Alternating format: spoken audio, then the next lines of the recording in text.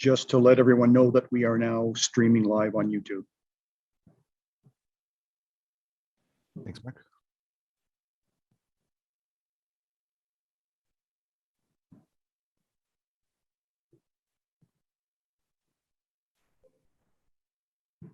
Good morning, testing 1, 2, 3. Hear you loud and clear, Kim. Perfect, thank you.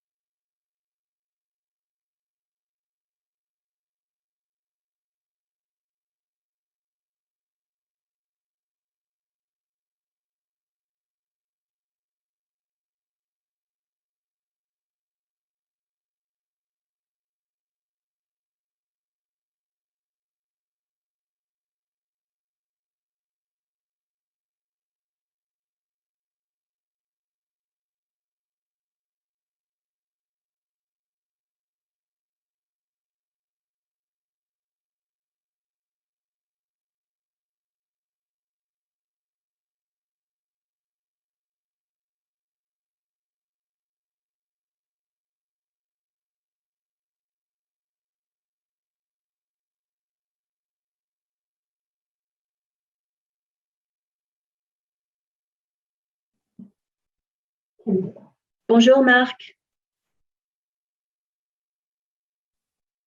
Bonjour Valérie, Marc just stepped away. Ok, merci Carole. Bonne journée.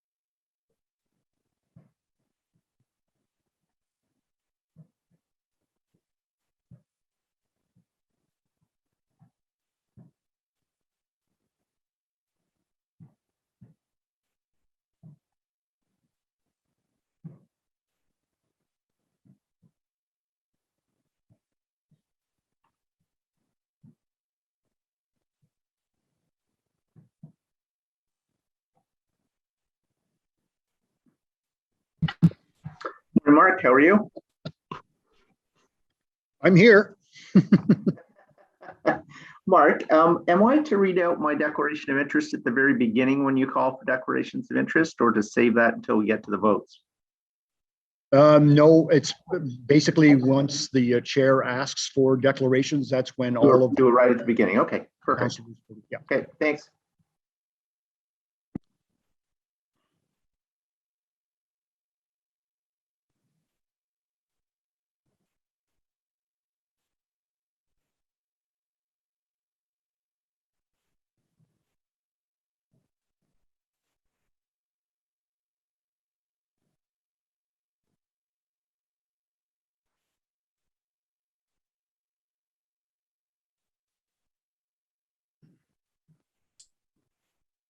Good morning. I'm at the office, so no cat photobombing today. Oh, but that's my favorite part, Teresa. I was going to say very different background today. Is it quiet on the row? Pardon? Is it quiet on the row today? Yeah, Laura's here and Kathy. Oh, So right on. there's life. Oh, and Matt, I hadn't seen him, but he's obviously around.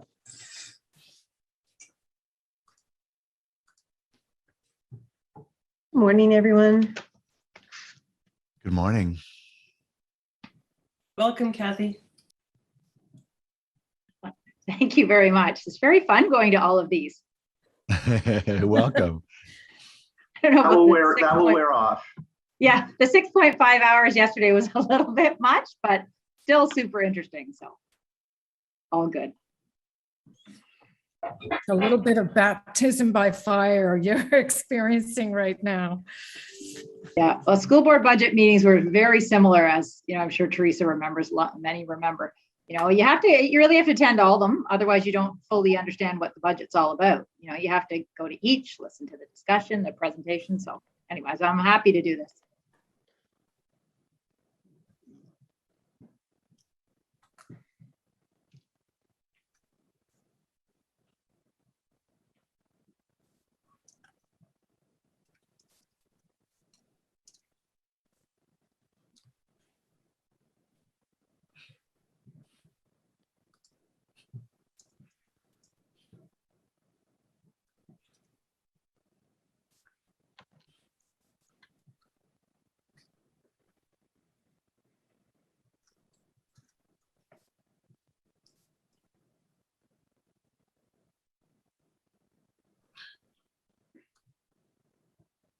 Okay, Mr. Coordinator, it looks as though we have quorum. I believe we do. Right on. So we'll kick things off and welcome everyone. Good morning. Bonjour à tous et à toutes. Welcome to this meeting of Community and Protective Services Committee.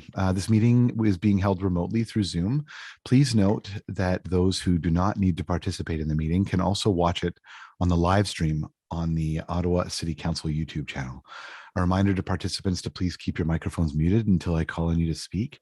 I will be providing each committee member with the opportunity to ask questions or comment. And so council members as well can do the same. For panelists, the raise hand option is found at the bottom of the participants list. And for attendees, you will find the raise hand button at the bottom of your Zoom window. And for those calling in, I'm not certain that we have any today, but you can use *9 to raise your hand. The committee coordinator and I will be watching for those cues, and the usual 5-minute speaking limit will apply. But of course, you can come back on the list. That's no problem at all. Members are also reminded to submit any motions, visual supports, or declarations of interest in writing to the coordinator at the earliest convenience. We have a few of them today. And although the deadlines have passed for residents to register to speak, and we have 15 delegations today, you may still make written submissions prior to council on December 8th. So please avail yourself of your ability to do so.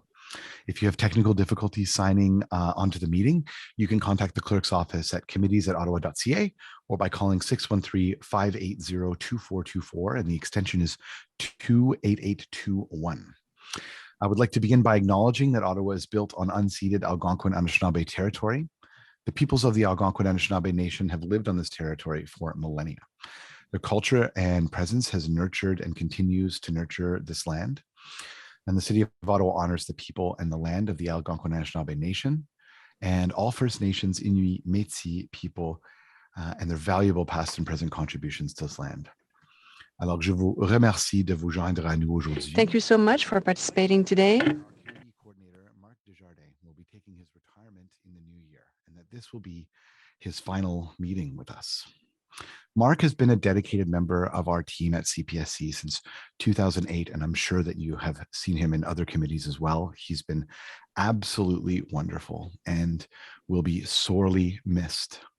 So thank you for your dedicated service to this committee, Mark, and for all that you have done for the City of Ottawa during your time with us. So thank you. Many thanks, Chair. This is also our final meeting of 2022. So I'd like to thank all of the members of this committee for the quality of debate that we've had here since I took over the chair around this time last year. I've benefited from your sage advice, and I have very, very much appreciated the respectful and professional and productive tone that we've had at this committee. So all of you, thank you very, very much.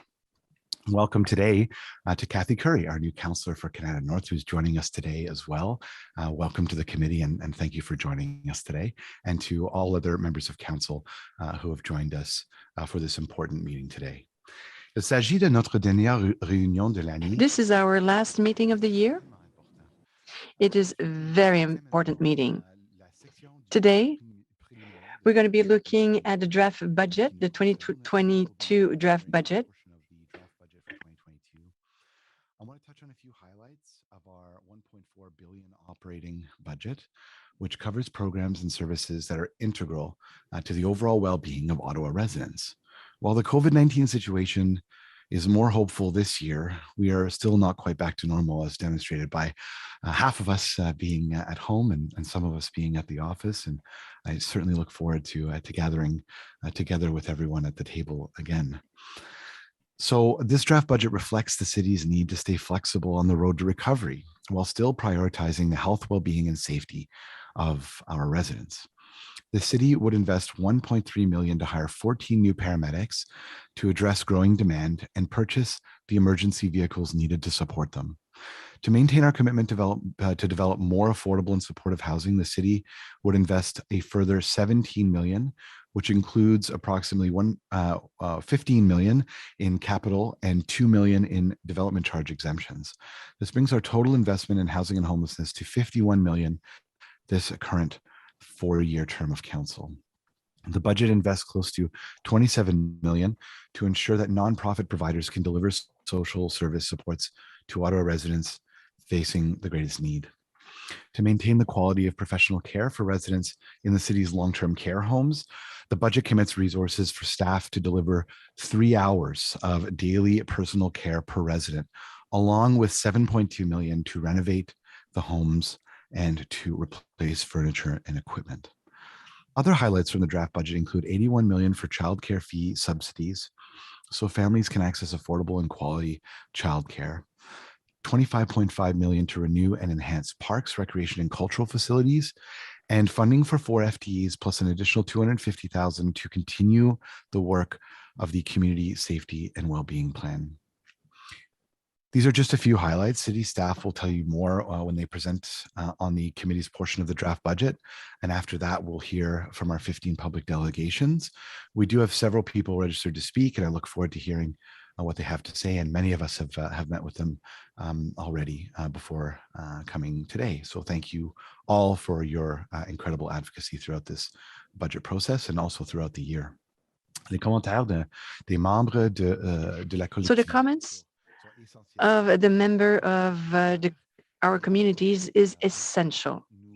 Your insight and your feedback help us making a good decision. Let's get started with the committee coordinator. Please call the roll. Councillor Meehan. I'm here. Thank you. Councillor Kitts. Here. Councillor McKenney. Present. Conseiller Fleury. Bonjour. Councillor Tierney, Present. Councillor Deans, Here. Councillor Kavanaugh, Here. Councillor El Shantiri, Present. Councillor Dudas, I'm here. Vice Chair Eglai, Here. Chair Luloff. I'm also present, and we received no regrets. We'll go through our declarations of interest. I know that we have a few. We can begin with Councillor Deans, please. Thank you, Mr. Chair. I, Councillor Diane Deans, declare a potential deemed pecuniary interest on the following portion of the 2022 Community and Protective Services Draft Operating and Capital Budget. Community and Social Services, Children's Services as follows. Number 1, user fees, page 7 of the CPSC budget book. And number 2, Municipal Child Care Centers Operating Resource Requirement, page 6 of the CPSC budget book, as my daughter works for Children's Services in an area that receives funding from these budget line items. Thank you. Councillor McKenney, please. Thank you, Chair. I, Councillor Catherine McKenney, declare a potential deemed pecuniary interest on the following portions of the 2022 Community and Protective Services Committee Draft Operating Capital Budget. Community and Social Services, Housing Services Operating Resource Requirement, page 10 of the CPSC budget book as follows. 1, Housing Programs. 2, Community Homelessness Prevention Initiative. 3, Home for Good. 4, Reaching Home. And 5, COVID-19 funding.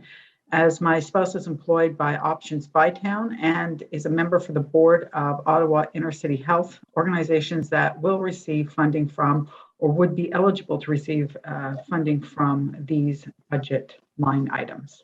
Thank you. And Vice Chair Eglai, please. Mr. Chair, I, Councillor Keith Ego, I declare a potential deemed pecuniary interest in the following portions of the 2022 Community and Protective Services Committee Draft Operating and Capital Budget. A, Community and Social Services Housing Services, page 10 of the CPSC budget book as follows. 1, Housing Programs. 2, Community Homelessness Prevention Initiative. 3, Home for Good. 4, Housing and Homelessness Prevention Plan. 5, Reaching Home. 6, COVID-19 funding. And B, Community and Social Services Gender and Race Equity Inclusion and Indigenous Relations and Social Development Operating Resource Requirement Community Funding, page 15 of the CPSC budget book. As I sit on the board of directors of the Youth Services Bureau and Big Brothers and Big Sisters of Ottawa, and my spouse sits on the board of the directors for the Nepean and Rideau and Osgood Community Resource Center organizations that will receive funding from or would be eligible to receive funding from these budget line items. Thank you. And I, Councillor Matt Luloff, would like to declare potential pecuniary interest as well on the fire services budget on the technology line item, as my wife is currently employed by Versaterm, which provides technology to fire services as well. Do we have any other declarations of interest prior to beginning the meeting? Seeing none. Thank you very much. Confirmation of minutes, minutes number 22 from Thursday, October 21st, and minutes 2 special joint meeting of Planning Committee and Community and Protective Services from September 27th, 2021. So are the meeting minutes for October 21st and September 27th, 2021 confirmed? Confirmed. Confirmed. Thank you. Okay, so we have one big item on the docket today: the 2022 Draft Operating and Capital Budget, Community and Protective Services. The report recommendation is that CPSC consider the relevant portions of the draft 2022 operating and capital budgets and forward its recommendation to Council, sitting as Committee of the Whole for consideration at the meeting to be held on December 8th. We have a PowerPoint presentation. Dan Cheney will start the presentation, followed by Isabel Jasmine. Each area will then present, so Parks, Recreation, EPS, and finally Community Services. So I will now turn things over to City staff to begin their presentation on the 2022 draft budget. Thank you, all of you, for being here today and for your hard work on this. Please go ahead. Merci, Monsieur le Président. C'est un plaisir d'être avec. Thank you so much, Mr. Chair. This is a real pleasure to be here today to discuss the draft budget, the 2022 draft budget for the services that we have with the Community and Protective Service Committee. This morning to discuss with you the draft budget being submitted by the departments for the services that report to the Community and Protective Services Committee. I believe there is a slide presentation that will come up. Thank you, Mark, or whoever. We could go to the next slide, please. So we will take you through a brief overview of the presentation. Then the intent is to go to public delegations. Staff will then be available to respond to questions, and we will review both the operating and the capital budgets, as well as consider any motions before you recommend a budget to council. Next slide, please. With us this morning to assist, in addition to myself, are Donna Gray, General Manager of Community and Social Services, our newest General Manager, Kim Ayotte for EPS, as well as Kevin Wiley from Public Works and Environmental Services. In addition, there are several directors and managers who were key in putting this budget together. We're also joined by Lila Gibbons, the Associate General Manager for Community and Social Services, and Shelley Van Bursk, who has been Associate General Manager with my department for the last year as well. In addition, staff from the Asset Management Group are here to speak to some of the renewal portions of this budget that are included, as well as Isabel from Finance. Next slide, please. Isabel, I'll turn it over to you. Thank you. So the operating budgets of 4 service areas are included in this committee's budget. Community and Social Services are estimating a 17 million net increase, which equates to a 7.8% increase from 2021's net requirement. Expenditures continue to include the impacts of COVID, but are offset by provincial funding from the Social Services Relief Fund or program funding.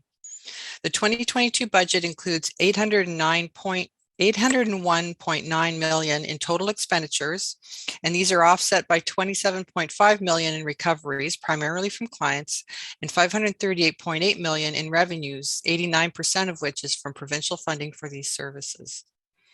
Emergency and Protective Services will see a net increase of 9.7 million, or 4.3% over 2021. Total expenditures are estimated at $344.8 million. These services are also offset by revenue primarily from the province for 50% of the paramedic services and the fees from bylaw and regulatory services.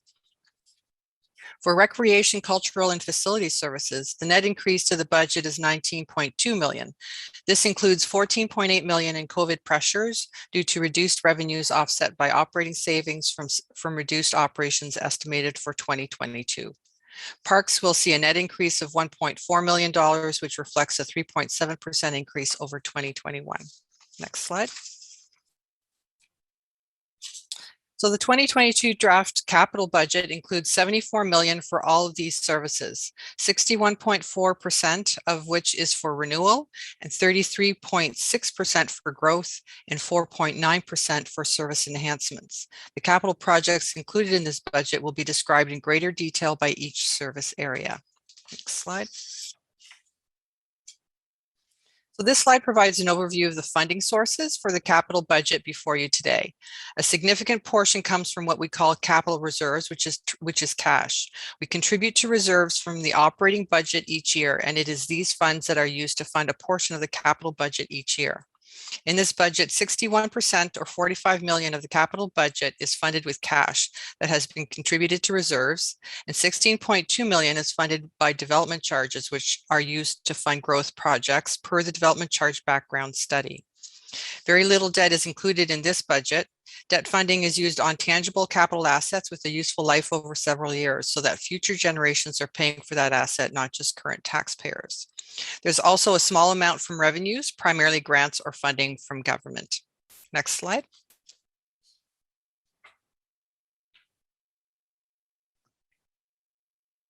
Morning, I'm Allison Downs and I'm the Director of Parks. Park Services, which maintains city parks, as Isabel mentioned, would have a gross budget of 40.9 million, and it's almost entirely covered by property taxes. All programs will include an adjustment for potential 2022 cost of living increments and budget adjustments. There's also a $500,000 growth increase for operation and maintenance of 8 to 10 new parks citywide, as well as a $320,000 base budget increase for increased water costs related to splash pads. I'll pass it over to Dan. Thank you.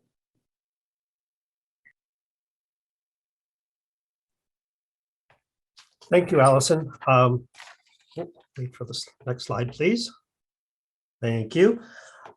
So the recreation, culture, and facilities budget includes the usual cost of living increments and benefit adjustments to the department. A large part of our operations, our compensation and cost of living relates to a high degree to increased labor costs. Increase in facility costs related to inflation.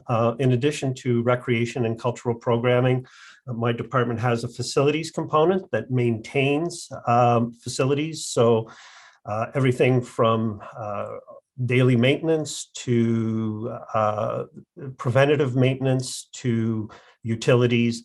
And so the budget reflects much of that, as well as recovery of some of those costs from other departments. An inflationary increase that is on average 2% as per the guideline approved by council earlier this year. An inflationary increase to our envelope of recreation and cultural grants that we provide to community groups for the work that they do. And overall, we have an estimated $24.1 million revenue shortfall due to COVID impacts, and there are several factors there. Some of them are that up to more than a dozen of our facilities are still closed or otherwise being used for public health or community supports, as well as a slow return to service for many of our lines of activities on the recreation and the cultural side. And some of that is offset by overall savings to the department that we experience both from the facilities and the programming side as operations are not at full capacity at this point. Next slide, please. This is our capital budget. There are really three distinct areas. The renewal of assets, primarily delivered through infrastructure services in the recreation category because of the number of facilities, has the highest amount at 15 million. There is a comprehensive list in your budget book of the facilities and the projects that go against this 15.2 million. And then cultural facilities being theaters, museums, art centers, those kinds of places. They have a separate budget. A parks renewal fund, which again, asset management works with both our department and the Public Works Department in renewing parks. And again, the list of those parks is in your budget book, as well as a fund and the parks and building upgrades budget is made up of several smaller accounts. They've been lumped here, but it's everything from rink upgrades to pathways to lighting to play equipment in parks. So these are smaller accounts to do smaller upgrades as community demand comes along. There is a growth provision in our budget for 11 new parks. And again, they are listed with descriptions in the budget books, as well as the final piece is service enhancements. You'll recognize the major and minor capital. These are just over $1 million that's made available to community groups on a cost-sharing basis for capital projects, and a very popular program. So we have budgeted for that as well as accessibility improvements to our facility to continue our efforts to make our facilities as welcoming and as inclusive as possible. Next slide, please. And I will pass it over to Kim. Thank you. Good morning. Bonjour à tous. Dans le budget de fonctionnement des services de protection. Today, in the Service and Protective Sermon, Operating budget, there are adjustments totaling $6.8 million for potential contract settlements, increments, and benefit changes. These are the cost of living allowances being factored in for staff compensation costs. There's $550,000 for inflationary increases to contracted services, maintenance agreements, materials, and supplies. There's a request for $1.3 million for 14 additional paramedics to meet the goal of adding 56 new members for the paramedic service by the end of this term of council, 14 each year in 2019 through 2022. There's $350,000 for 2.5 FTEs, previously approved as part of the new towing services regulations, which will be offset by new user fees. There is $115,000 for 1 FTE of corporate security to transfer supervision of the Security Operations Center in-house. This is in line with audit recommendations and will further be offset from the current contract budget. There's $760,000 for 4 FTEs and non-compensation budget to support the Community Safety and Wellbeing Plan in accordance with the Safe Ontario Act of 2018. Next slide, please.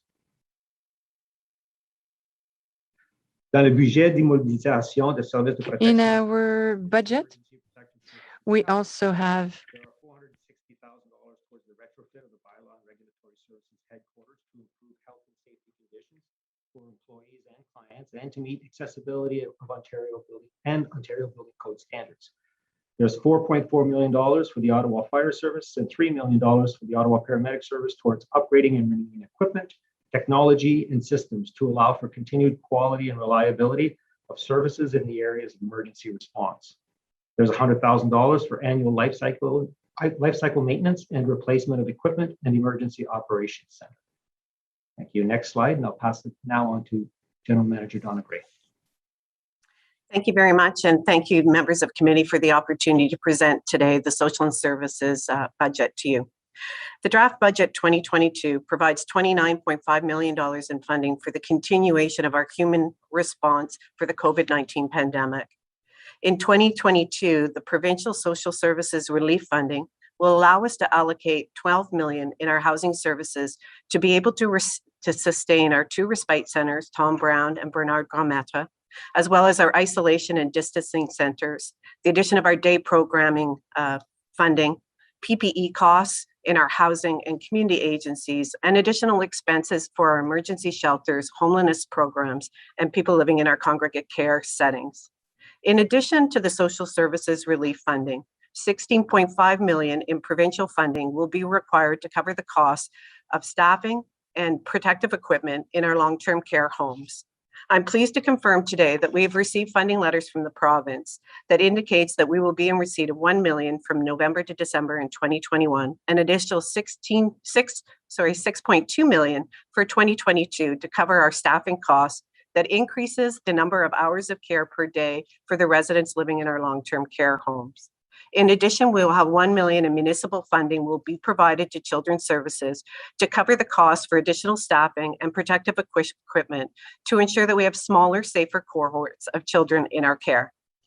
Draft Budget 2022 builds in adjustments for 2022 cost of living, increments and benefits, and proposes investments in several key areas which reflect Council's priorities to invest in people and in communities. Staff recommend that the city increase the base community funding framework budget by $1.6 million, an increase of 6.6% over the next 2 fiscal years to ensure the long-term financial sustainability to our community agencies.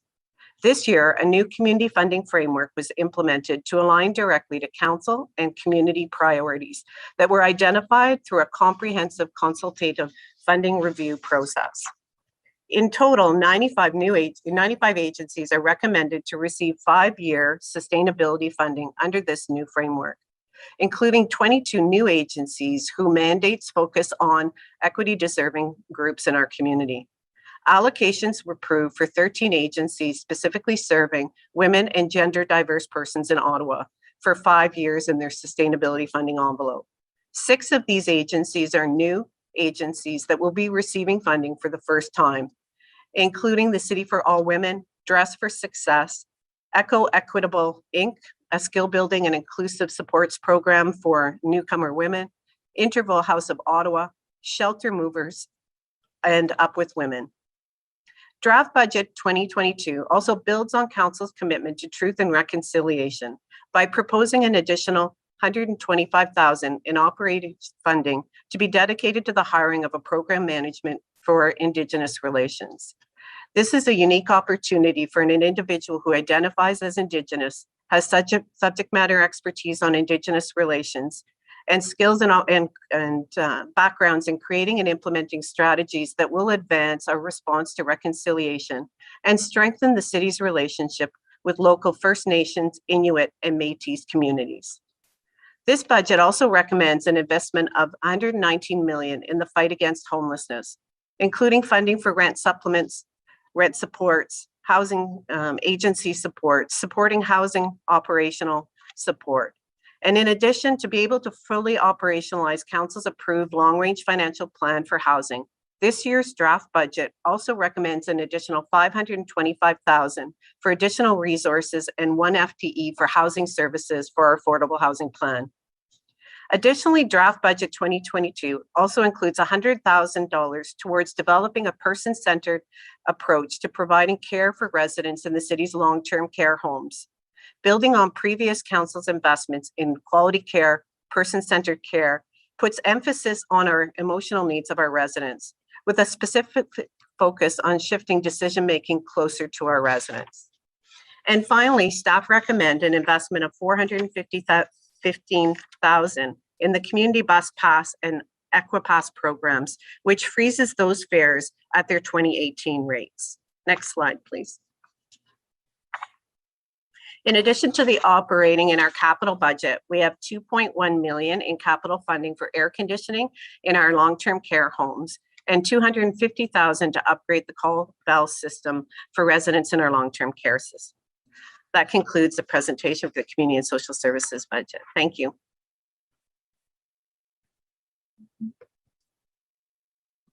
Thank you very much. We have a couple of motions from Councillor Fleury and one from Councillor. Nous avons des motions du conseiller Fleury, conseillère Kavanagh et conseillère McKenney. Conseiller Fleury, voulez-vous présenter votre motion? Thank you, Mr. Chair. I want to first and foremost thank Oops. Dan Shenny, who's been working with me since the draft budget, and happy to bring a number of minor tweaks, but that can be meaningful for families, specifically as it relates to fees and climate impacts. So I'm in Marc Desjardins' hands in terms of whatever he has handy here. I'm glad to read. I'll ask my colleague Eric to put them up. Okay. Mr. Chair, would you like me to read full motion? If you'd like to, yeah, please go ahead. No problem. Yeah. Whereas the Recreation, Culture and Facilities Service Department offers program subsidies known as Ottawa Hand in Hand to qualify residents to facilitate access to recreation and cultural services. And whereas the Hand in Hand program subsidy was increased as part of the 2021 budget from 180 per resident to 200 per resident based on the reduced number of program offered due to COVID restrictions and temporary recurring facility closure. And whereas it is anticipated that in 2022 registration in programs will experience a gradual resurgence based on the relaxing of restrictions and reopening of facilities. And whereas this gradual increase in demand is expected to still allow sufficient budget capacity for the increased level of subsidy approved in 2021. And whereas in 2022 draft budget recommends a 2% increase to recreation and cultural fees to reflect increased cost of delivery of these services. Therefore, be it resolved that the 2022 Ottawa Hand in Hand subsidy be increased from $200 to $205 per participant to offset the recommended 2022 inflation increase to fees, and be it further resolved that funding for the increase be derived from the anticipated lower level of program registrations. Thank you for your leadership on this. As I understand, staff also support this as well, so certainly appreciate it. And your second motion, please. This is a conversation that dates back a number of years. we are currently, oh, sorry, I'll read it. My instinct is to describe, I apologize. That's okay, no Whereas the city of Ottawa owns, operates, and maintains refrigerated ice surfaces across the city. And whereas in order to maintain the ice surfaces, the city operates a fleet of 51 ice resurfacing machines, whereas the current fleet of resurfacers include 39 units powered by propane, 8 units powered by natural gas, and 4 electric units. And whereas as part of the objective to reduce the greenhouse gas emissions and green its mobile fleet, the city wishes to pursue cleaner alternatives. And whereas the older generation of electric resurfacers with lead battery presented performance and operational challenges, whereas a new generation of ice surfacers with lithium ion batteries are now available, promising better performance and battery life. Whereas the city as in September 2021 undertaken a pilot project to test 2 new generation lithium ion powered units into arenas. And whereas the pilot project will run through the 2021-2022 arena season with a follow-up assessment later in 22. Therefore, be it resolved that new ice resurfacing units be purchased until that no new ice resurfacing units be purchased until the pilot program and assessment is completed, except in urgent circumstances where the failure of existing units could negatively impact ice operations. And be it further resolved that the findings of the pilot project be reported back to Community and Protective Service Committee in Q3 of 2022 and be used to guide the acquisition of ice surfacers in 2022. I also understand that that staff support this, and thank you again for your leadership on this file. Every little bit counts when it comes to reducing our GHG emissions, so we certainly appreciate your engagement and work on this file, Mr. Sport Commissioner. We also have a motion from Councillor McKenney and Councillor Kavanagh. Who would like to introduce the motion? Chair, I can go ahead. Thank you. Thanks. Yes, this is from myself and Councillor Kavanagh, and well, I'll read it first. Whereas the most recent federal budget committed billions of dollars to the development and realization of a universal affordable childcare system across Canada. And whereas City Council has communicated to the Government of Ontario on multiple occasions its support for the development of a universal, affordable, and accessible childcare system, and its desire for the province to sign a bilateral agreement with the federal government committed to such. And whereas Ottawa does not currently have a growth planning mechanism to propose concrete, costed long-term growth strategies in the childcare sector to other levels of government, therefore be it resolved that the Community Protective Services Committee direct the Children's Services Service Area in collaboration with the Childcare and Early Years System Planning Advisory Group to discuss the possibility of developing a growth plan and determining local priorities for future work plans for City Council, including identifying any necessary staff and/or financial resources required to develop a long-term growth plan, identifying capital expansion targets for childcare system expansion in alignment with the city's childcare and early years service plan, and in the potential development of a national plan strategy with the goal of achieving universal quality, not-profit, accessible and affordable childcare in our city. And Chair, we will be hearing from at least a couple of members of the childcare community today on this and other issues. So I will I'll park that for now. And but we did work with staff to come up with something that they felt fit within their work plan and that could move this objective forward when the time comes. Thank you very much, and thank you for your work and advocacy on that, both to you and to Councillor Kavanagh. Truly appreciated. I do see that we actually do have 2 more motions from Councillor Flory, so my regrets that we didn't get through. Mr. Chair, you gave me a speaking break. Much appreciated. No problem. You've got a glass of water. You're okay. All right, go ahead. My coffee's right beside me. Yes. The 2 motions, Mr. Chair, I believe will be referred to budget deliberation at council, but as they are referring to CPS budget, I'm introducing them here. So whereas the Recreation, Culture and Facilities Service Department operates 52 wading pools across the city of Ottawa, whereas park wading pools are an important part of the city strategy to keep younger children cool and entertained during the hot summer months, and whereas Ottawa's wading pools typically operate with an 8-week season with staggered start and end dates, with half the sites commencing operations in the last week of June and the other half in the first week of July, whereas Ottawa's wading pools are not budgeted to open on statutory holidays, including Canada Day and Civic Holiday, and whereas the city would benefit from the extended season with 10 pools from the cohort A start pools opening earlier in June on June 25th instead of June 30th, and the remaining opening on June 30th and closing on August 25th, followed by cohort B starting pools opening earlier on June 30th instead of July 5th, and the remaining opening July 5th and closing on August 30th. Whereas the city would also benefit from all pools remaining open on Canada Day and the Civic Holiday, therefore be it resolved that $70,000 be added to the 2022 wading pool operating budget to allow for 10 select wading pools in each cohort to open 5 days early and all pools to be open on statutory holidays.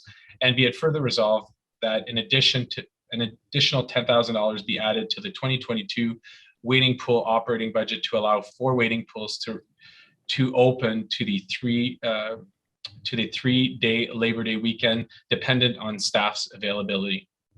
And I think there's another one. Oh yeah, no, that concludes that one.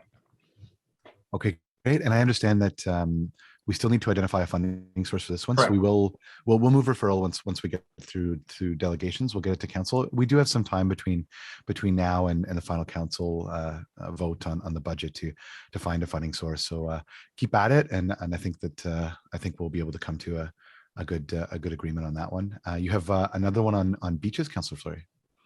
Yeah, a little simpler, but requests from families and caregivers. Whereas the Recreation, Culture and Service Department operates 4 Ottawa beaches, and whereas beaches are an important part of the city strategy to keep residents cool during the summer months. Whereas the supervised season for beaches is planned for June 18th and August 28th in 2022. Whereas supervision at beaches is from noon to 7 p.m. daily. Whereas all 4 beaches locations would benefit from extending the length of the supervised day with supervision commencing at 11 a.m. Whereas camps and families with young children have requested longer supervised hours before lunch.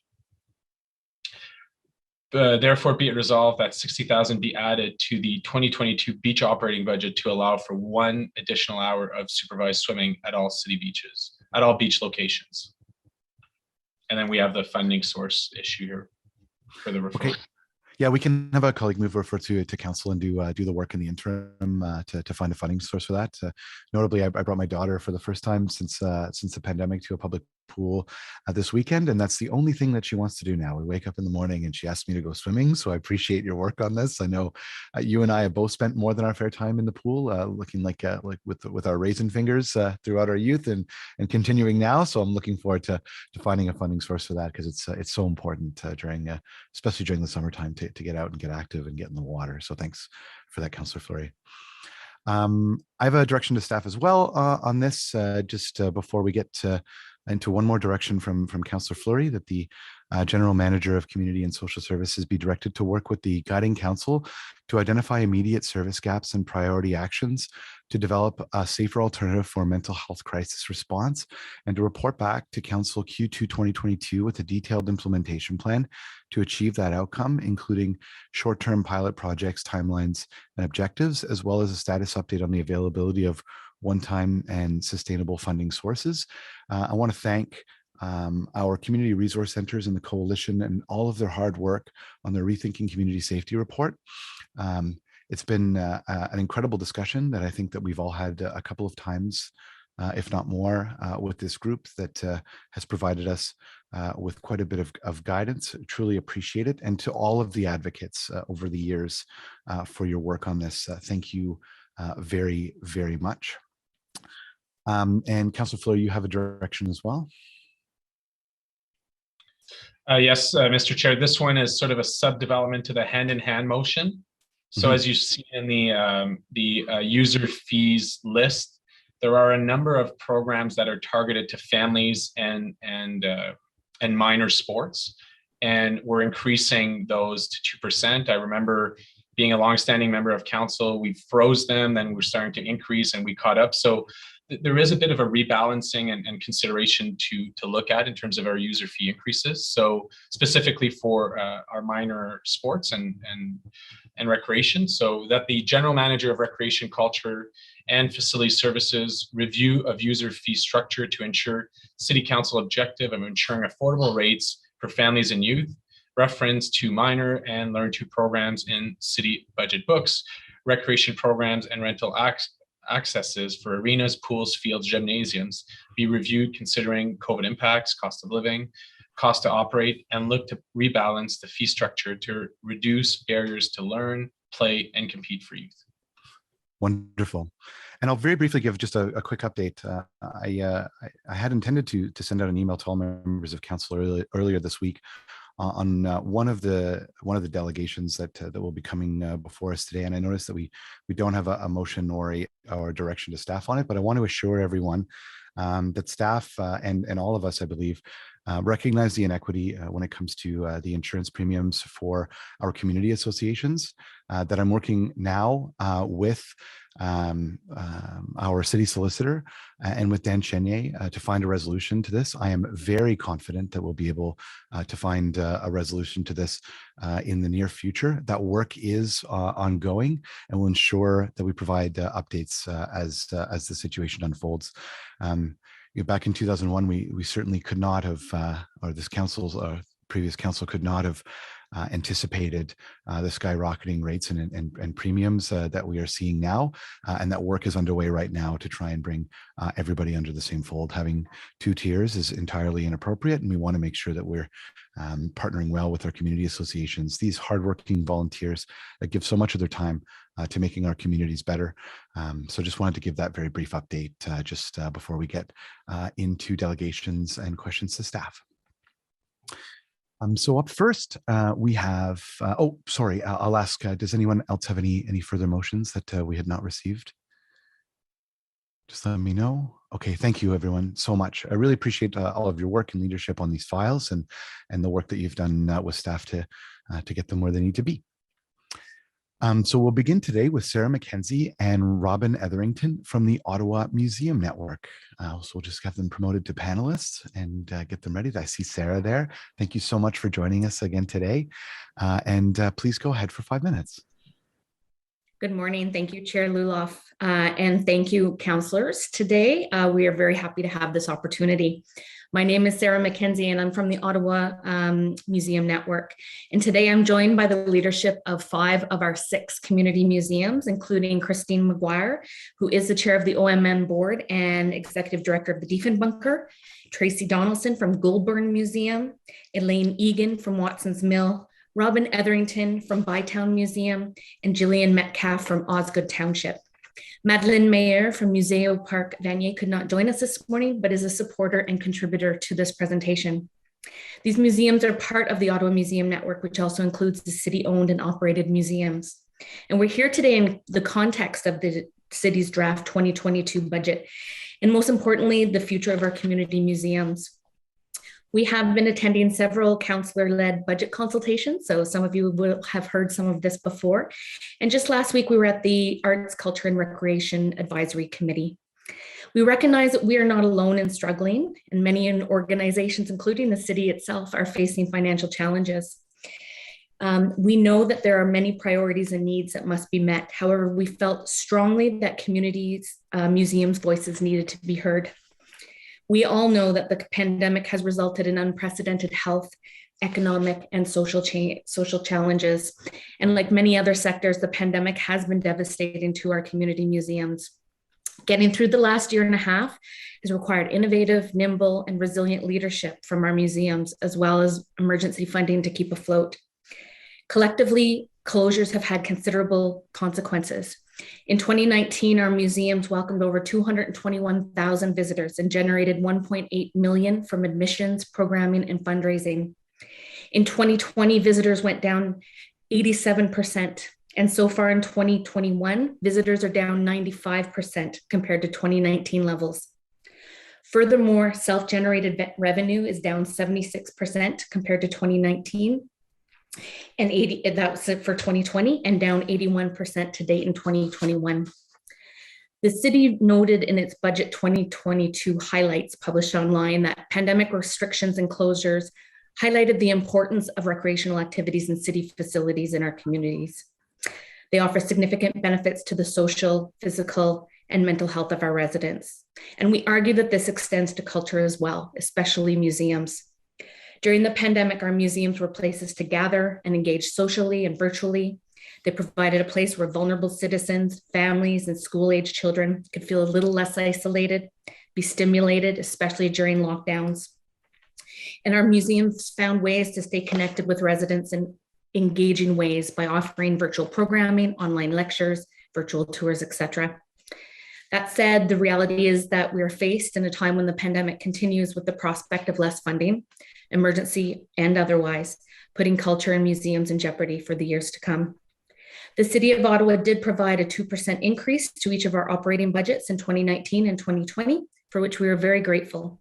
But this funding was time limited and will not sustain us through the rest of the pandemic and recovery period and beyond. And while we recognize that the city has proposed a 2% increase to the funding program that our community museums access, it is an increase to the overall funding envelope. And due to how the funding program is structured, it does not guarantee each museum will see a 2% increase in its operating budget or any increase at all.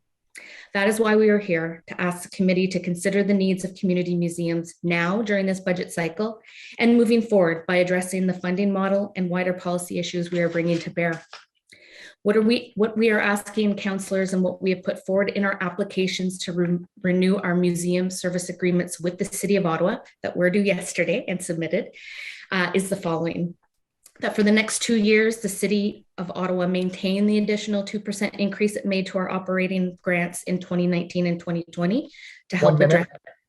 Okay, that the City of Ottawa change its funding approach for cultural service agreements and increase annual operating funding equally for each museum as a set percentage, as opposed to the competitive situation where if one gets more funding, others get less. That the city follow through on its commitment to review its cultural funding programs and streamline the processes. And that the City of Ottawa, most importantly, undertake a visionary, proactive, and forward-looking cultural plan.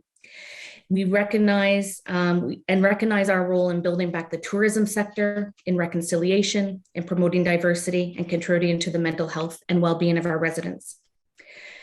Funding from community museums by all levels of government has changed very little for many years. In fact, the museum sustainability plan for the city is 16 years old. At the very least, we need a new cultural plan that will shape the recovery of the arts and heritage sectors post-pandemic and speaks to our sustainability. Thank you. Councillor El-Shantiri, please.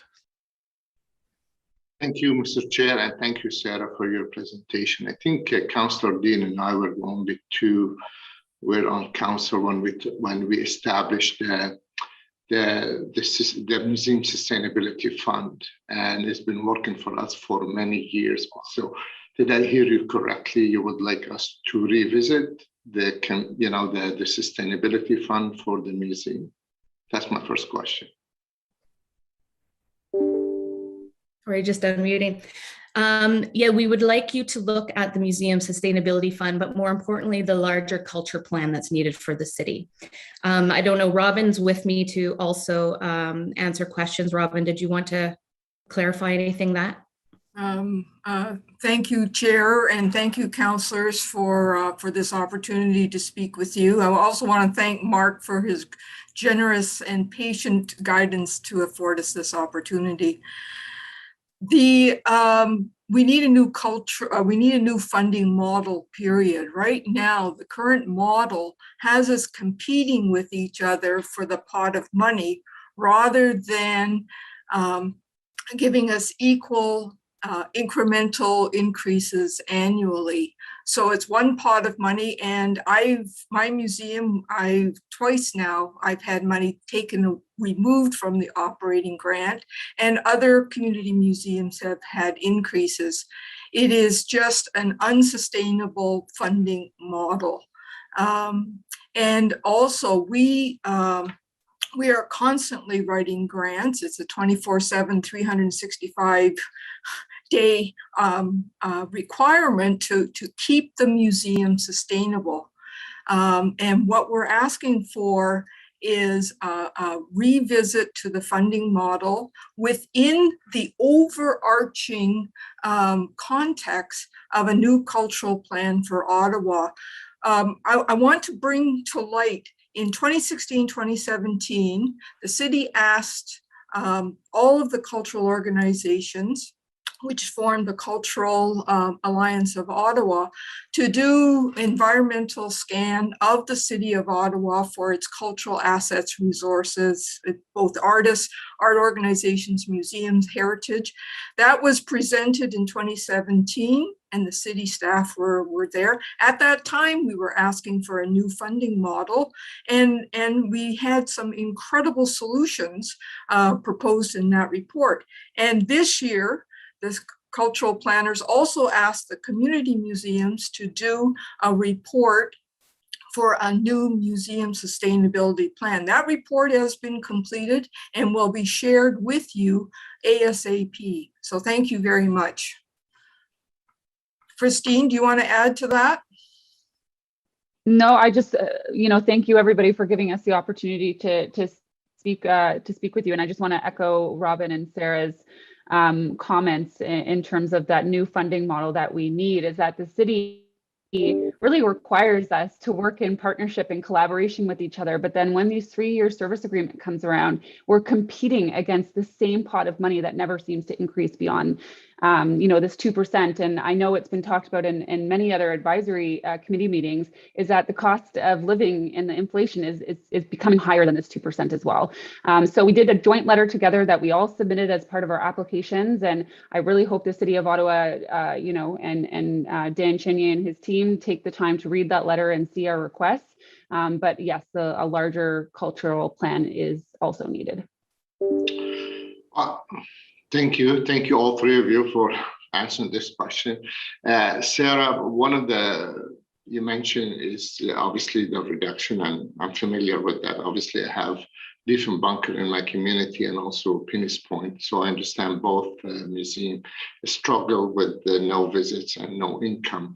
I know Christine's, she's been on every application you can think of under the sun, but have you applied for the lost revenue from the province, since the provincial government been offered compensation for the pandemic loss of income? Yeah, so I think it might make more sense for Christine or Robin to speak to those questions. But there is some funding out there, but again, limited from the province and whatnot. Robin, did you want to take that question? I'll take the first go at it. Councillor, it's an excellent question. Excuse me. The province's Community Museums Operating Grant program has not increased in 15 years. With regard to last year and this year's emergency funding, it was mainly directed to, because we were all doing virtual programming, it was directed to facilitate and help us do that. The Bytown Museum successfully applied for that grant. The current emergency funding from the province is a little bit more tricky to be eligible for. So we were not eligible for it. I'm not sure if Christine's museum was. Now, in fairness and in full transparency, I am grateful, along with my colleagues, for the federal government's wage subsidy program, because that is what allowed me to keep my 4 permanent staff employed through 2020 and 2021. Unfortunately, that particular wage subsidy program terminated October the 23rd of this year with no hint of a replacement. So we are constantly researching new funding sources just to maintain sustainability. And by the way, and you know this because I've heard you speak, COVID is not over. And the rebuilding of community museums to reopen fully is going to be a 1 to 3 year process. And the cost of reopening is incredible because we need to buy plastic screens and masks and retrain all of our staff. So thank you very much, sir. So again, Christine, we know you lost the revenue in the last 20 months coming from the visitor. We know you used to have between 75 to 80,000 people a year visiting your museum. Is there a funding available provincially to compensate the loss of revenue for the museum? Not in terms of emergency funding. Like as Robin said, we have the Community Museum Operating Fund, which hasn't increased and it's quite small in the last 15 years. I mean, there is the Ontario Trillium Foundation, which is arm's length to the province, but funded provincially, which you can apply for. But as Robin said, like grants are so onerous as it is. We're on the provincial, like on the federal level, there's been absolutely emergency funding available that all the community museums have applied and received.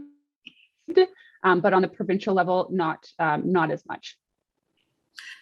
And sir, just to add to that, and I'm going back to the federal government, I have to give credit where credit is due. They did provide emergency funding program to the community museums across Canada through their museum assistance program. Last year, the Bytown Museum successfully applied for it. We have reapplied for it for 2021, but have yet to hear whether we were successful in 2021.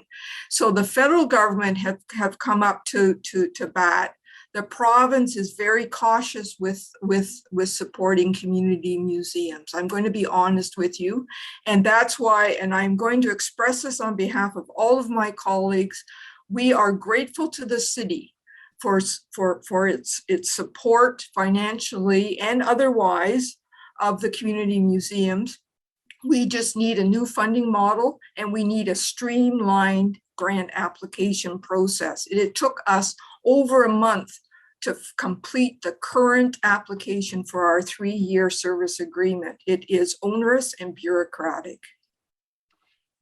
Thank you all of you, Sarah, Robin, and Christine for answering my question. And I really love your honesty, Robin, and I hope we can work together because next year is a provincial election and some changes need to happen because I have to tell you, no one, I don't know many about you as much as I know about Christine, but she spent 90% of her time looking for money. And I don't think that's sustainable to be for any organization to be successful. And so anyway, thank you, Mr. Chair, and thank all three of you for answering some of the questions. Thank you, sir. Thank you to all of you. Do we have any further questions for this delegation? Seeing none. Our next, thank you very much, Sarah and Robin for joining us today, and Christine as well. Truly appreciate it. Up next, we have Mary Evelyn and Natalie Rumstein from Volunteer Ottawa. Please go ahead for 5 minutes. Thank you, Mr. Chair. Good morning.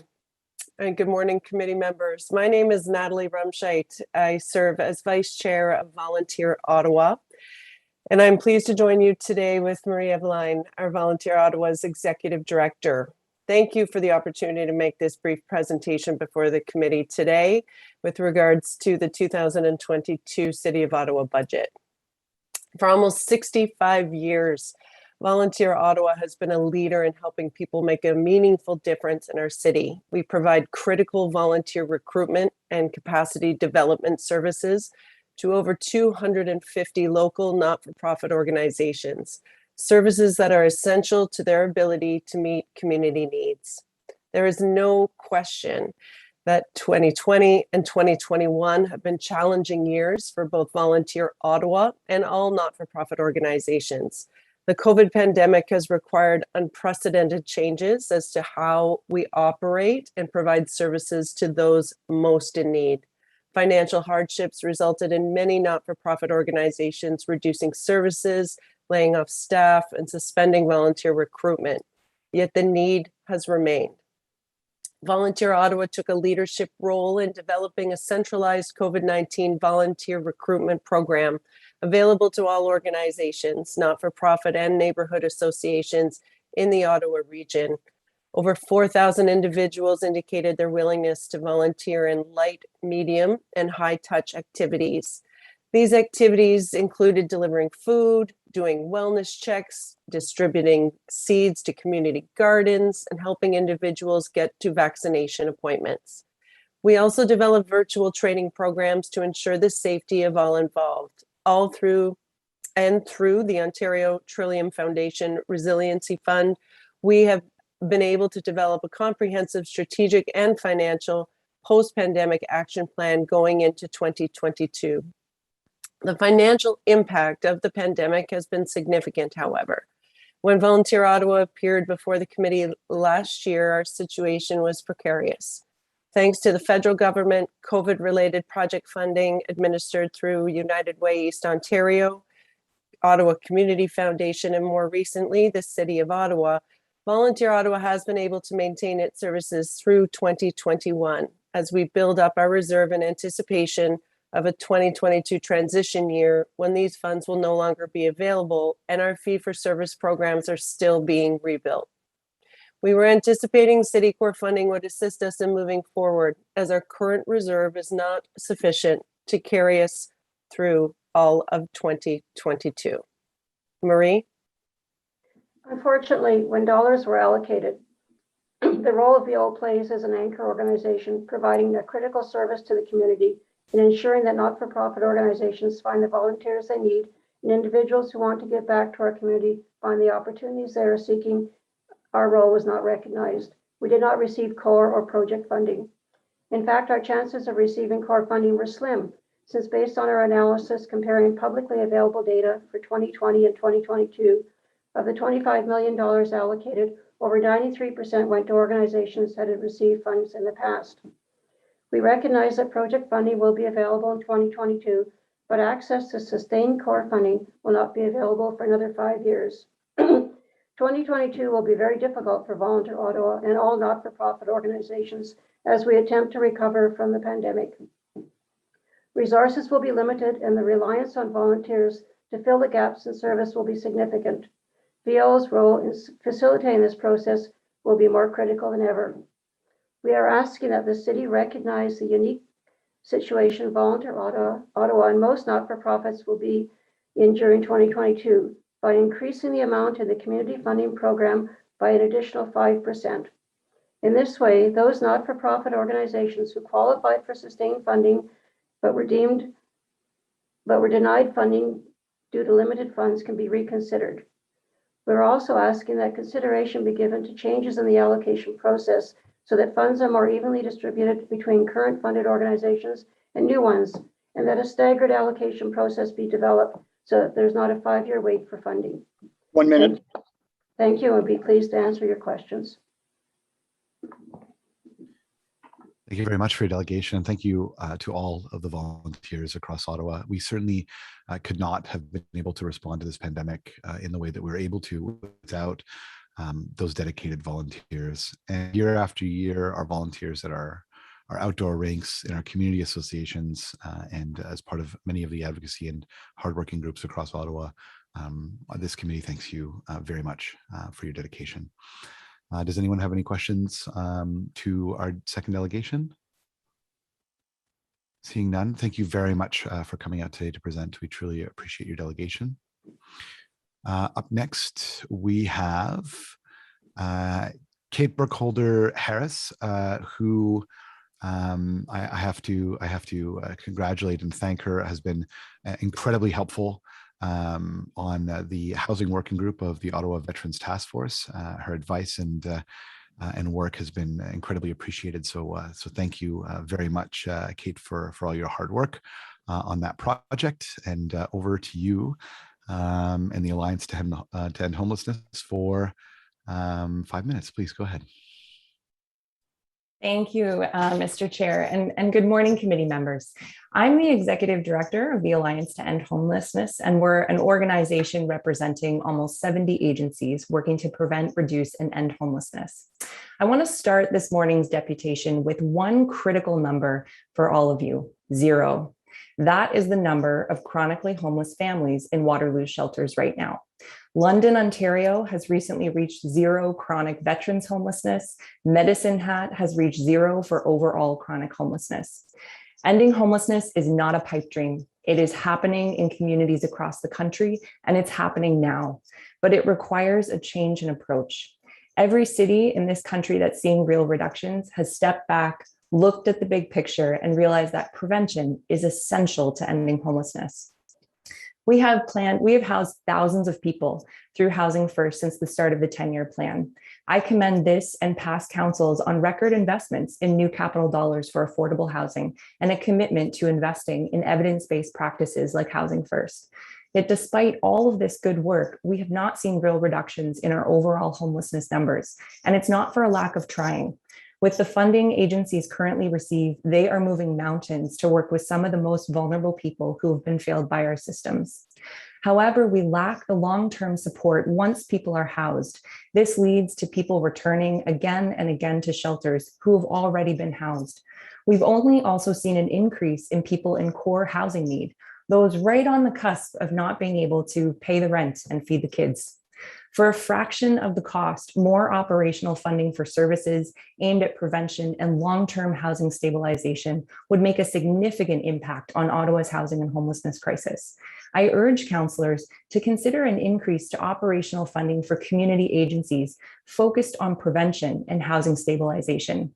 It is far too often that community health centers, day programs, or outreach programs know that an individual or family is on the verge of losing their housing. They have a window of opportunity, but they have few tools to prevent it in that moment. Use this budget to provide those agencies with more tools for prevention and housing stability. Increased access to rental repayment for tenants with arrears, increased rent subsidies, increased staffing for supporting tenants in rooming houses and supportive housing. These solutions are much less expensive than watching people fall into homelessness over and over again. For $200,000, we could provide enough funding to support rooming house tenants across the city to stay in their homes. For $7.2 million, we could provide enough funding for staff for 1,200 supportive housing units.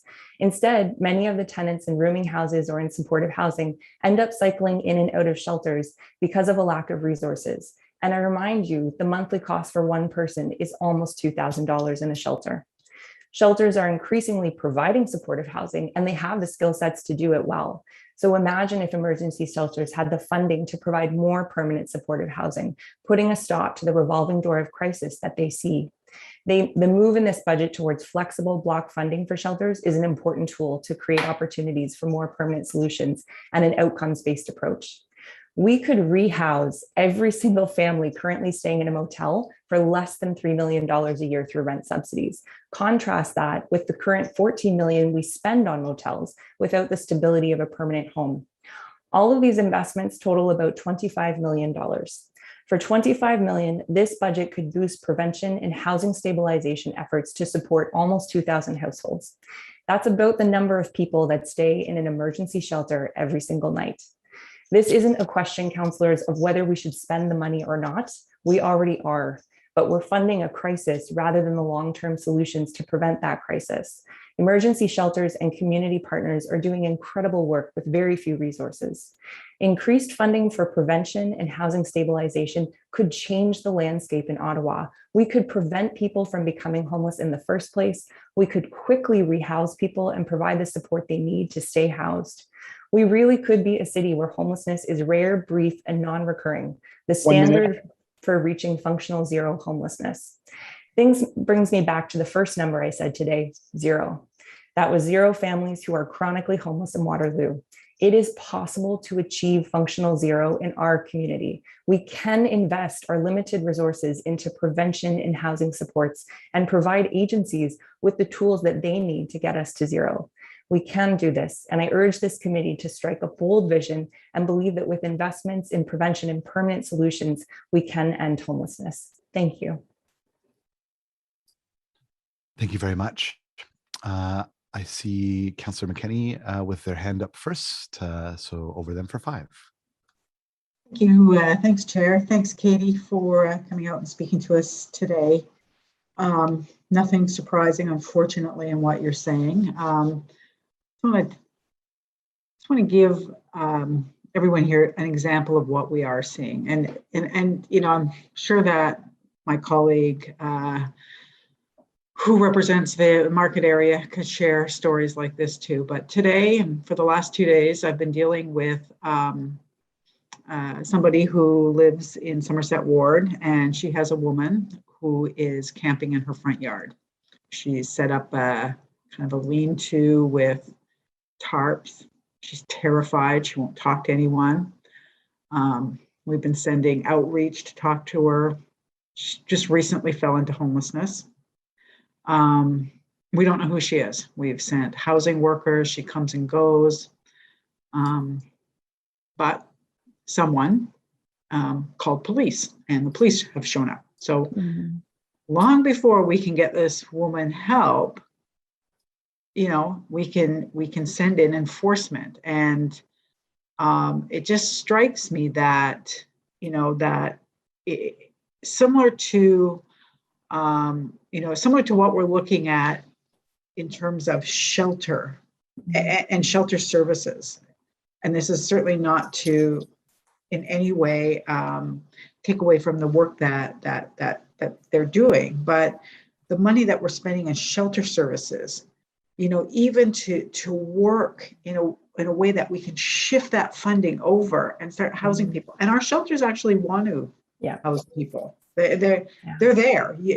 I believe you sit on one of their boards. Like, they're there. They are. I think that SHEPS right now has got more housing than they do shelter. But you're correct. Like, it's not going to happen without that shot of funding, and to stop people from falling into homelessness, and to stabilize people in their current housing, because that's exactly what's happening. We are always housing people. Every day we're housing people. We're probably going to house this woman in my ward. I'm not going to say where it is. I don't want to give anyone a heads up, but 2 more are going to fall into homelessness as we're doing this, right? Like, that's it's like digging in sand. It just doesn't end, and it won't end without a real, you know, significant infusion of dollars, operating dollars in this case. I just have 2 questions for you, Katie, and I probably know the answer, but the wait list, our wait list is well over 12,000 people. That's our people who are in core housing needs, so they just can't afford where they're living. In your experience, how many of those renter households simply require help to pay their rent? Are they living in adequate housing? Is it the right size for them? Is it in a good state of repair? What's required to stop that 12,500 number? Some of them are homeless, but most of them, I believe, are already in housing, but at risk. And that's what we always say. We were like, well, at least they're housed. But how many of them do you believe are actually at risk of becoming someone in a lean-to or a tent somewhere or a shelter? Yeah, it's a great question. I mean, I can't give you a percentage, but the majority of people on the wait list are not homeless. The majority of the people on the wait list just cannot afford their housing. And I think we actually have an interesting, I'll call it a sort of test run of what happens when we provide people with enough income to afford their housing. The moratorium on evictions in combination with the CERB, we saw a decline in our shelter numbers. It spiked back up once the moratorium was over, but also once the CERB was starting to be decreased for folks. But we saw a significant decline. You know, people don't come into shelter when they can afford to stay in their home and they have the money to stay in their home. So I would say from a prevention lens, certainly the majority, if we were able to, I know there's been some data locally from researchers that if we, had basically 1,000 options increasing from 500 in the 10-year plan, and we had 1,000 housing options per year, which would include capital, but also a lot of rent subsidies, that would have our list by the end of the 10-year plan. So when I think about that in contrast of what we're spending when people do cycle into shelter, it just makes good fiscal sense. Yeah. And if I'm not mistaken, this is how other cities have reached functional zero in terms of chronic homelessness. Is that right? It's in preventing people from falling in. And I should say, so two great examples, the Waterloo program that has focused on families, they then focused it on multiple other groups of people, as well as London, Ontario for just generally their overall numbers, not veterans specifically. Both did a pilot focused entirely on prevention of basically connecting people immediately to support if there was evictions or landlord issues, as well as in many cases, not even rent subsidies, but working with the existing resources they had to be able to prevent them from shelter. The numbers within the first year and holding were between 50 and 60%. So think about that in our homelessness system. If we reduced inflow by 50 to 60%, that is a massive cost savings. And our numbers align with it. Our numbers show that about, I think it's actually over 60% of the folks in shelter are out within a week. Those people should never have touched the shelter. They are able to self-resolve on some level, but they need something before they enter the door. And then it allows shelters to do what they're really good at and have the resources to focus on people who have high needs, who do need that longer term support. But that group is only about 15 to 20%. It's a small number of people who are burning out the system. And there's great models when we really put emphasis to get folks who are lower needs, and really it's just affordability for the most part, maybe some support, light touch support. But if we focus on that, we can really reduce the inflow and start to see those numbers reduce. Thank you. And just one last question in terms of federal funding. Certainly not excusing that, we don't fund enough at our municipal level for, housing stabilization and prevention, but the federal government as well, in your estimation, are they doing their part in keeping in funding cities to do the work that they to meet their goals of reducing core housing need and ending chronic homelessness?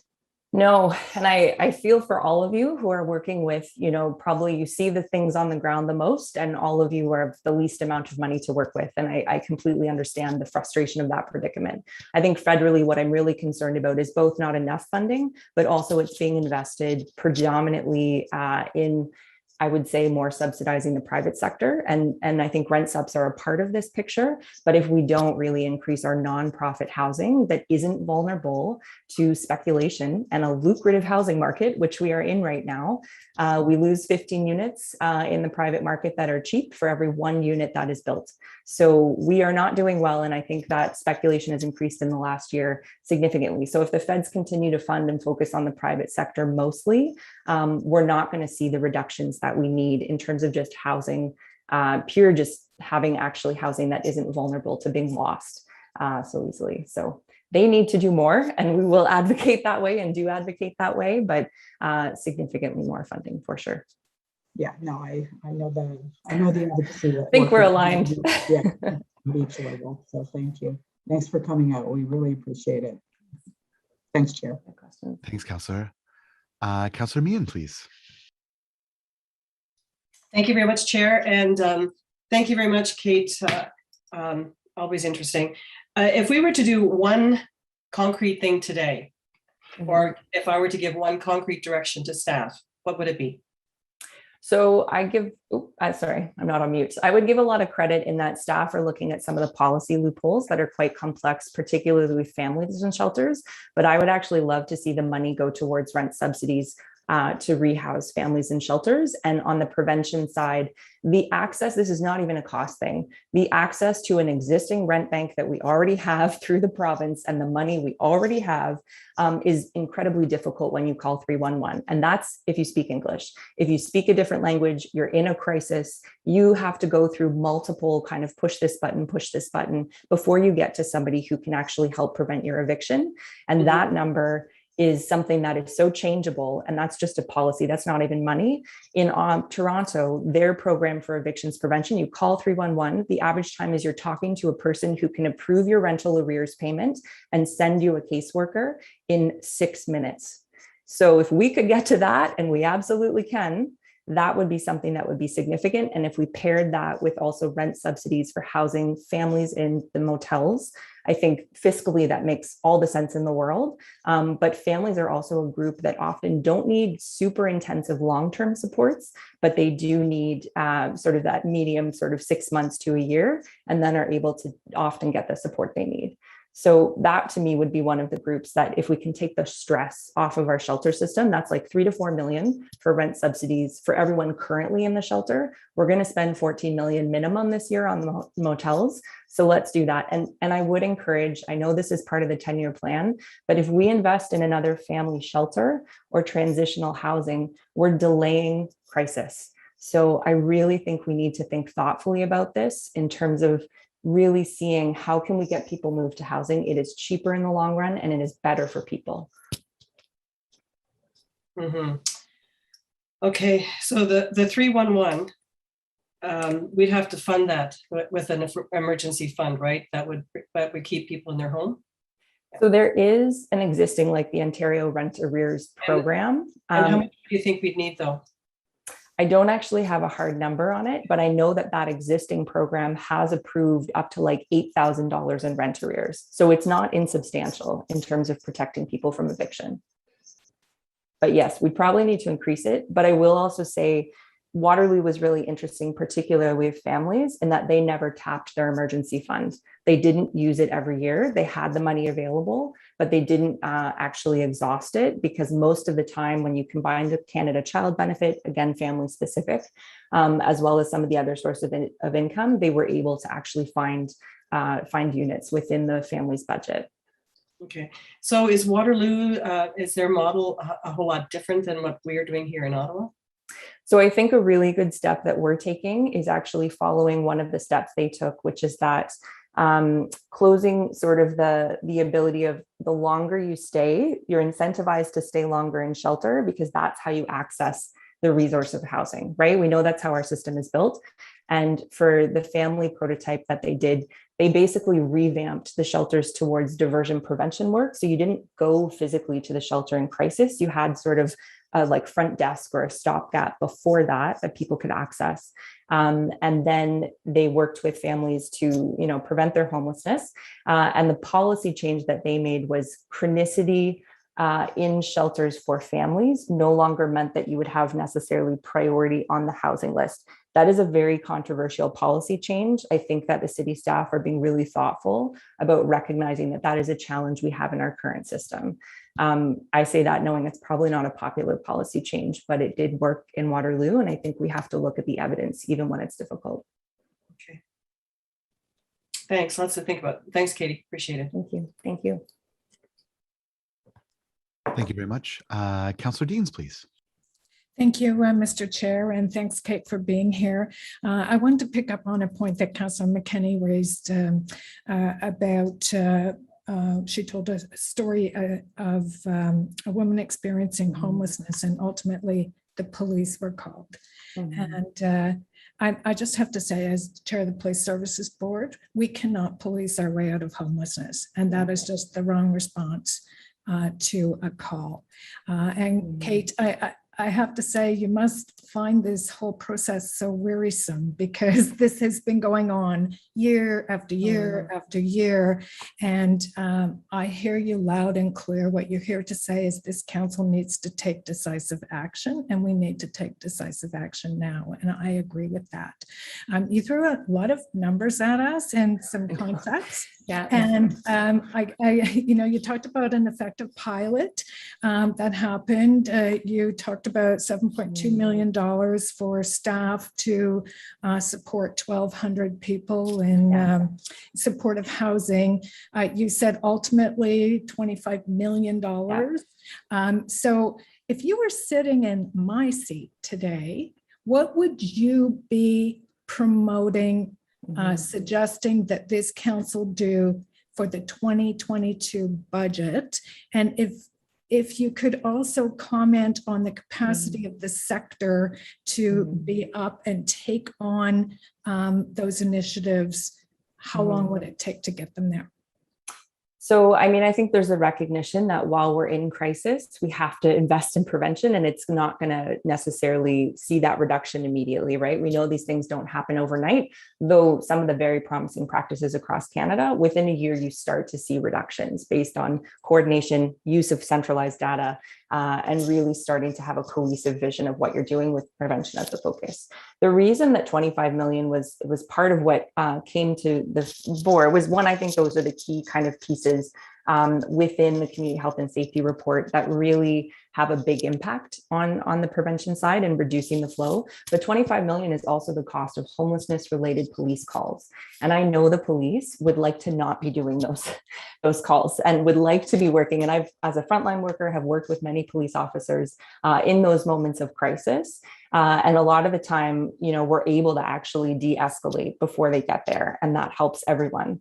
And so I do think that in terms of, I know I'm pitching 25 million, it's almost double of what is currently there for operating. But I do think in terms of increasing sector capacity, we know this sector is burnt out. We also know that people are paid fairly poorly in many of these positions. And I think to be able to both somewhat increase pay, but also be able to have more staff to tackle this, you know, you hear ludicrous caseloads that people are managing, and everyone is in crisis. Everything is on fire all the time, and workers do not have the capacity to do the prevention work or to do the housing stabilization work. So we need to look at also isolating who is the most high needs and how do we provide them significant increases in service, but also have enough of a handle on our data to look at these other folks may not need as much intense support. And I'll give you an example from Edmonton. They had 1,700 Housing First clients, intensive case management across the city. Centralized data, again, a huge help. And they had community agencies saying, we're burning out, we're burning out, we're burning out. With their data, they isolated of those 1,700 folks, 12 people who were burning out the entire system and who were eating up the most resources. And they basically, for those 12 individuals, gave intensive level supports, and it really rebalanced the sector. And right now, I don't know that we have the data to be able to see that picture clearly. And I don't know that we're using the data to make changes concretely to help invest our resources most strategically. So just to press you a little bit on the question I asked, if you were sitting in my seat during the 2022 budget, what would you be asking your colleagues to put in the budget? So I think that the supportive housing folks, that 7.2 million, really significant, and the family homelessness money. The supportive housing folks are the one who are gonna, without enough support, they're gonna end up in shelter. We know those folks. And I would say also, just to reduce the pressure on your own budget, the families in hotels with significant rent subsidies increase. We know that number is gonna get worse this year as well because of refugees coming back, and also the Syrian, sorry, not Syrian, but people coming from Afghanistan, and community agencies are already speaking to how are we going to make sure folks are housed and safe. So again, I would focus on the family piece with rent subsidies and that staffing for supportive housing, because I think you'd really be preventing a fair number of folks from entering shelter. Thank you, Kate. Thank you very much. Councillor Kavanaugh, please. Thank you. Thank you very much, Katie. I'm particularly interested in what we call our prevention and support. I know my colleagues are as well. I was thinking in terms of being a board member for Ottawa Community Housing, where housing people is one thing, support is another. And it's that one too. And it's something that we don't have enough of. And I appreciate hearing the numbers on prevention. And I'm particularly interested, of course, in women, and it's usually families, often women with children. And I see them at motels almost at the top of my street, little kids playing in asphalt parking lots in crowded hotel rooms. It's heart-wrenching. And I want to know what is the best solution for them. You're saying, from hearing you right, you're saying if we can get them a decent rent subsidy. But when I look at, what's out there, the prices of rent are skyrocketing. The average person is finding it very, very difficult to find anything. So the subsidies are going up and up, and the new builds are asking for even more money for rent. So how do we get that to work? So I'm going to have to step outside of budget response here, but there's a regulatory piece of the private market that needs to start happening at the local level. Yes, inclusionary zoning is part of that, but I think ultimately higher, landlord standards, those kinds of pieces. But the value to me of inclusionary zoning is not necessarily the number of units that it adds every year. It's the fact that it starts to take down the heat of the housing market, because the cost of land starts to get reduced when a developer has clear guidelines that, oh, I'm going to be having to have affordable units baked into this build. It lowers the price of the land. So I think it's a bit, we have to start dealing with that piece. And if we don't, and we just build, house without focusing on why we're losing so much housing, we're in real danger. The other piece is having a strong nonprofit acquisition housing strategy. We have Action Ottawa, but the ability to start scooping up properties. Gatineau has just signaled that they want to do this with the preemptive right. When a building is vulnerable to being sold, likely to somebody who may demolish or have higher rents being charged, we need to jump on that. And the city needs to be the first person in that line. And I think that's something you're starting to see more and more of. And really, it's almost like, take back your city. like I think that there's an opportunity here to make sure that this is a city where everyone can afford to live, but it is going to take prevention of the loss of affordable housing in the private market, and that's regulatory. But I think there's a way that it can be done where, that's baked into price and not necessarily something that comes on the backs of either tenants or developers. So that's a piece of it.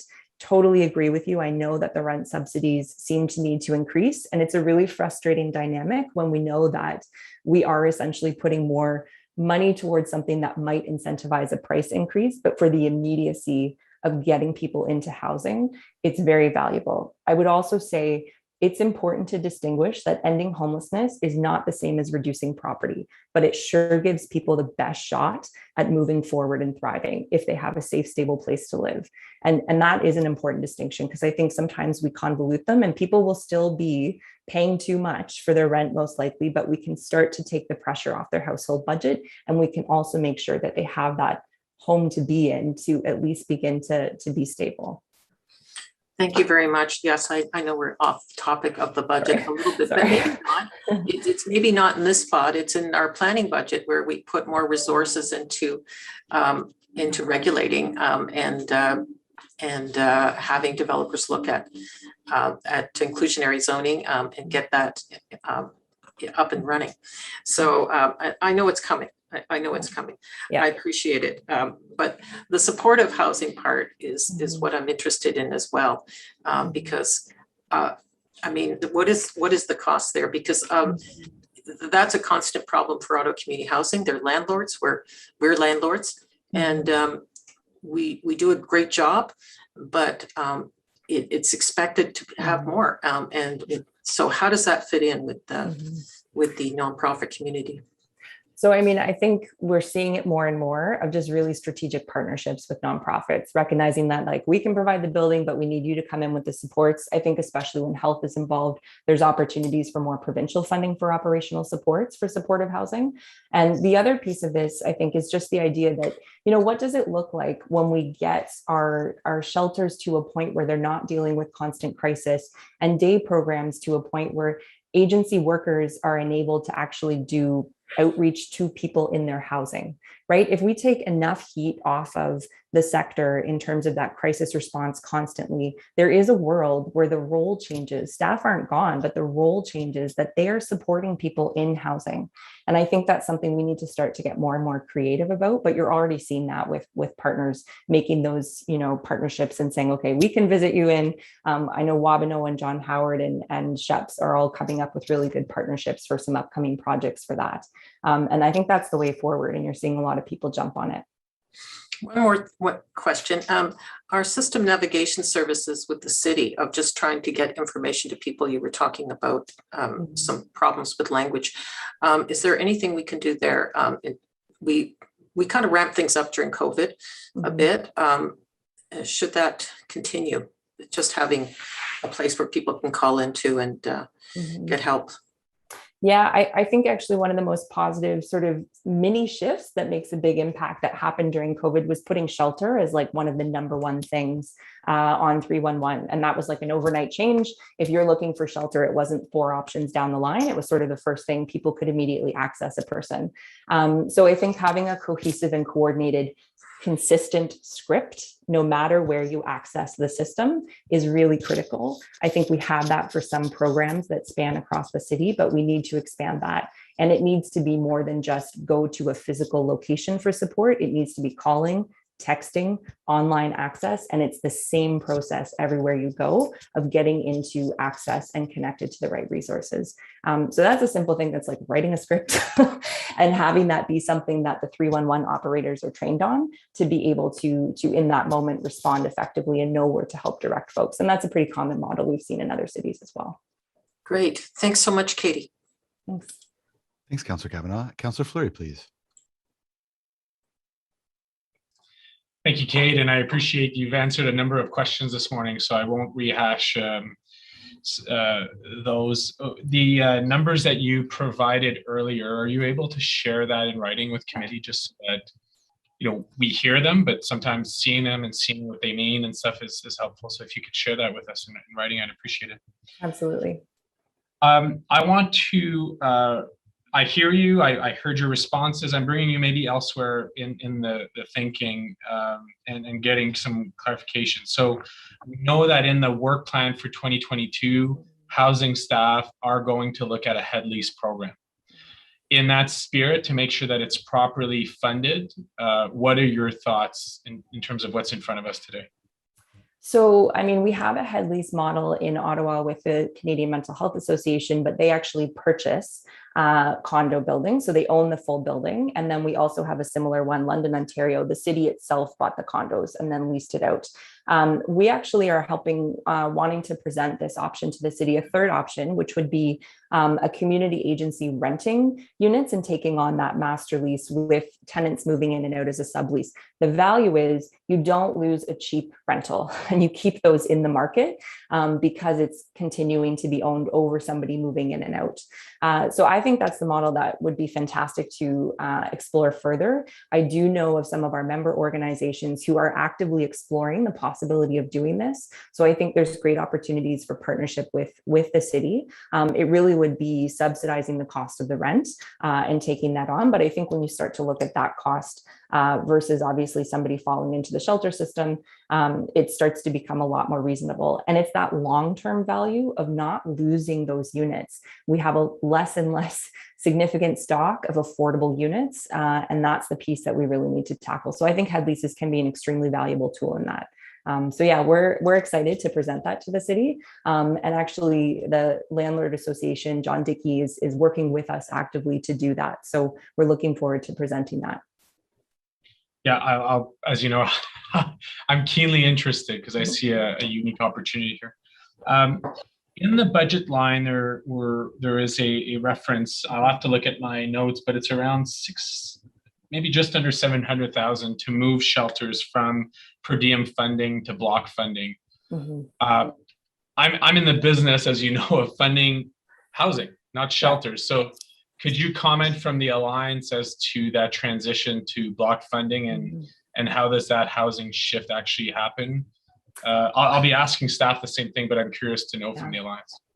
So I'm absolutely in support of this. The Alliance is in support of this because we've heard our members say repeatedly, we can't be creative within the restrictions of per diems. Per diems ultimately do have a level of incentive to have people there, though they have not increased in years. But I think if we really want to get to outcomes based, we need to look at block funding and allowing shelters to be focusing on, here's our number of how much we want to reduce homelessness in our shelters. So now we can use the money more creatively. And I think that that's a valuable step forward. And ultimately, I feel like per diems are less and less like they just feel old as a concept. I think we know that outcomes-based approaches are the way to go forward.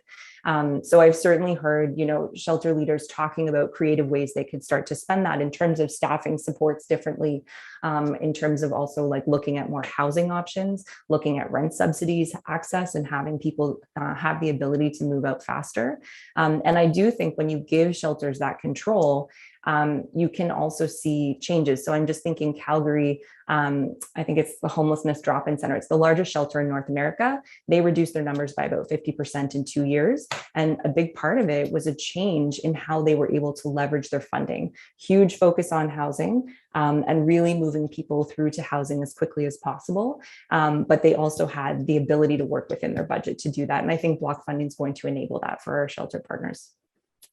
Okay. Thank you. Thank you for sharing your perspective on how that's transformative. We're very familiar with the Tim Obrey research that dates back now to 2014, which seems like yesterday, but it's a number of years ago. Where keeping or having someone in a shelter in Ottawa per year was around, I don't have the figure in front of me, but it was around 115,000 a year. Are you aware of more modern figures on that? And yeah, could you speak to that trend? I was crunching numbers a little bit this morning, but I've got to be honest, I've probably got too many numbers swimming in my head. More updated numbers in 2016, the average national number was like 1,932 or something like that. So I would imagine by now it's probably just over 2,000 per month. And then obviously over the year, but that's just focused on the per diem piece. It's not really focused on the additional services. So to be honest, Tim's numbers are probably a better starting point to get a sense of that. And I would assume that 115 is including all of the additional services and potentially interaction with outside shelter services like EMS and like emergency services in general. So yeah. So when I hear that the money's in the system. It's how the money is allocated to the priorities we want. So that is in some ways refreshing, but we do need provincial health dollars and other.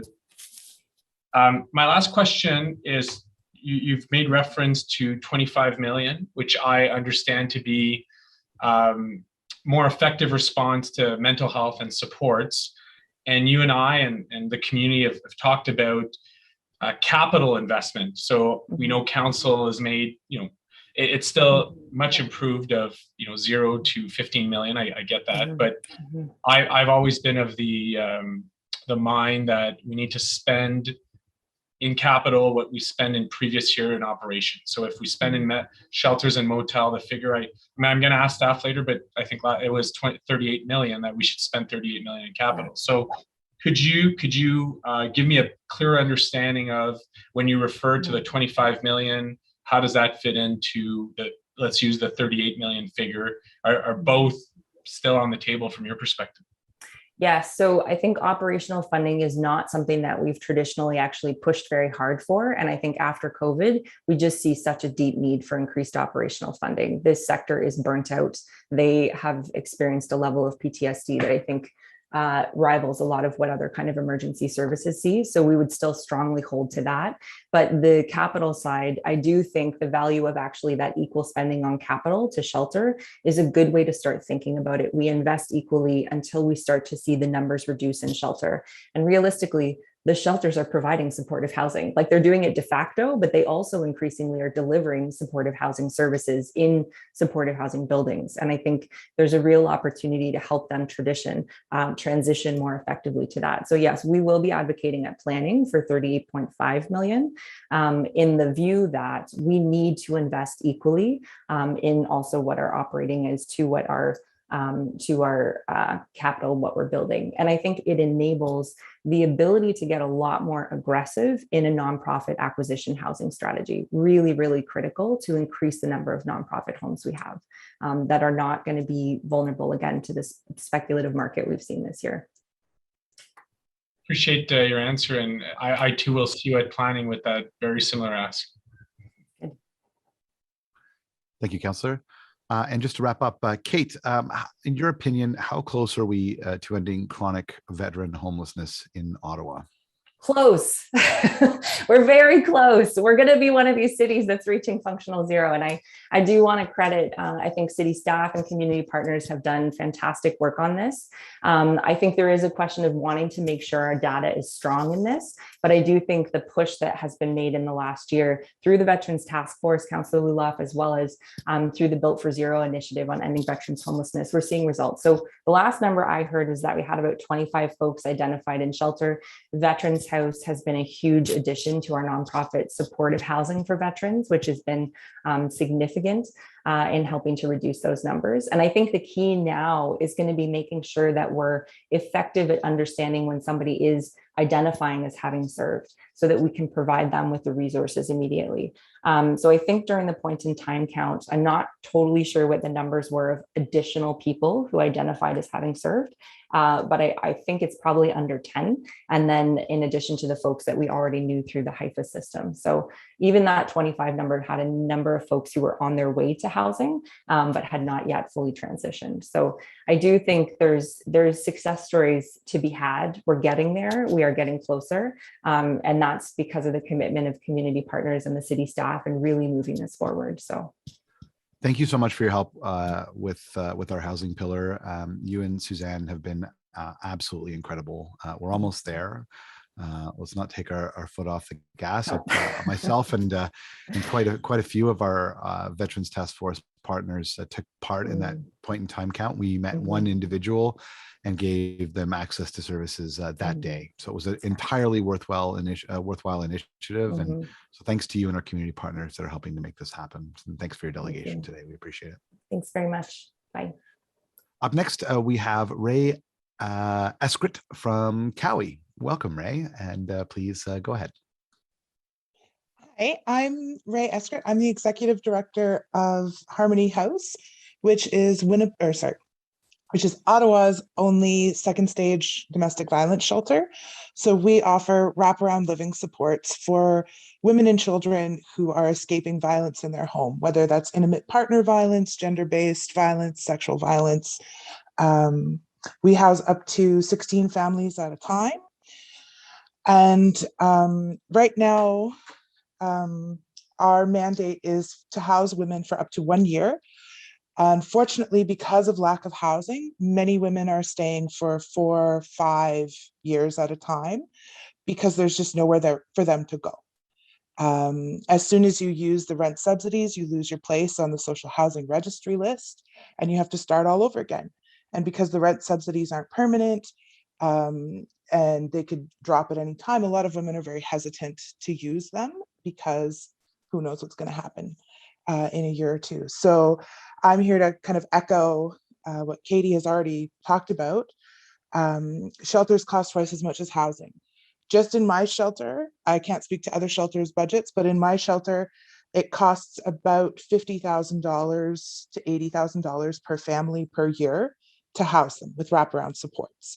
But my rent, I live in Lower Town, and I have a townhome and it's 3 bedrooms, it's $2,000 a month.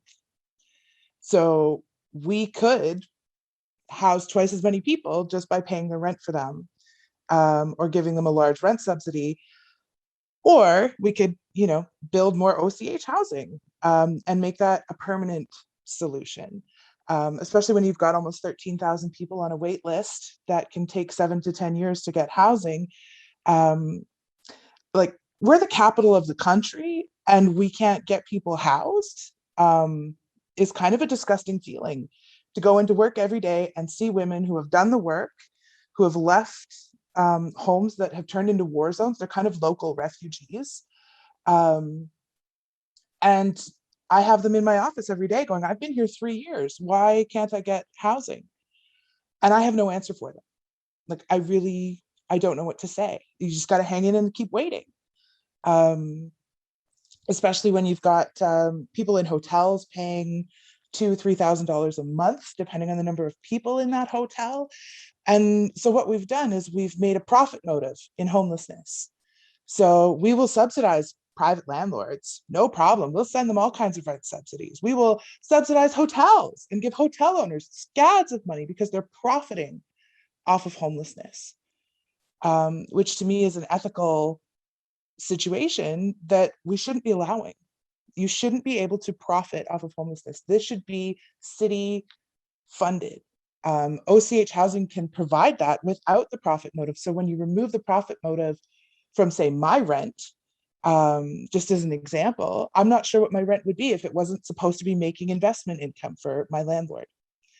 But because OCH doesn't run on a profit model, we could lower that cost substantially and save millions of dollars by just housing people.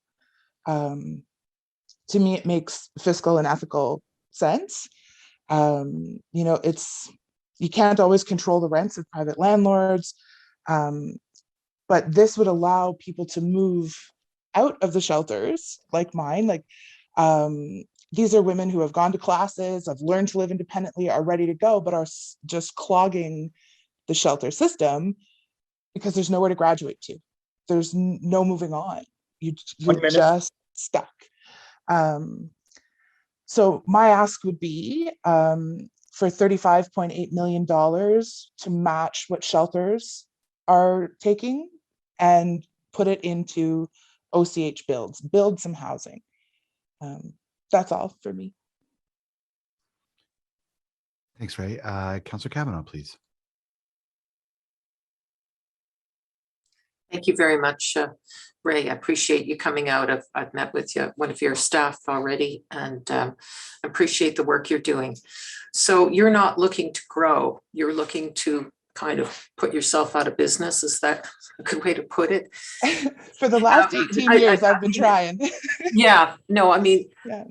You're not looking to grow to have more. You're trying to find places where, as you said, people to graduate to, and the big jump is the fact that it's permanent. So once they make that decision to get the rent subsidies, they're out on their own, and that's a big step. Especially when you have little ones and you want to secure their future and make sure that they can go to the same school, that they can grow and make memories in a safe home. Yeah, you don't want to gamble with that, right? Yeah. So is it about the cost of rent, like the stability of the funding there, or is there other factors that like, do they, people looking for retraining to have better jobs, or other factors? I just want to make sure we have the whole picture. For me, I believe that it's not necessarily about jobs, because a lot of the women that I work with are still employed. They just can't afford the rent, especially when the low income rents are based on the average income in a government city, but has absolutely no recognition of minimum wage, especially when most people on minimum wage are adult women with children. There are no longer jobs for teenagers to just kind of like get a bit of pocket money. Like, these are actual jobs and careers that have to support families. On $15 an hour, you will never be able to afford rent in this city. And when you can't afford rent and you can't afford childcare, where do you go? Yeah, and childcare we'll talk about later. So of course that's a big factor as well. And a lot of the women I work with have permanent damage. Their brains have been permanently damaged by physical attack. They may never work. They may just never get there. Or a lot of the women we see are seniors. They've done their work. They've raised their families. They've paid taxes for 60, 70 years, and they have nowhere to go. And they just sit in the shelter and wait. Okay, so rent subsidies are the biggest issue to help people move on, and of course we've already had this conversation. Now I appreciate all your work. Thank you very much.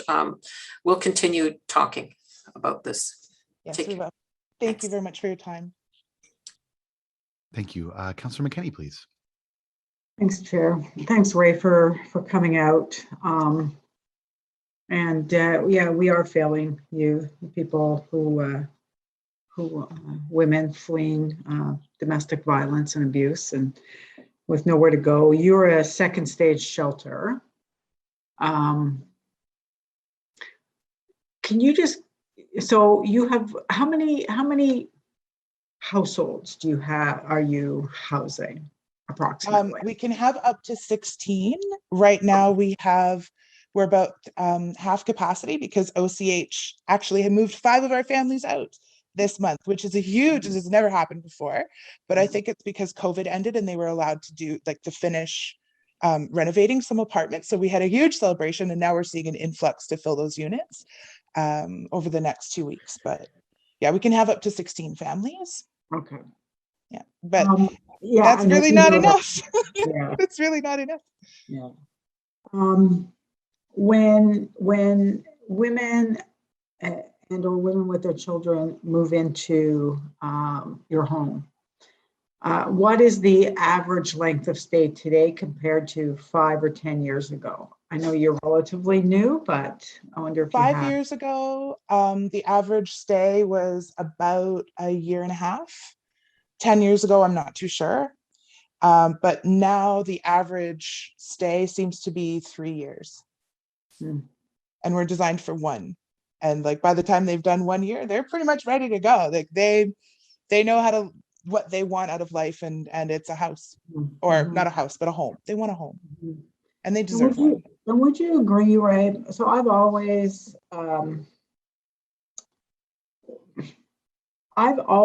worried about anyone in transitional housing, especially children, but really anyone. Like if I were living anywhere, or children were living anywhere and they knew in a year they had to leave, or 2-3 years had to leave, I'm not sure that my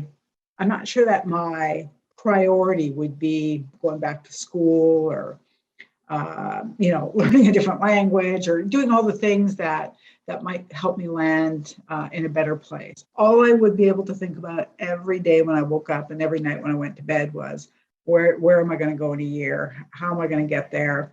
What does that look like for my children? I'm moving them out of the school that they know they're going to lose their friends. And kids take that on tenfold, probably. I mean, we know that the outcomes are not good for children who stay in transitional housing for long and don't have a permanent place that they call their own. And have you seen in the work that you've done, have you seen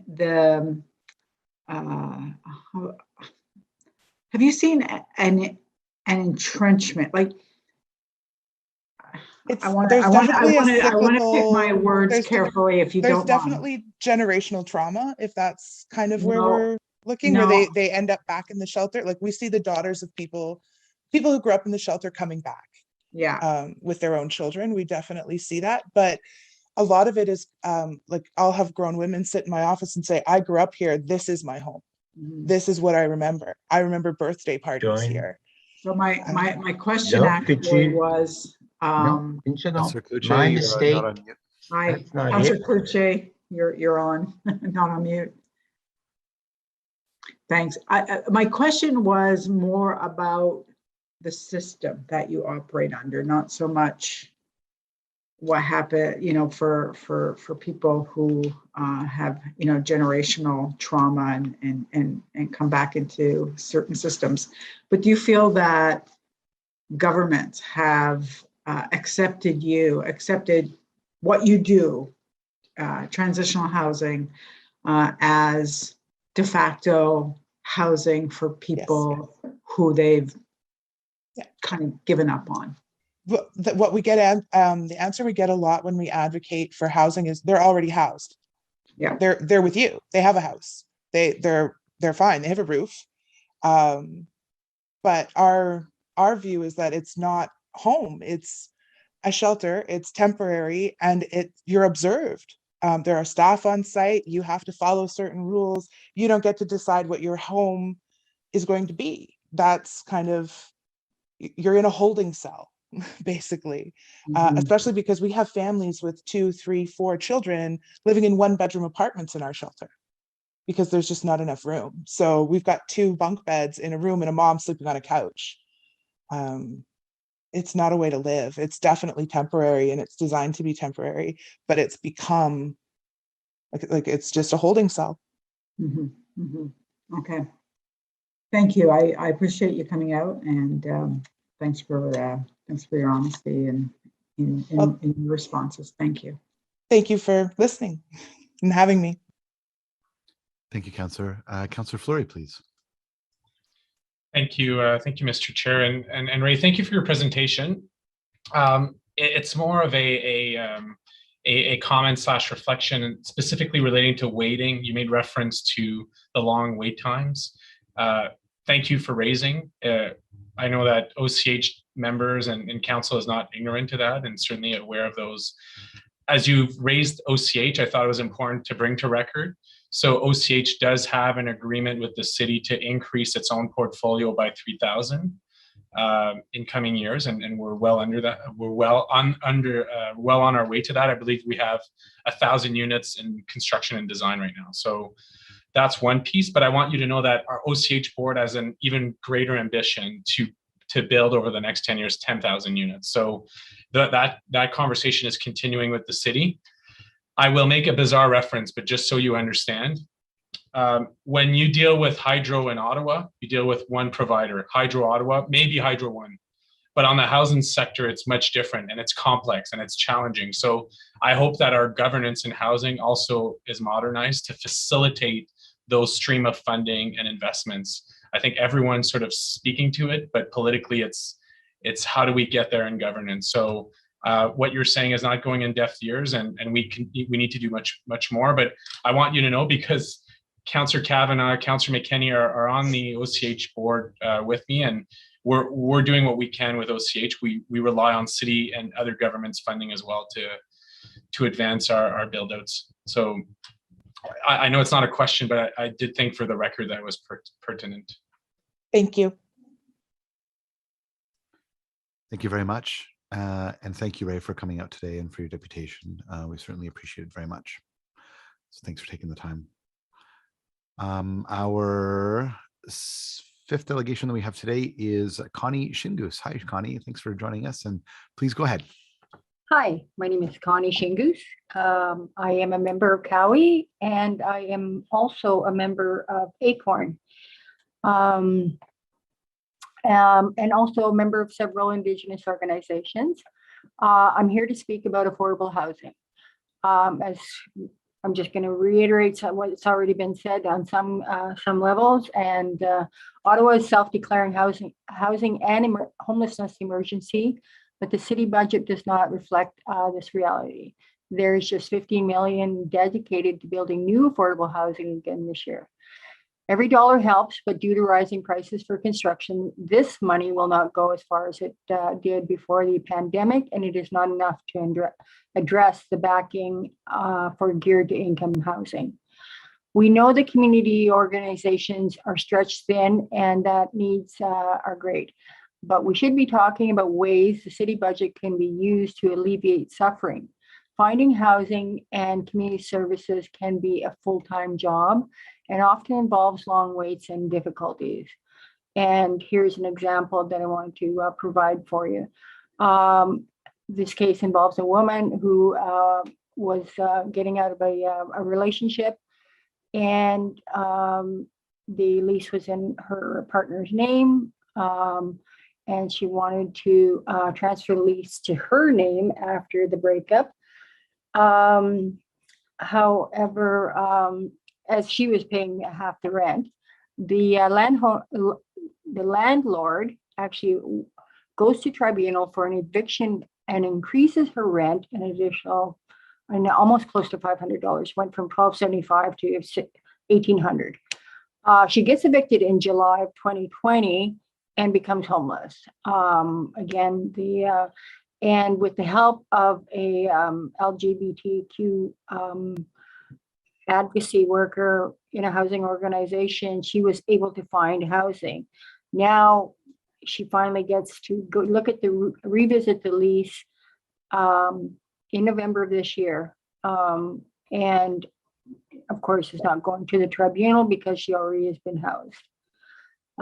So this is just one of the scenarios that has been brought to my attention.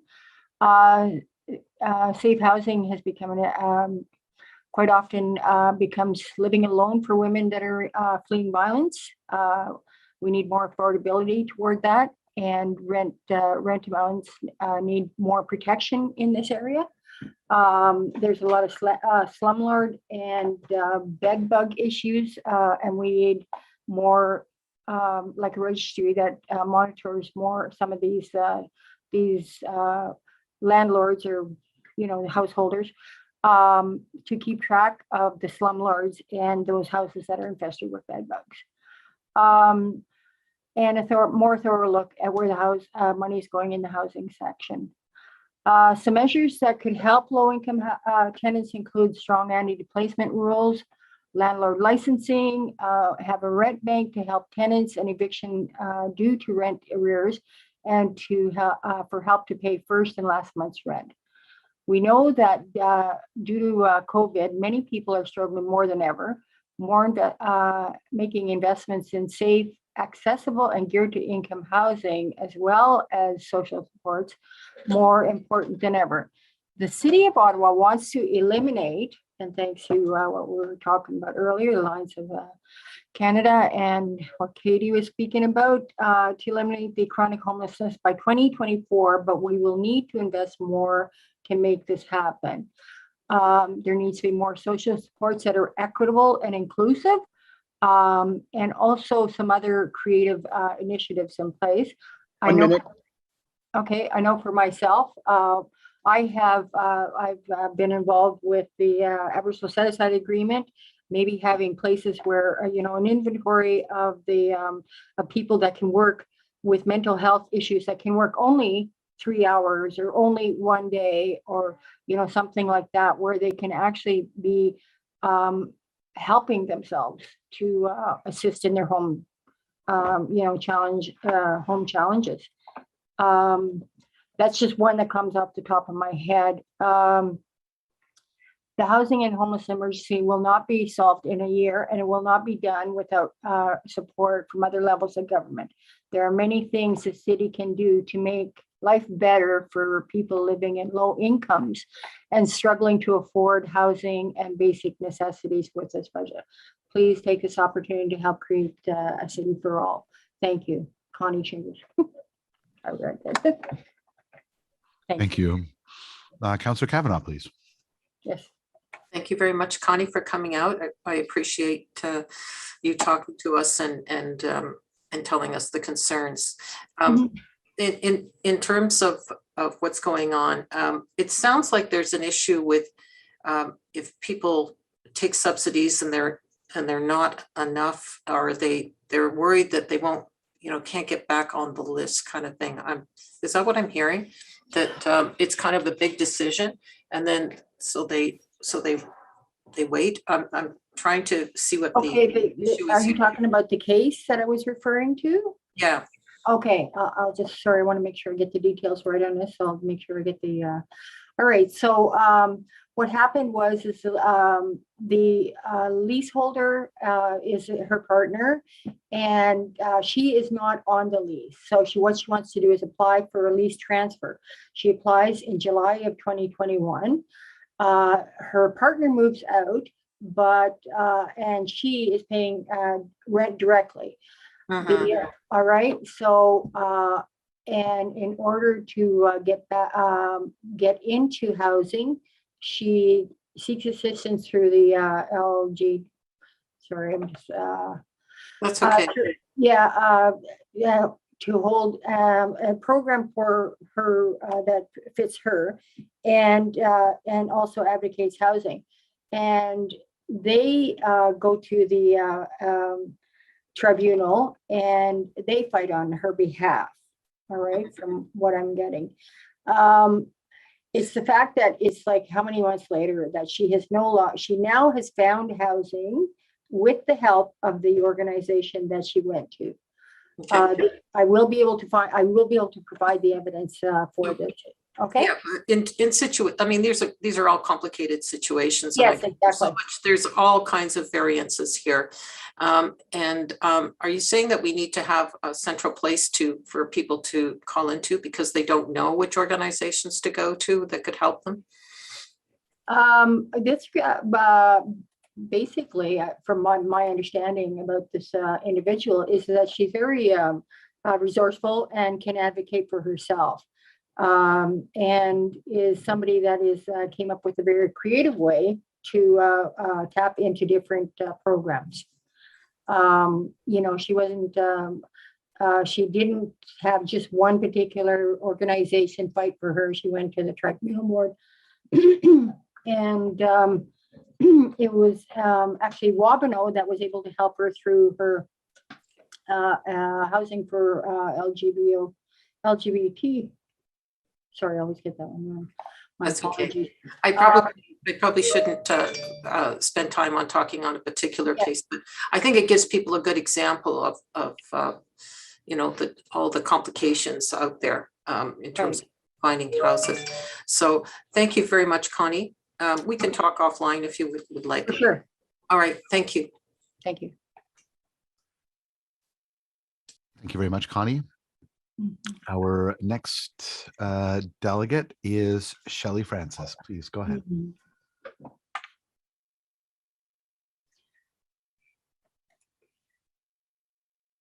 You're on mute, Shelley.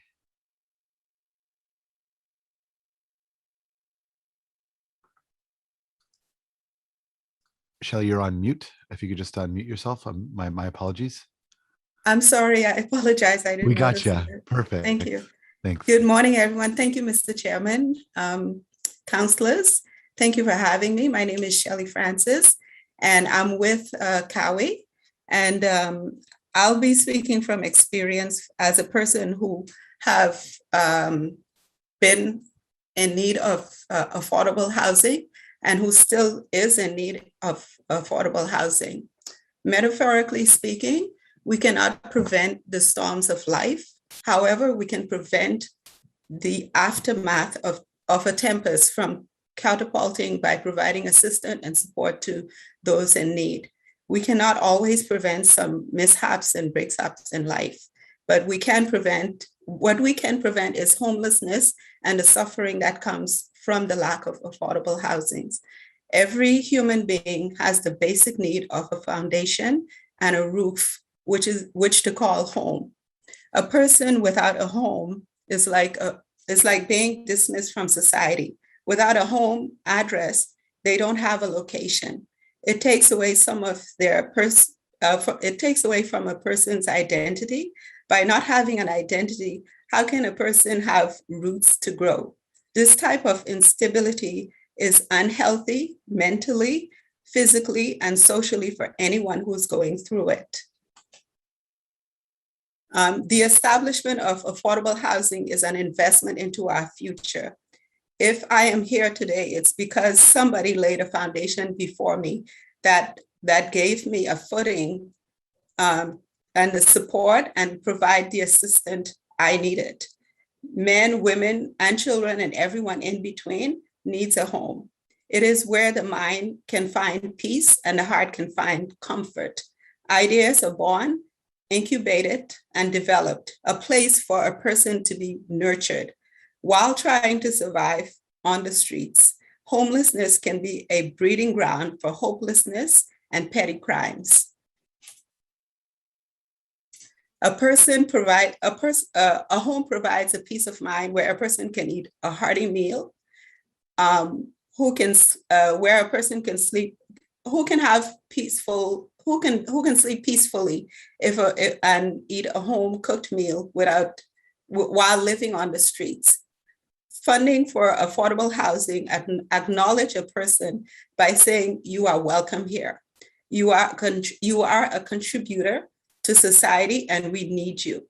A home means a lot to each individual. To one person, it could mean a castle, no matter how small the home is. To another person, it is a comfortable and safe haven from whatever is on the outside. Everyone wants to feel safe and secure, no matter where they find themselves.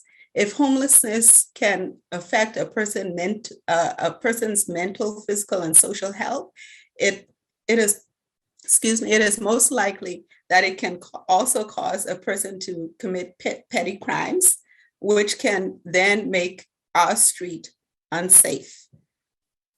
Human error is inevitable. Affordable housing is giving a person a second chance to be restored back to their dignity.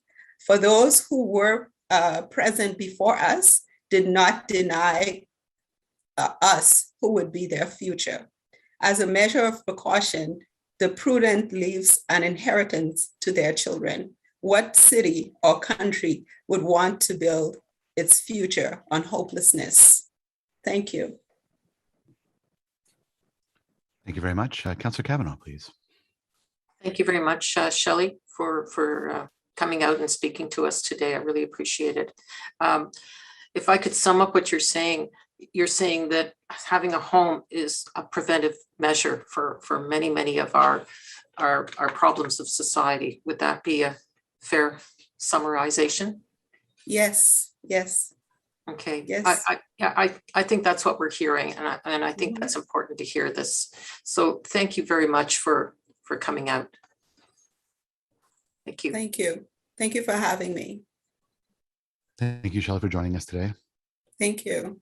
Our next delegation is Michel-Edouard Laflamme from Aladdin Childcare Services. Michel-Edouard, à vous la parole. Merci. Hello, can you see me? We can, yes. Okay, well, thank you so much for having me this morning.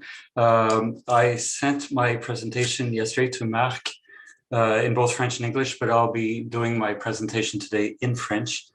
I'd also like to thank Councillors McKenney and Kavanaugh for their motion this morning regarding childcare, and this will resonate with what they spoke about. Sorry. One moment, please.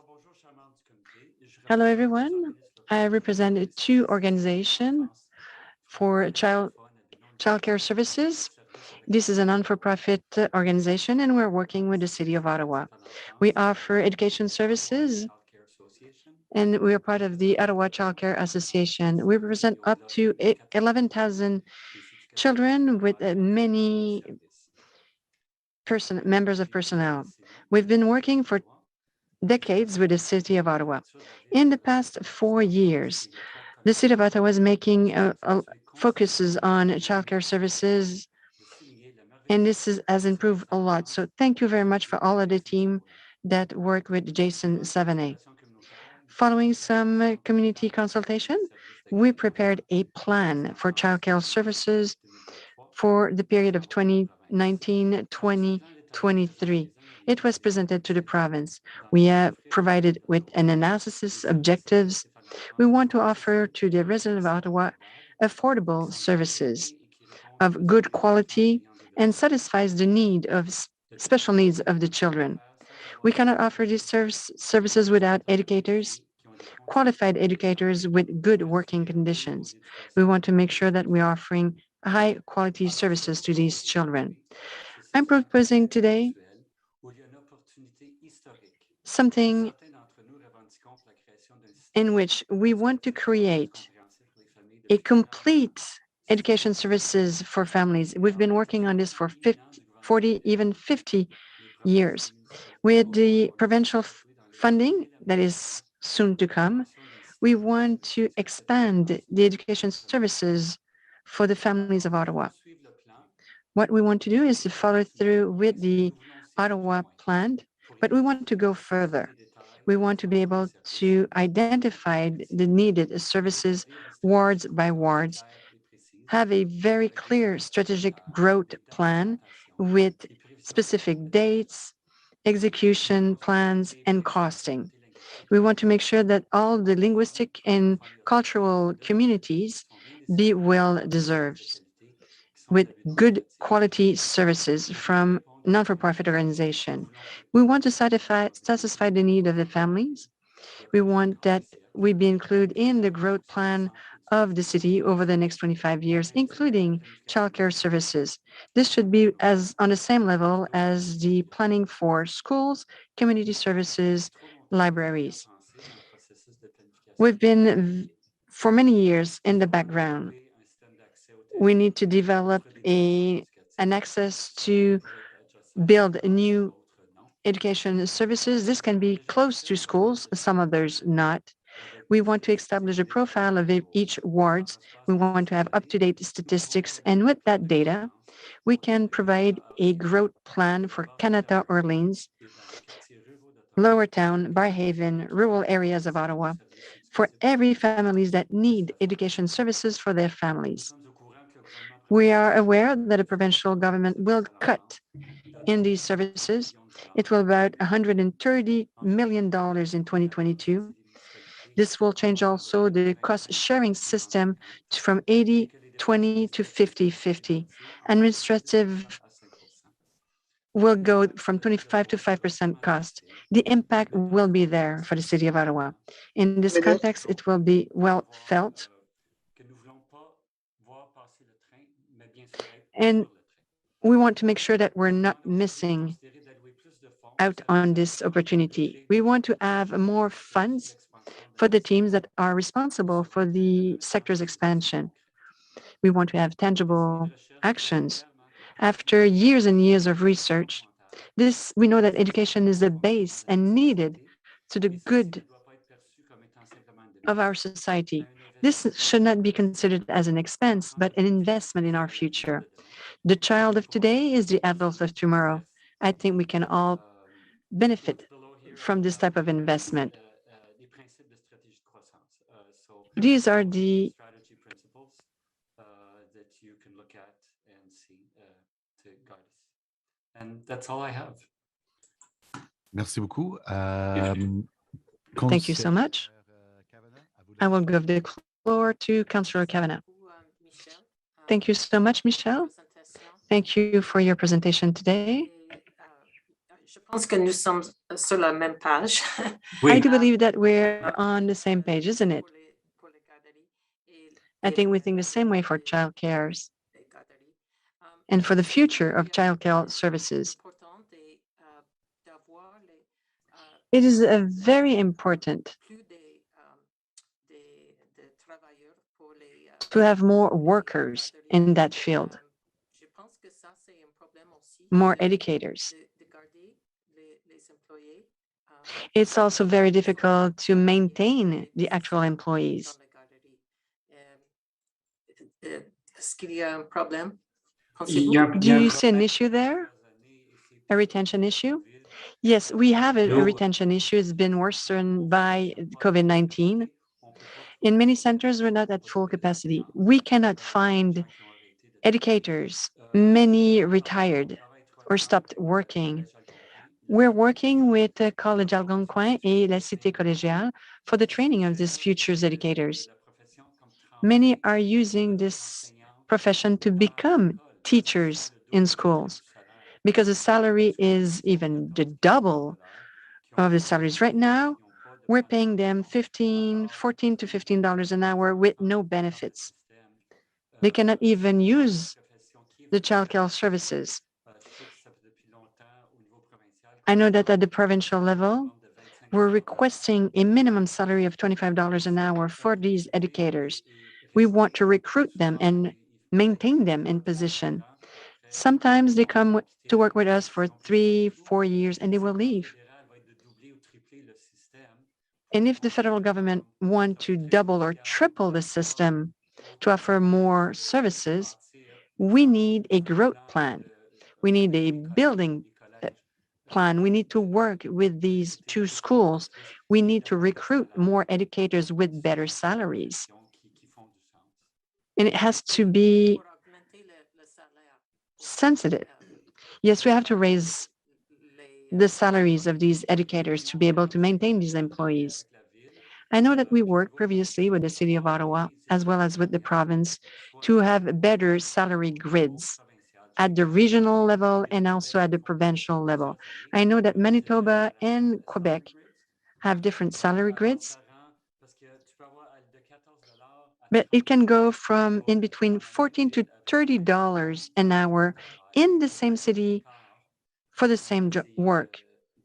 The gap is very important. We really want to attract talents and retain them. Yes, we really want to be able to have a decent salary. Okay, thank you very much, Michelle. Merci beaucoup. You're welcome. Thank you. Merci, Madame la conseillère. Thank you very much. I will give the floor to Conseiller Fleury. I missed the beginning of your presentation. Can you repeat who are you representing today? I'm the director of a center, but also sit on a board. So it's the Ottawa Child Care Association. These are two local associations that's been here in Ottawa. One of them is since 1973, and the other one is since 1991. We've been taking care of more than 11,000 children. We have 1,400 employees.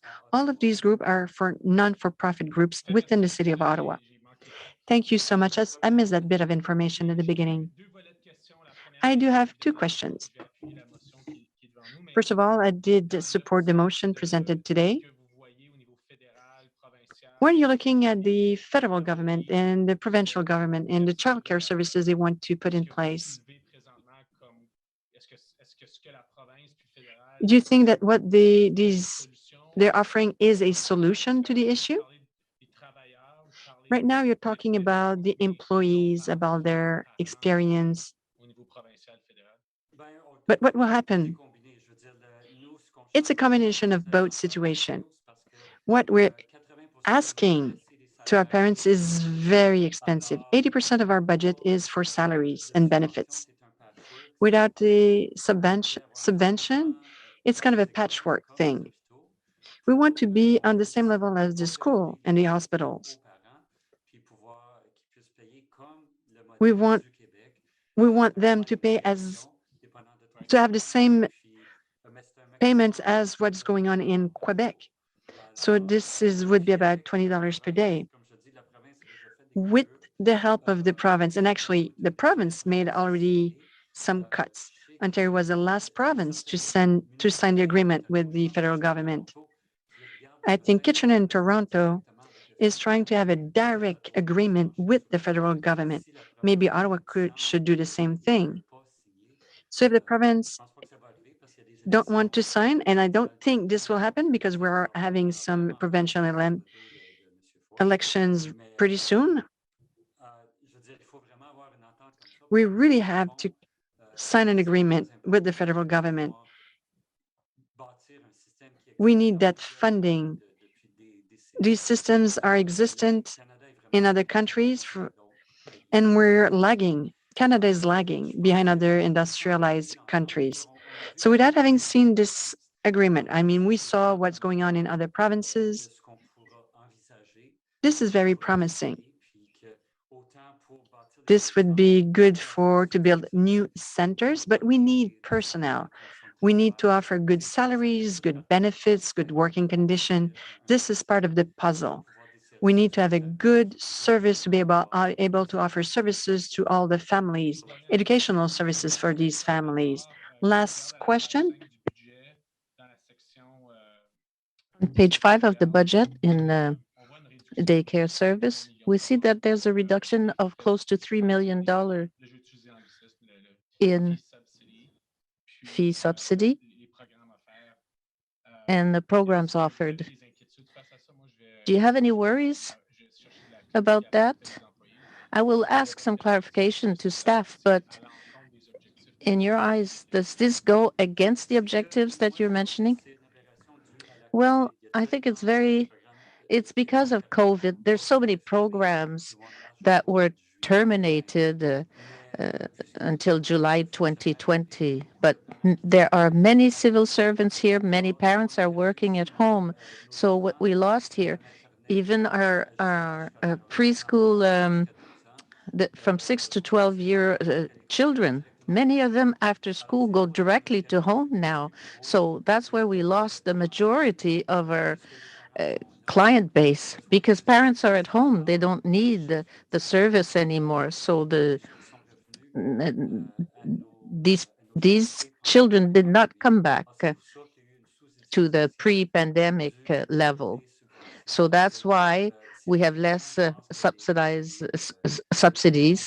and that's why now that workers are going back to work at the federal level, it will take another year to see the numbers go up again. Okay, thank you. Thanks for the presentation today. And I'll ask some clarification to staff later on about these 3 million. Well, thank you for allowing me to speak to you this morning. Thank you, Mr. Laflamme. Caroline Kitchenin from the Ottawa Festival Network. Welcome, Caroline. Please go ahead.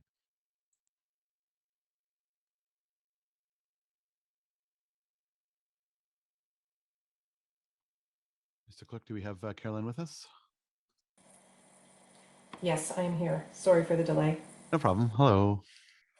Hello. My name is Caroline Pitchinen, and I'm the Executive Director of the Ottawa Festival Network. Today I will share some updates on the status of our local industry, about the pressures we are facing now and over the next few years, as well as point to some important leveraging opportunities. I want to praise Mayor Watson, Councillors Lulaf, Dudas, and El Shantiri, and thank this council for the resounding acknowledgement that festivals are economic drivers in addition to good cultural partners, by way of our inclusion on the Mayor's Economic Partners and Cultural Tourism Task Forces. We applaud and encourage more of this thinking and action to support festivals, fairs, and events as economic contributors, as we have recently seen with our local film and music industries. Our festival industry impact is well documented in our 2019 study that shows events bring a GDP of $222.6 million, $122.5 million in visitor spending, $33 million in tax contributions, an $8.3 million value of volunteer time given by 17,000 volunteers, and millions of dollars annually contributed through charitable giving to Ottawa communities and families. This study is representative of just 37 events, while hundreds take place in the city in a typical year. And considering other important delegations made here today, while approximately 50% of festivals are free, the vast majority offers some form of free, diverse programming for all. Over the course of the pandemic, festival resilience has been nothing short of remarkable. In 2020, about 33% of festival producers were able to nimbly create new delivery models, some within weeks, to invent safe drive-in, digital, hybrid, and pop-up events to keep audiences entertained and connected with Ottawa's culture. Our festival producers did this while taking significant risks due to debilitating ticket, vendor, and merch sale, labor, and sponsorship losses, not to mention artists and business owners' gut-wrenching losses as a result of festival shutdown. Once capacity limits were increased in 2021 and events could run safely, while a few were able to produce live, they led the way for event safety practices in Canada, including innovatively hosting pop-up vax clinics and asking for vax proofs before they were mandated, and achieving zero outbreaks with crowds, which inspired greater confidence to return to live events. Those that produced these limited size events, ignited confidence in other city and Canadian entertainment groups to do the same. And while we are excited to reopen, the worst is not over yet for our hardest hit sector. Finding ways to help festivals scale back over the next few years will reduce impacts like a 65% on average revenue loss, 75% on average sponsorship losses, and nationally 46% on average live performance sector job losses. Support in the right places will get events closer to pre-pandemic impact levels sooner as they try to find smart, viable reopening strategies while addressing health risks. The industry's supply chain has also been impacted by labor losses, which is making festival recovery challenging. Events can't get supplies in the same way as there are longer wait times and costs are going up. We hope that the city can champion faster festival recovery by broadening out city venue cost reductions, trimming service and permit fees, purchasing more event infrastructure and making it more accessible, supporting festival sanitary measures and related costs. As well, we hope the city can support festival security cost reductions by initiating shared provincial advocacy on related regulations. Additionally, fast-tracking festival grant increases to support sustainable operations and to new equity-seeking festivals will be important to industry survival and our social healing. We are thankful for the one-time 2021 $20,000 recovery support from Economic Development towards the development of a new online festival volunteer recruitment hub. We appreciate, Councillor Lulaf, your information request made at the October 24th Council meeting. We look forward to receiving it so that it will give us a clear picture to better fine-tune festival industry support so that we can come back more competitive in 2022 and over the next few years. 1 minute. Dollars invested in festivals are sound investments for a visitor economy, as we are consistently rated within the top 3 to 5 reasons why visitors choose to come to visit Ottawa. These investments will give festivals a better fighting chance to shine like the jewels that they are for the people that live and work here and visitors alike. And we look forward to working with you towards these ends. Thank you. Thank you very much. Do we have any questions to this delegation? Okay, Caroline, how long do you estimate it will take for us to get back to pre-pandemic levels at our festivals here in Ottawa? Well, that's a very good question. Thank you for asking that. We don't have the data to make a clear assessment yet, but what further impacts the ability for festivals to come back to pre-pandemic levels is the consumer confidence to return to live events. Our latest numbers show that confidence is increasing, but the majority of festival operating budgets is from earned revenue. So having people attend events impacts the bottom lines the most, not only in terms of ticket sales, but also in terms of, because we have paid and free events. So those attendance levels also impact sponsorship investments. So it's a very bundled mix of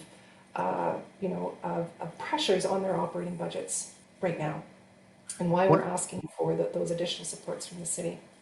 One of the things that the city is doing is providing 50% off showcase facilities until September. Have you in the industry found that helpful? So I think every little bit is going to help this industry survive. The reality is about only 10% of our members use those facilities currently. Okay, that is helpful. Thank you very much. Any further questions to this delegation? Thank you, Caroline, for your advocacy and for helping to make this the city a more fun place for our residents and for tourists. There's no doubt that Ottawa is well known for our incredible festivals, and the work that you and your team does is extremely valuable. So thank you. Great, thank you so much. Our next delegation is no stranger to our committee or this council. We have Mr. Alex Cullen from the FCA here to present to us today. Please go ahead, sir. Thank you very much, Mr. Chairman. Good morning, members of Community and Protective Services Committee.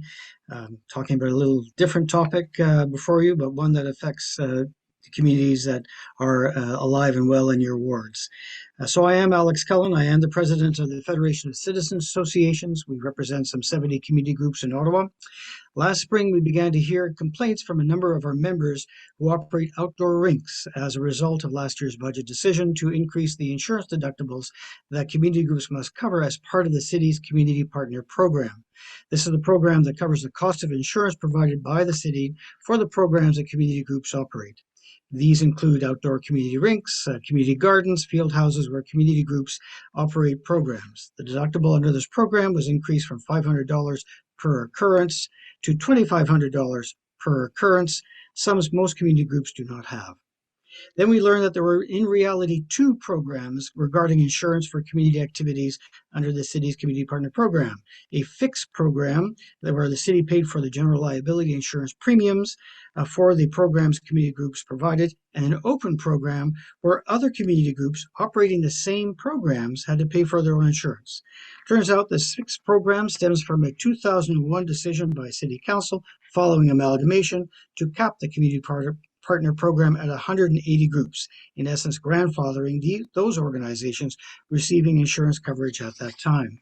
However, as you know, the city has grown since then, and today there are some 30 community groups, many in suburban wards, who must pay for their own insurance to cover the activities similar to those in the fixed program, activities that the city supports and covers premiums. For one community association in the open program that we're aware of, the insurance premium to operate an outdoor rink is $1,900, a sum not paid for by the 180 that exists currently in the city. And that's with a $2,500 deductible per occurrence as part of that insurance. This is clearly not fair. Consequently, we're here today to ask that the city's community partner program be reviewed and these inequities fixed. We, the FCA, would like to be part of that process. Therefore, our ask to you today is that committee direct city staff to work with the FCA to review the community partner program in order to revise the provision of insurance costs for the programs that the city funds and the community provides, recognizing the nonprofit status and limited financial resources of these community groups, as well as recognizing Ottawa's growth since the program was capped in 2001, and report back to Community Protective Service Committee prior to the 2023 city budget process. We hope that you and your committee will endorse this initiative as a means of successfully continuing the partnership the city has with its communities in providing services and programs that its residents desire. And there you have it. Thank you very much, Mr. Cullen. We did provide a bit of an update on this file prior, and I'll continue to remain in touch with you as we work through this. It's certainly important that we don't have two tiers because there's no tiers in the dedication our volunteers have in our community, and our community associations deserve to have equal support. So we'll continue to work at this, and I appreciate your delegation today. We've got questions from Councillor Kitts, Brockington, and Vice Chair Egley. We'll begin with Councillor Kitts, please. Go ahead. Thank you very much, Chair. Thank you for your delegation, Alex. As you know, I've been also engaged with city staff on this, and we'll have additional questions to them when we get there. As Councillor Lula said, he indicated at the outset of this meeting, I think there's a number of councillors that are interested in perhaps providing direction to staff to review this program, whether that's at CPSC or FEDCO, I think is a question. However, from your delegation, I understand that the FCA is prepared to support and engage with the city if we undertake an exhaustive review of how community associations are funded and accounted for. That's correct. We've spoken with city staff. You're right that this is a budget item at FEDCO. However, the operation of the program, the community rinks, the field houses, community gardens, all lies within Parks and Rec, and it's their staff that manages the agreements. So the staff know that this two-tier system exists. It's been here for about almost 20 years now. It is time for a review, and I believe staff support that and are willing to work with us. So yes, we would like to partner with city staff on this. We are about to conduct a survey of our members and the broader community to find out the different insurance situations they have. It's not consistent whether you run a field house or run a rink or run another program using a city facility. But these are all programs that the city supports in one form or another, so it makes sense to have a consistent approach. As the chair has said, the inequities, there's no rationale to have those inequities today. Absolutely. And that was actually my next question, was whether you've engaged with community associations that are not represented as part of the paid membership to FCA. So we intend to reach out to them. We know we're the largest organization representing community association, but there are many community groups out there, and we don't intend to claim the territory, so to speak, but we expect to engage in a transparent process. We expect city staff will be part of that as well, consulting with the different groups, and it's a wide variety. I mean, you're talking not only rinks, community gardens, field houses, you have winter trails as well. They're all using city facilities. They're all being supported by the city. And I know the city wants these programs to exist. It makes no sense to fund them in one hand and see a lot of that funding disappear in the private market when the city has an advantage in terms of providing insurance. I have to tell you that under the Community Rings program, there's been very few claims in the past 10 years. My understanding is about 3 or 4 claims and not huge claims as a result. But for a community association that's faced with, do we pony up? Do we have $2,500 to pony up if something happened at our rink? Do we have $1,900 or $2,000 in our bank account to pay for insurance when the next community over, the city covers that insurance? I mean, these are barriers that need to be eliminated so that we continue to deliver the services that our residents and the city wants. Yes, absolutely. I think, as you said, it's time to do a review of the community associations in our city and how their whether they're in the program or not, and how active they are, and what sort of service offerings they're offering to the community. Finally, I know it was a long time ago, but I believe you were a member of council in 2001 when the motion was carried to grandfather community associations. So do you recall if there was any discussion at that time about the potential for the situation we find ourselves in today and how that might be managed? Well, I'm embarrassed to say I went back to the original report, and it was not clear that we would be ending up capping 180 or capping the program. I believe it came out in 2001. It was the work that the transition board did in setting up amalgamation, and just if you go back to it, and staff were kind enough to provide me with a copy back in 2001, if you look at the recommendations, you could not determine that indeed the program is being kept. And I'm surprised that it's taken this long to discover that we now have a two-tier approach. I'm usually pretty thorough in reading these documents, but I have to tell you, I would defy anyone to see that it's obvious that it was being kept at that time. Okay, thank you very much, Alex. Those are my questions, Chair. Councillor Brockington, please. Thanks, Chair. Very briefly, thank you, Alex. I don't know any member of council who has not raised concerns. We're all hearing from our community associations about this. It's to the point where we're now passing on popular annual events in the community because they can't afford the insurance. And one is even debating at their meetings, oh, shall we run it anyway without insurance? And putting ourselves all at personal risk if there's something that happens. We can't let that happen. In fact, I would ask if you have a communique with your associations, you might want to say, listen, despite your best intentions to continue events, my advice is always, guys, insure yourself. You've got to have insurance just in case. But I can't recall in decades of my community service, I think there was one issue. Someone fell entering a rink that was on a slope, and there have not been any claims. So this definitely have to be addressed. So my question to you is this. I seem to recall, and maybe Teresa can help me, that school councils are under an insurance umbrella via the school board. I still think community associations should pay something into the pot for insurance, the premium, but it's got to be a reasonable, predictable level year after year that does not impact them. Any surpluses they get from operating a rink doesn't go to a party to the board of directors. It goes right back into the community for events that help the community. So are you aware of any other jurisdictions where associations can tap into like a group plan under one wing, and that they're not all fighting and going out on their own to try and find insurance separately? It's just a huge time waste. I can tell you our experience. I was the president of Belltown Neighbors Association. We would rent Dr. F.J. McDonald School for all candidates meetings. And the school boards, as you know, have a access to community facilities policy mandated by the province.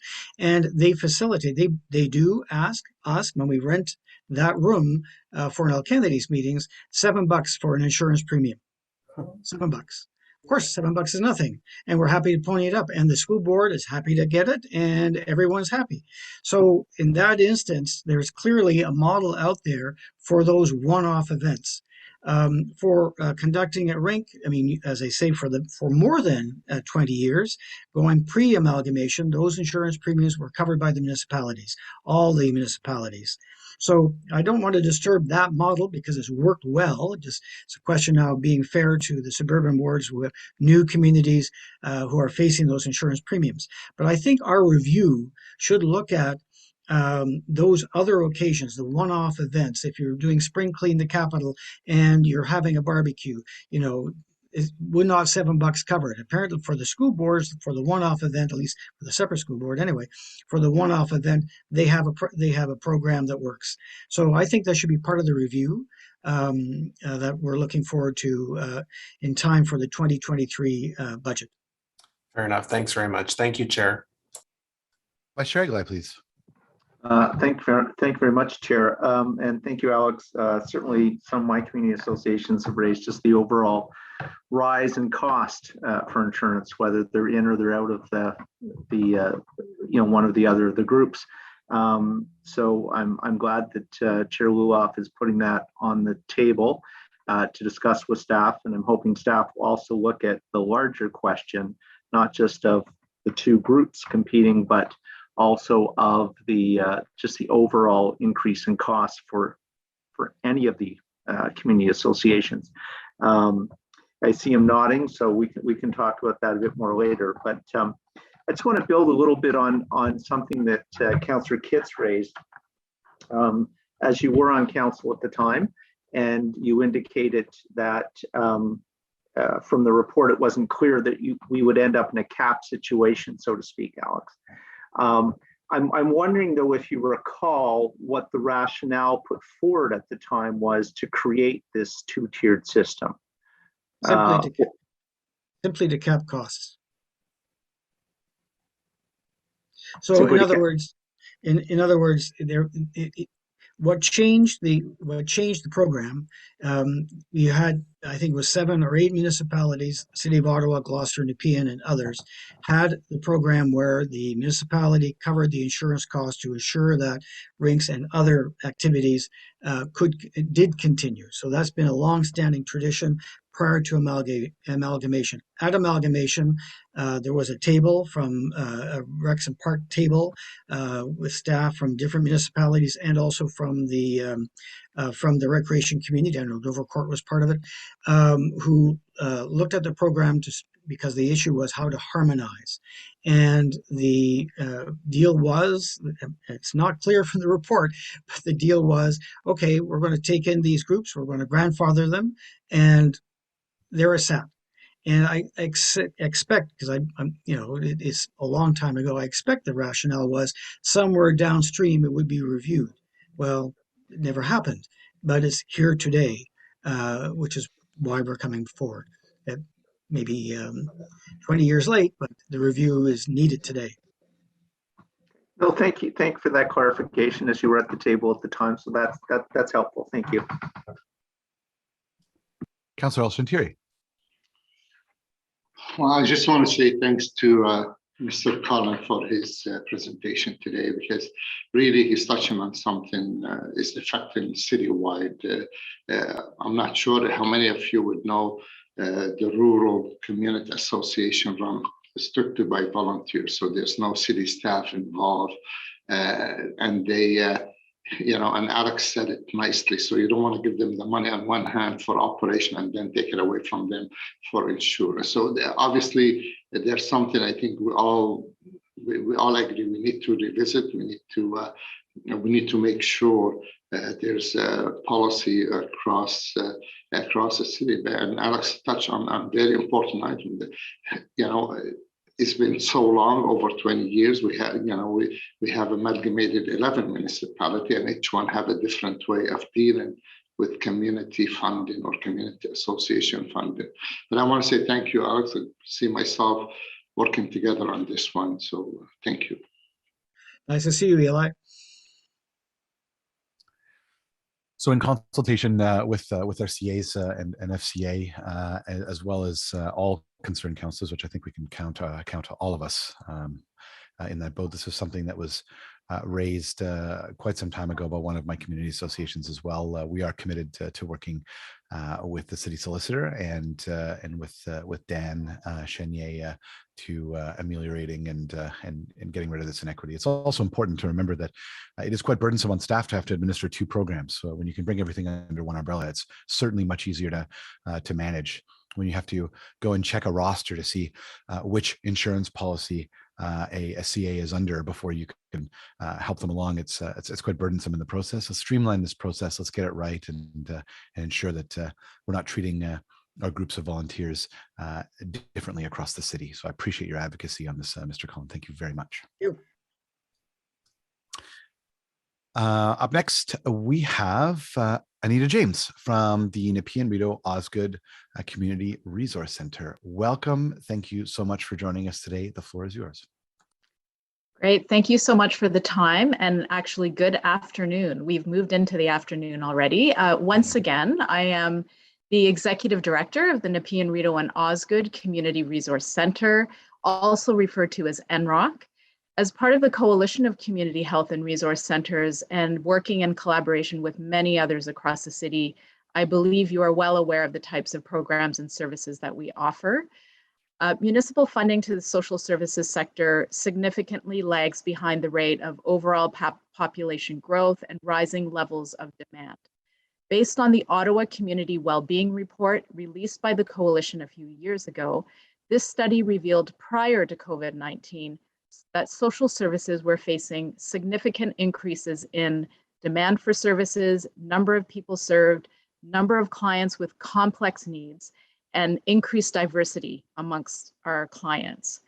We now, of course, we know from the pandemic that the pandemic has amplified the needs of residents, impacting the overall health and well-being of communities, with racialized and marginalized populations disproportionately affected by the pandemic. These numbers definitely have escalated.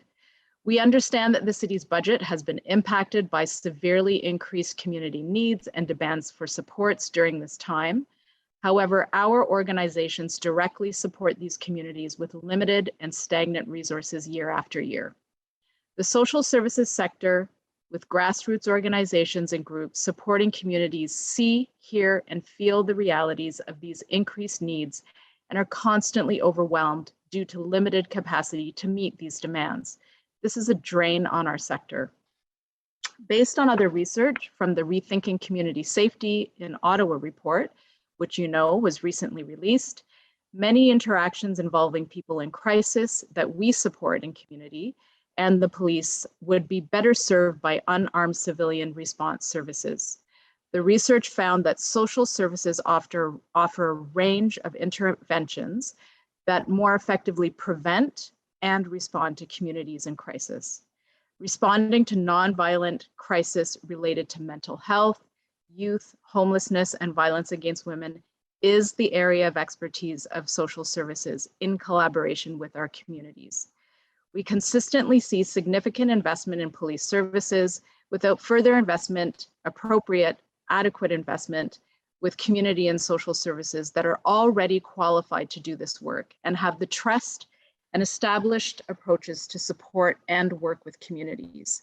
And when referring to communities, we mean suburban and rural neighborhoods, not just select urban neighborhoods. It is critical to have more investments in grassroots organizations and to develop community-led initiatives from Black, Indigenous, racialized, and marginalized populations to support those most impacted. There are many specific recommendations outlined in the report, in many reports, but including the Rethinking Community Safety report. And using NROC as one example, some of these recommendations would sustain our rural youth mental health program. It's the only one of its kind in this area of the city. It's at full capacity and we only have funding for 1 year. Our counseling services would not have wait lists if we look to some of these recommendations. So our clients could obtain vital supports when needed. Our citywide elder abuse response program could meet demands with proper full-time staffing. And these are just a few examples from one organization. And it also only speaks to some of the priorities that recommendations in this report addresses.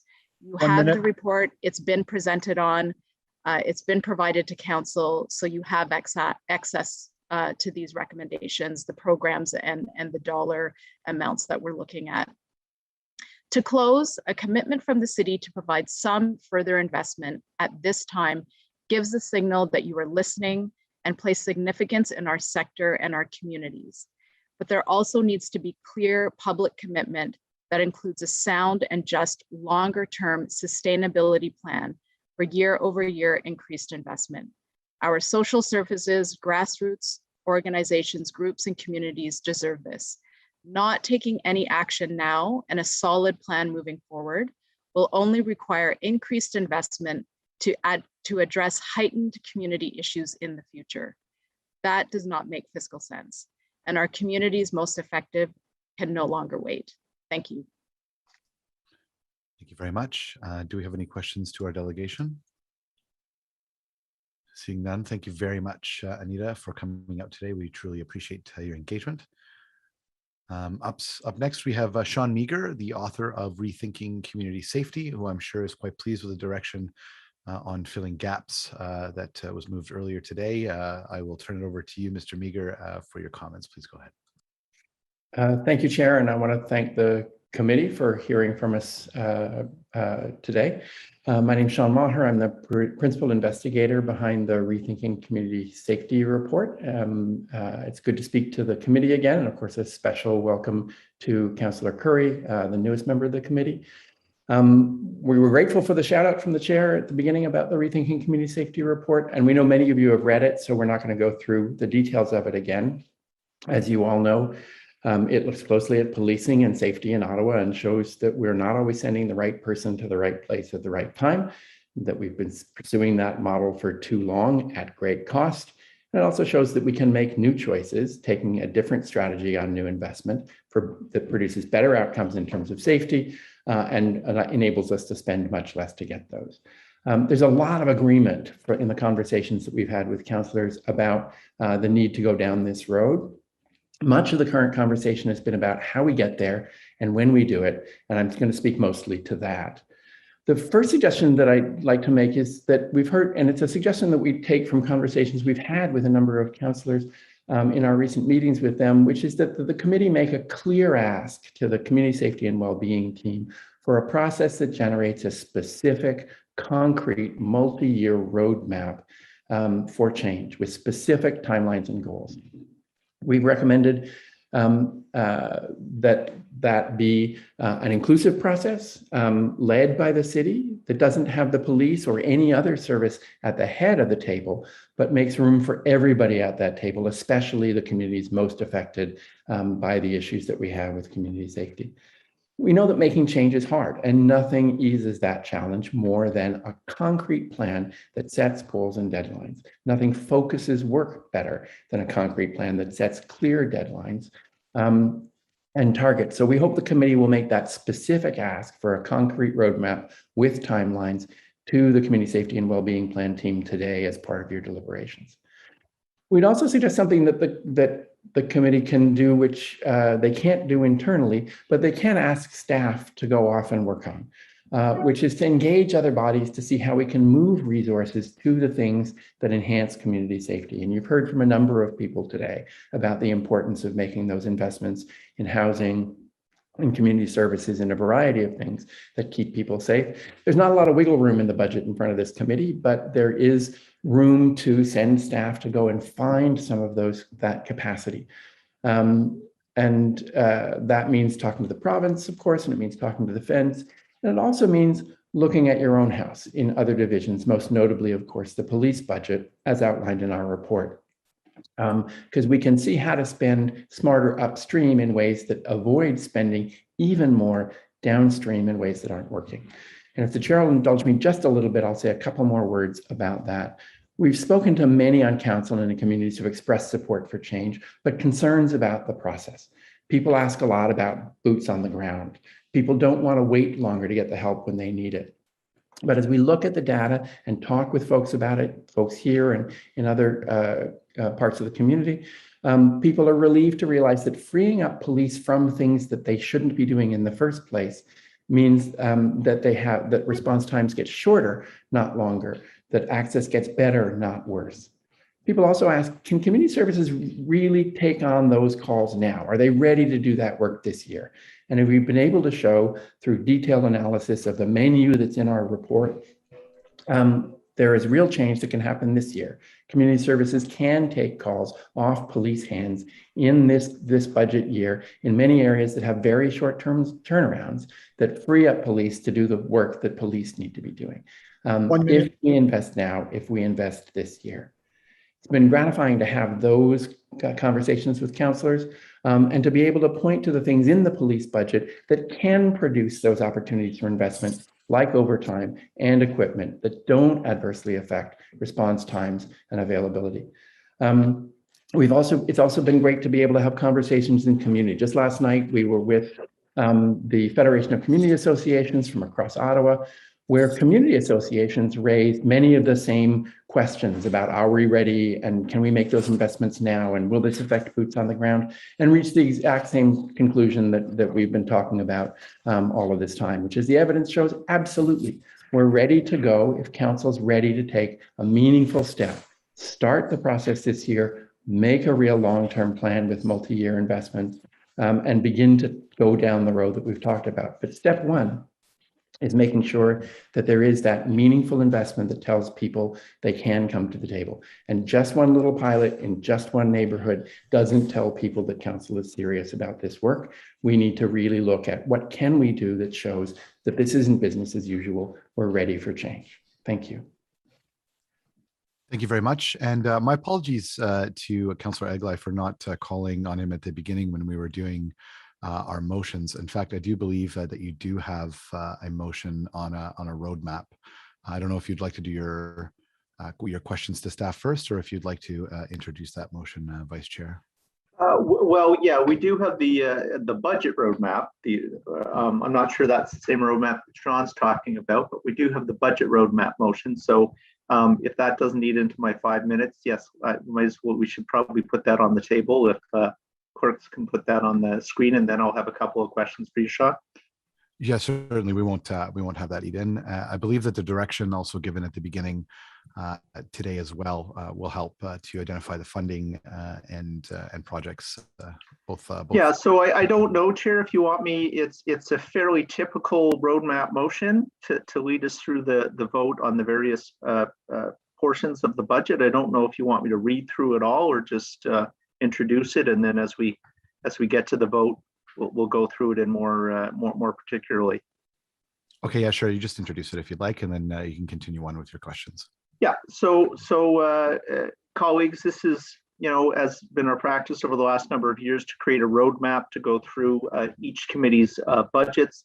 So it gives people the opportunity to vote either for the entire budget or for certain portions of it and dissent on others. So this breaks down all the various services that this committee deals with and the various specifics of those budgets to vote on. So having done that, Sean, thank you for coming out. And we've had some good discussions around the report. And I commend you and the team of individuals who put it together. I think it's comprehensive but also very, very pragmatic, very practical report in terms of things that we can do. And I'm glad that you touched on the question of, are there resources or agencies, groups out there that could start work pretty soon, pretty quickly, if the resources were there? And the answer that you've indicated seems to be quite clearly yes. There are groups that are prepared to step up if we were prepared to provide some funding. I guess my question to you is this: I was listening into the police services budget meeting just a little while ago, and there was at least one member of the police services board that was asking a lot of questions about that. Didn't seem to believe that the resources were already out there in the community to step up and to do the work. And there may have been others, but there's one that sticks out in my head for the line of questioning that they took.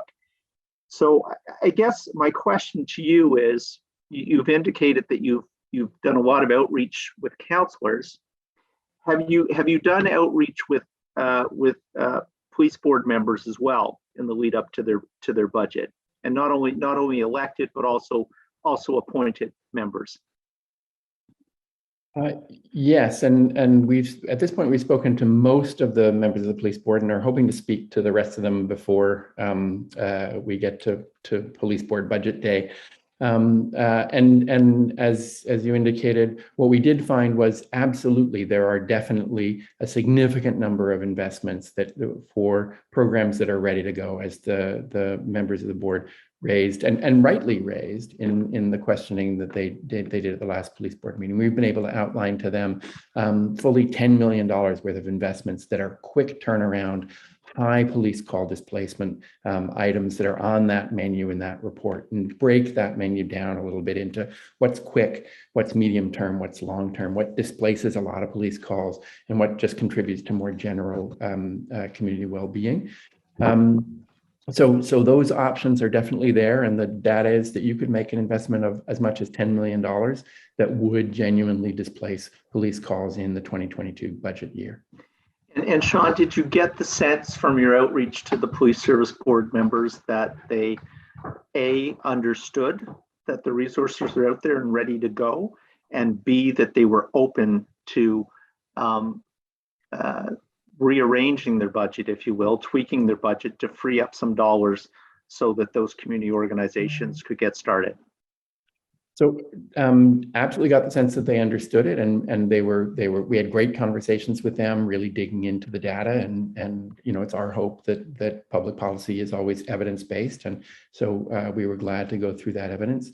We heard a couple of things in response, and one is that what we've been seeing all through this conversation, that change is hard. It's not easy to step forward and say, you know what, we've always done it this way, but this year we're going to make a significant incremental change. The urge is always, let's nibble around the edges. Let's say, it's important to do, but let's do it next year. And there's that instinct is still there.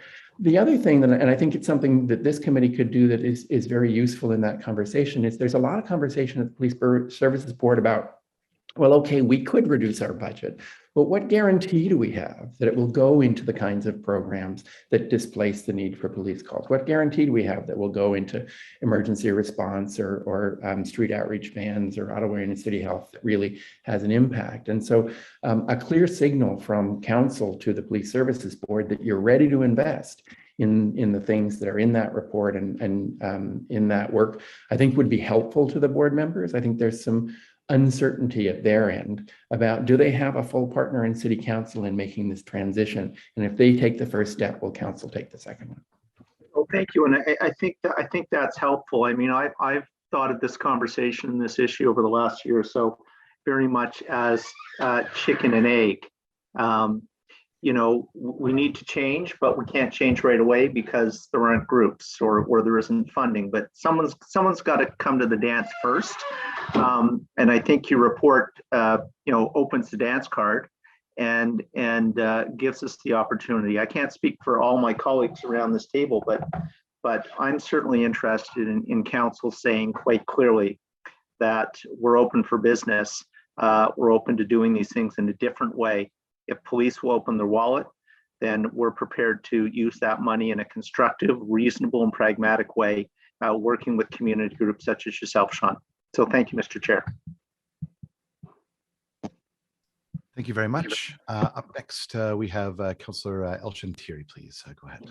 And I'm sorry, Sean, for mispronouncing your last name. It's usually one of those long Irish, complicated, consonant-heavy names that no one can pronounce. I totally understand. So it's my bad. I apologize.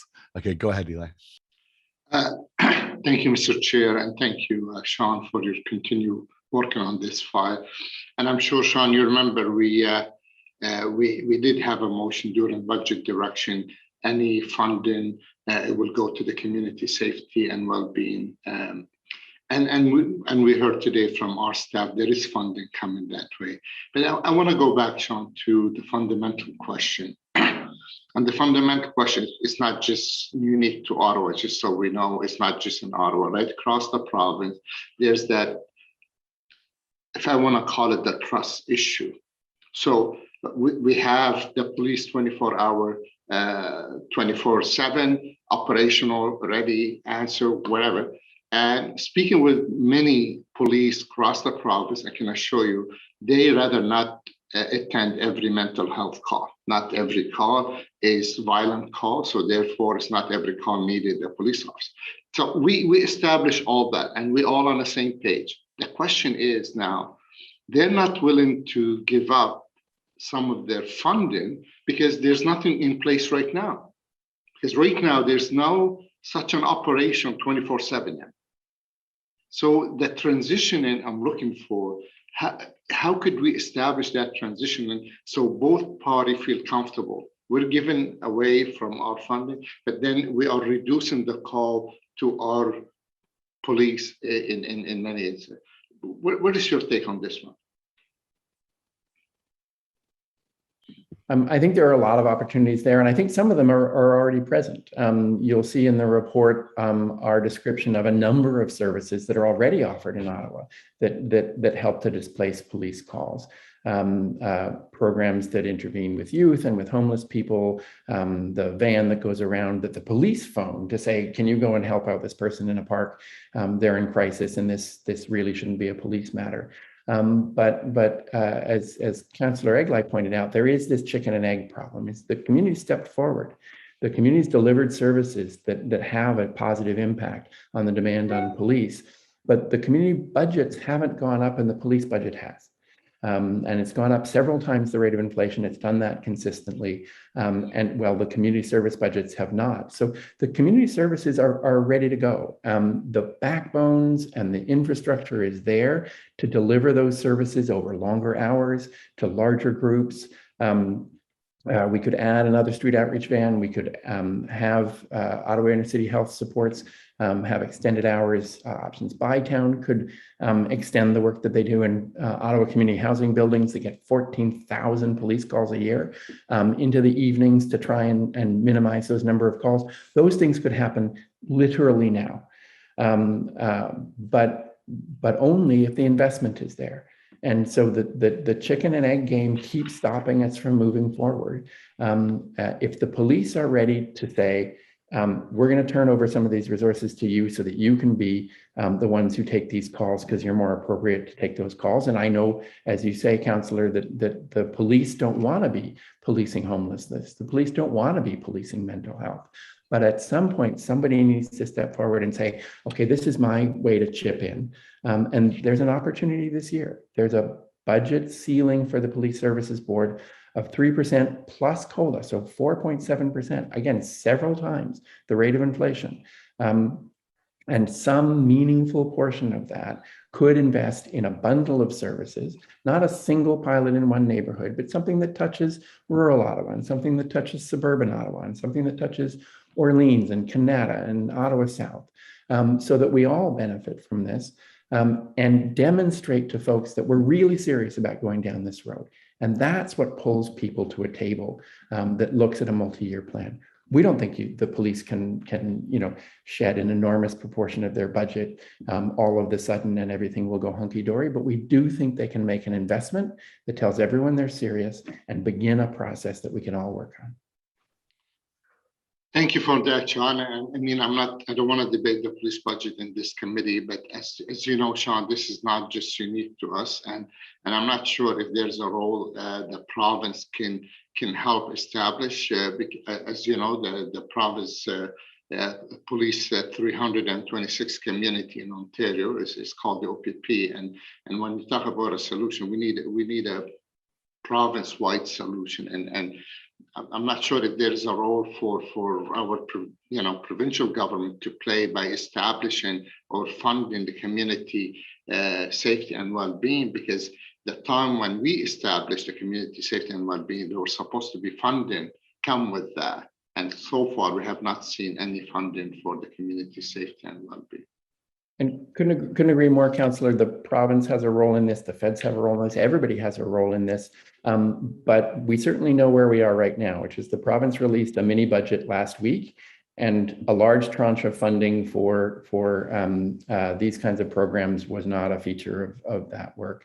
And while the province and the feds need to be part of this, so do municipalities, and cities like Calgary are spending money from their police budget to expand community services.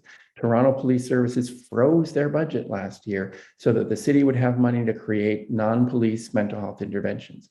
There are cities all across the country who are recognizing that they also have a role to play in this, and they need to be making investments in how this change happens. And there's no reason why the city of Ottawa should be left behind in those changes that are happening all across Canada. Thank you, Mr. Chair, and thank you, Sean. Thanks, Councillor Sventiri. Councillor Kavanaugh, please. Thank you very much, Sean. It was a pleasure meeting with you and our local community health representatives who joined you. No, it's I think this is probably the thing that's the most frustrating is that we're not doing enough on the preventative and early intervention side of things. And it gets wrapped up in the fact that we don't control everything. The province controls a lot of it, and it's not just municipal. So that's a tough one. Like I look at what you're talking about for gender-based violence. What more could we do as a city? It's the criminal justice system where that is really problematic for that. But of course, we want to stop it at the very beginning, prevention. What do you see as our role of the city for gender-based violence? Yeah, and certainly, Councillor Kavanaugh, that's a big part of what we heard last night from the Federation of Community Associations is that they want safety and they want police response, but they also want less crime. They want prevention. They want things not to go wrong so that you don't have to send police to address a problem rather than just addressing things after the fact. And I think the reality that cities, it's important for cities to tackle all across Canada and all across Ontario is for sure the province should be playing a bigger role in this, and for sure the province should be spending more on a lot of these things. But it would be a mistake to think that you're not already paying the bill. You are. All the things that the province isn't doing, you are paying for through your police service. And if you're going to spend the money, it might as well, it makes the most sense to spend it upstream and spend it smarter, rather than requiring police who know that this isn't their proper job, who know that they aren't the best positioned to tackle these things, to end up the service of last resort because nobody's invested in the service as the first resort. So if you're going to pay for it anyways, let's try and pay for it up front. And for gender-based violence, the evidence is super clear. That women who face these challenges are the best judges of what they most need. And so being able to give them options for housing and for social support and for supports for their kids, having those social services there and that counseling there has the most impact. What hasn't been shown to have an enormous amount of impact is criminal justice interventions to try and resolve those issues. Gender-based violence is more than anything else a social issue, and social ways of tackling that have been the most successful in Ontario, all across Canada, and all across North America. Do you see anything in this violence that's putting us in the right direction, just in the positive? And just to add to that, I think we need to talk about, we have to start talking about 2023's budget and where can we build? Yeah, and so, I think some of the earlier deputants talked a bit about some of the investments that are here, and those are critical investments.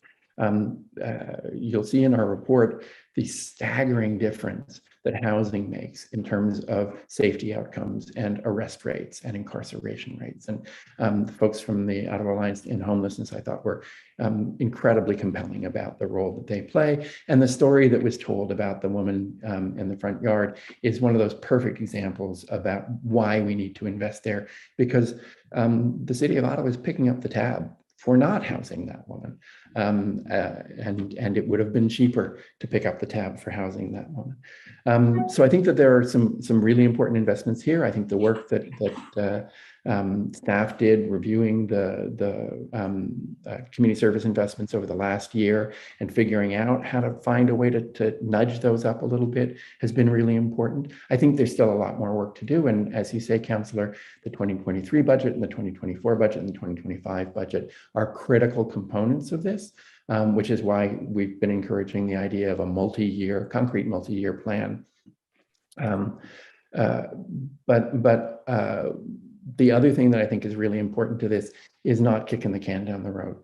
That if there isn't a meaningful investment this year, given all the conversations we've had about this, given all the agreement there is about how important this is to do, if we can't find a way to say, yeah, we can find $3 or $4 or $5 million to invest in real ways that should put a down payment on that change, then my fear is that what the police chief has been struggling with for the last little while, which is that people aren't coming to the table for partnership, will get worse, not better.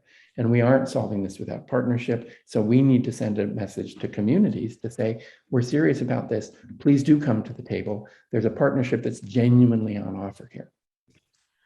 One of the recommendations you have is about reallocating 911 operations, which is a really big one in terms of, I can't figure out how much that would cost or save. I mean, obviously it would save in terms of,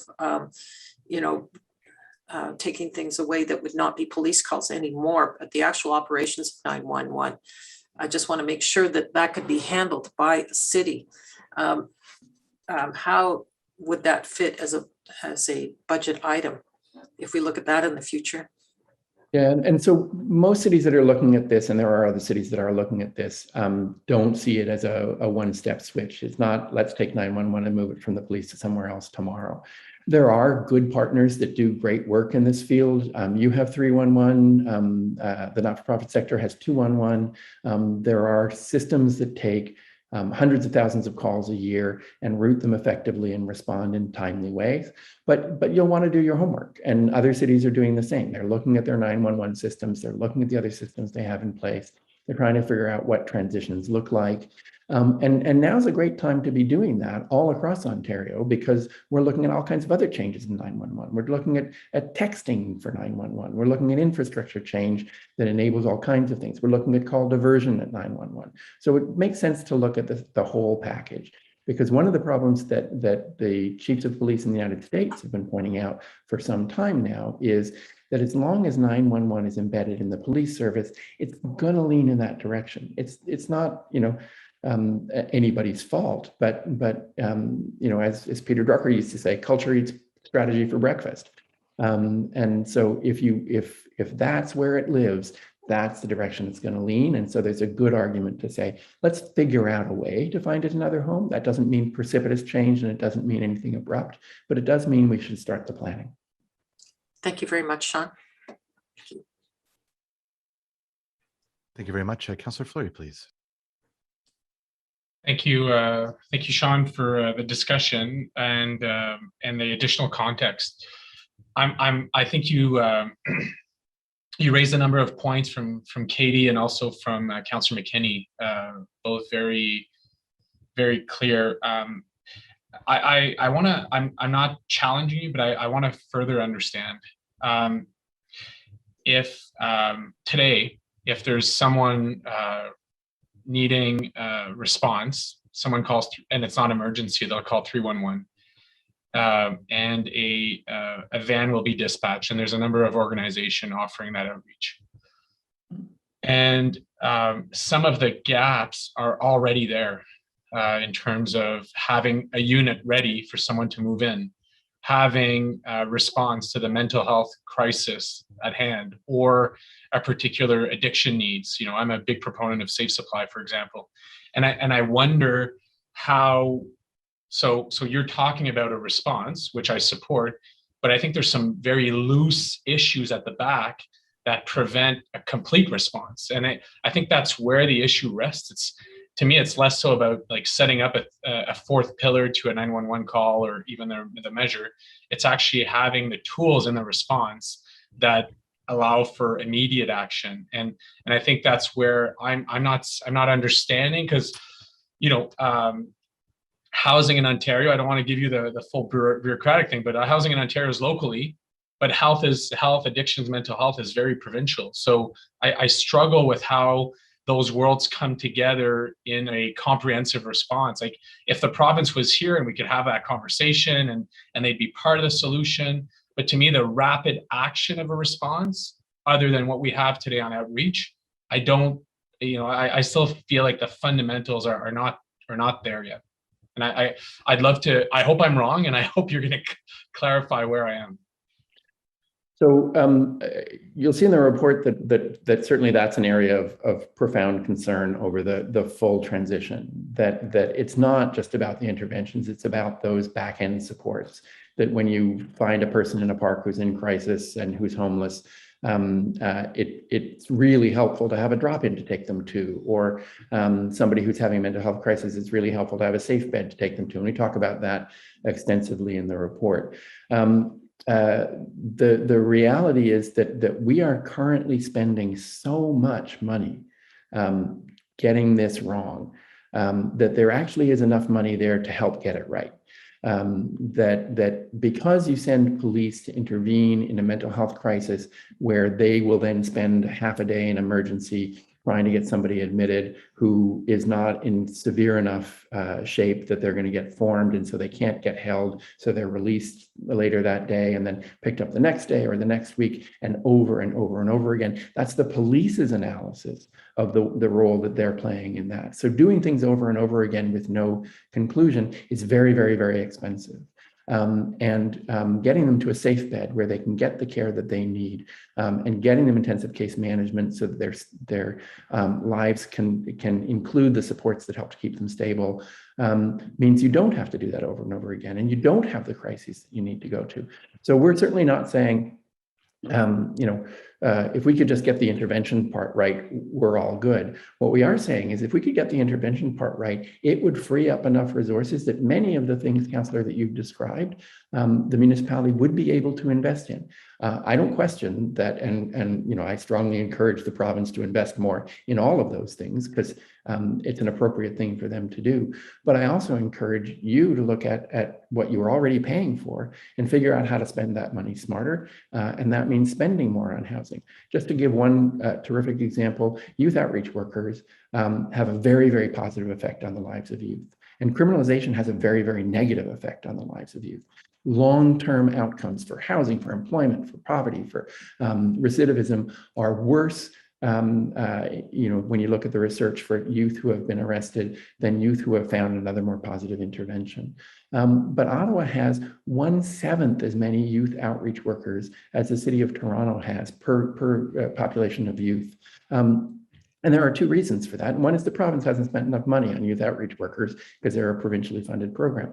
And the other is that the city of Toronto also hires youth outreach workers to augment that program because they know that there's a payback there, that's smart money being invested in helping youth get on the right track so that you don't spend money arresting and rearresting and incarcerating them. You don't spend money having to fund social housing for them because they can't get decent jobs because they have a record. And so the city spends that money in Toronto to make sure that there are enough youth outreach workers. So what we're encouraging is not just that you have better interventions, but that as you use those interventions to free up resources, you invest those resources in the back end. Yeah, I appreciate the further clarification. What I'm hearing profoundly is, unless you set it up, you'll never improve it. So, and there are targeted ways to invest that can really create a full shift. So, I do appreciate your clarification and recognition that it's not just about a response; it's about some of the measures in the back. And not to dwell the point, but we did meet recently as an OCH board with Dr. Dasani out of Toronto and Dr. Buckman in terms of the medical field, not being in clinics, but being in backpacks in communities and getting on the streets and speaking to residents and in communities. So it's not just a policing issue, it's also a medical issue. It's also there's a number of organizations that really need to transform with this. So appreciate the report and the intervention today. Thank you, Councillor. Councillor Kitts. Thank you, Chair. Thank you, Sean, for being here today and for the Coalition's hard work on the report.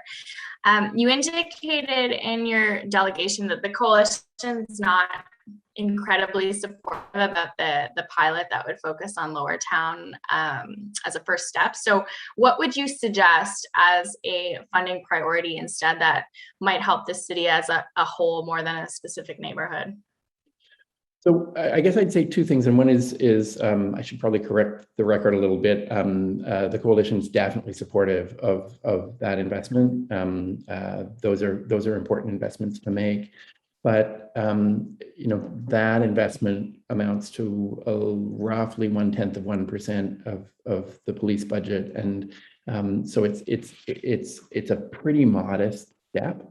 And what we've been saying all along is that we've provided council with a menu of available options a significant proportion of which can start right now and be available to begin to displace police calls in this fiscal year.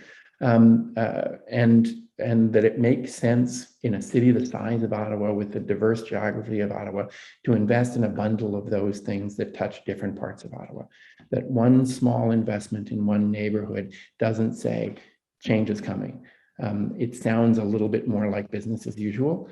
And if we want to bring people around a table, if we want to have a long-term strategy that's collaborative to make change, then the first thing we need to do is signal to people that this isn't business as usual, that we're actually serious about change. And the problem that I think a lot of people in the community services sector, not just in Ottawa, but in many places have had is the world of pilots, that there's always, it's always, let's do one pilot and see how it goes, and not let's really invest in the hard work of a multi-year plan, as Councillor Kitts, you talked with us about before, that really delivers change over time. And let's signal our seriousness by making a real investment at the front end. So by no means did I want to suggest that this isn't a valuable intervention. It absolutely is. But it's that difference between a necessary and a sufficient condition. It's absolutely necessary. It's not quite sufficient all by itself. Okay, thank you for that clarification, and I apologize for mischaracterizing your comments. I'm sure it was me. As you know, based on our conversation earlier this week, and as you just said, I too think a detailed roadmap is needed to illustrate how the city is going to move in that direction of ensuring we are delivering the right resources at the right time for the right response. So I was very happy to see Chair Lulaf present that direction to staff. So that's it for my questions. Thank you, Chair. Councillor Deans, please. Thank you, Chair, and thanks, Sean, for your presentation and for all the work that you have been doing on this initiative. I just want to, I'm Chair of the Police Services Board, also Chair of Crime Prevention Ottawa. I just want to point out that last year during the budget process for the setting of the 2021 budget, the Ottawa Police Services Board committed to making their best efforts to either reduce the budget ask or ultimately to freeze the budget. But there was a commitment to make a significant effort to do that. And I can tell you the board has been doing that. In fact, the way we approach the setting of our budget this year is different. It diverged from the rest of how council went. Council decided to give everybody 3%. And when, of course, you give everybody the same, frankly, what that says to me is council has no priorities at all.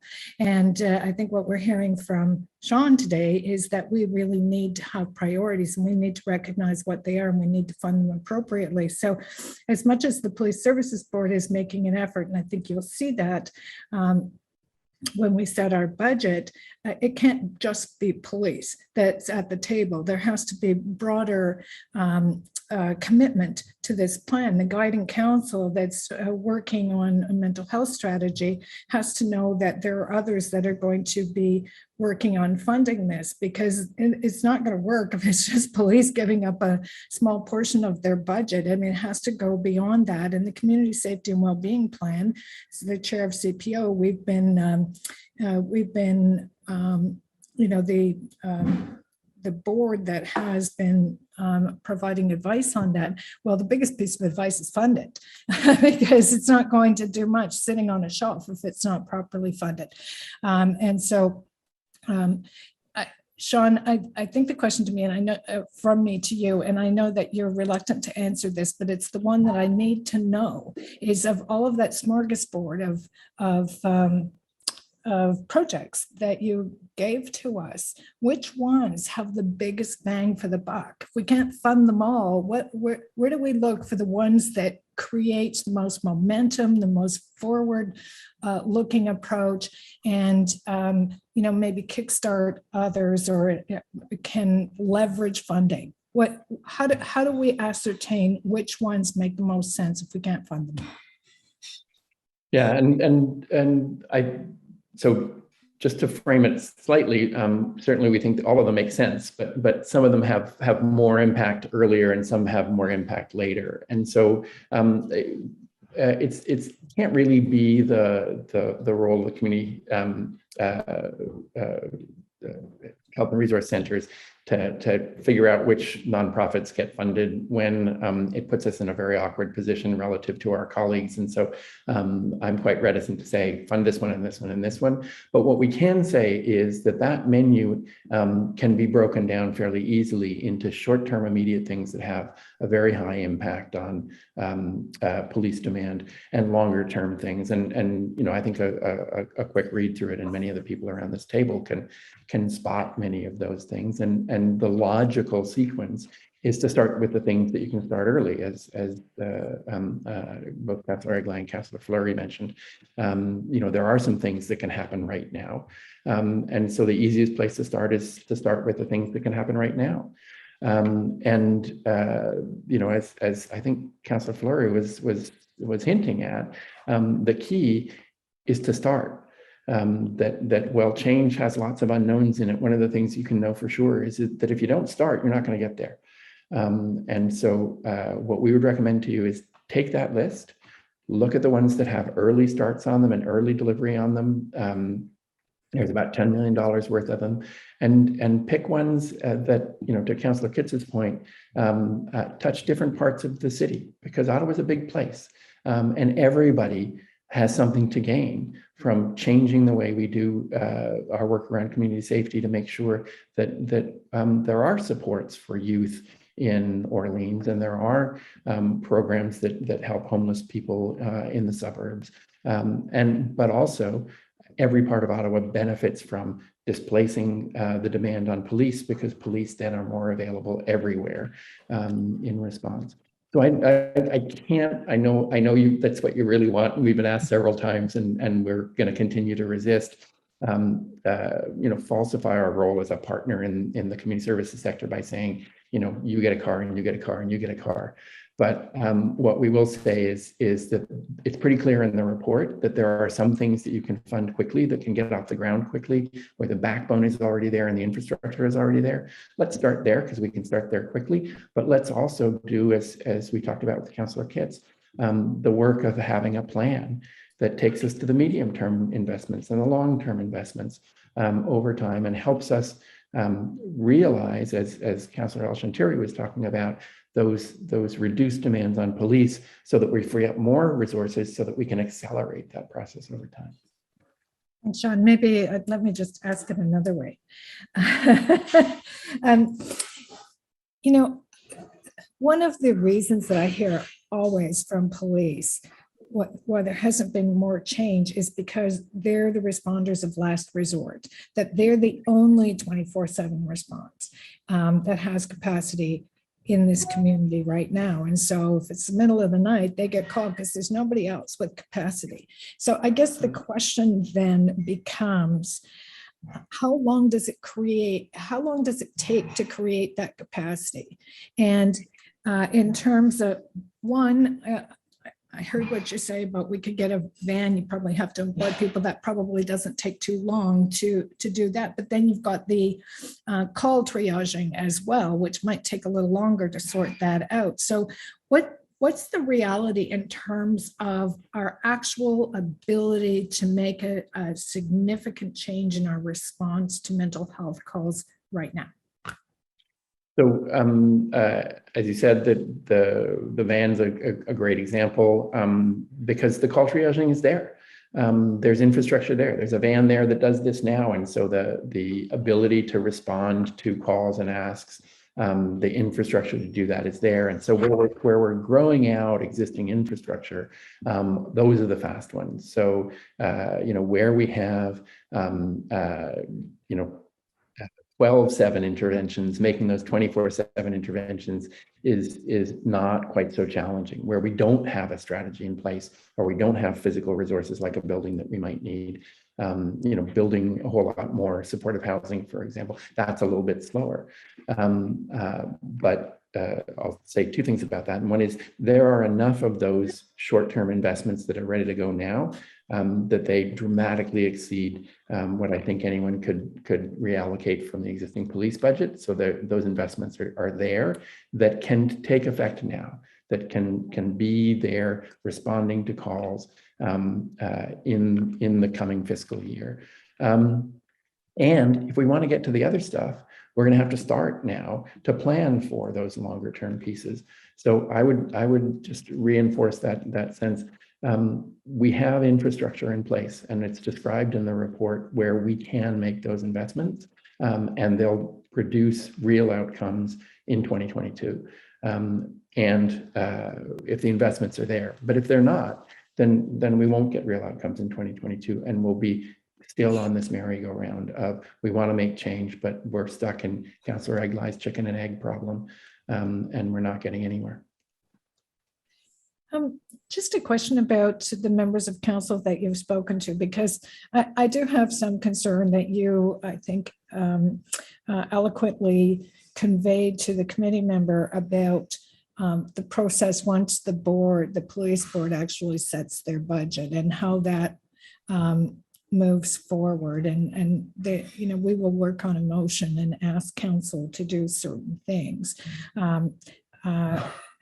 And we intend to do that, but I also hear, rumors that if we don't give the police the full 3% that council told us to give them, that council may ultimately reject the police budget. So did you get any sense of that when you were talking to individual members of council? What we heard back very much was that people wanted to go down this road, and what they needed from the Police Services Board is the room to do it. There's a very broad recognition that what you have in front of you now is an evidence-based tool for assigning where to make those investments. That up to now everyone's known there's a problem and we have to do something about it, but there aren't clear investment strategies. And what we've strived to do is give you the evidence-based tool to be able to do that. And so far, the response we've had from councillors is if we can get the room to do it, we want to make those kinds of investments and begin that work.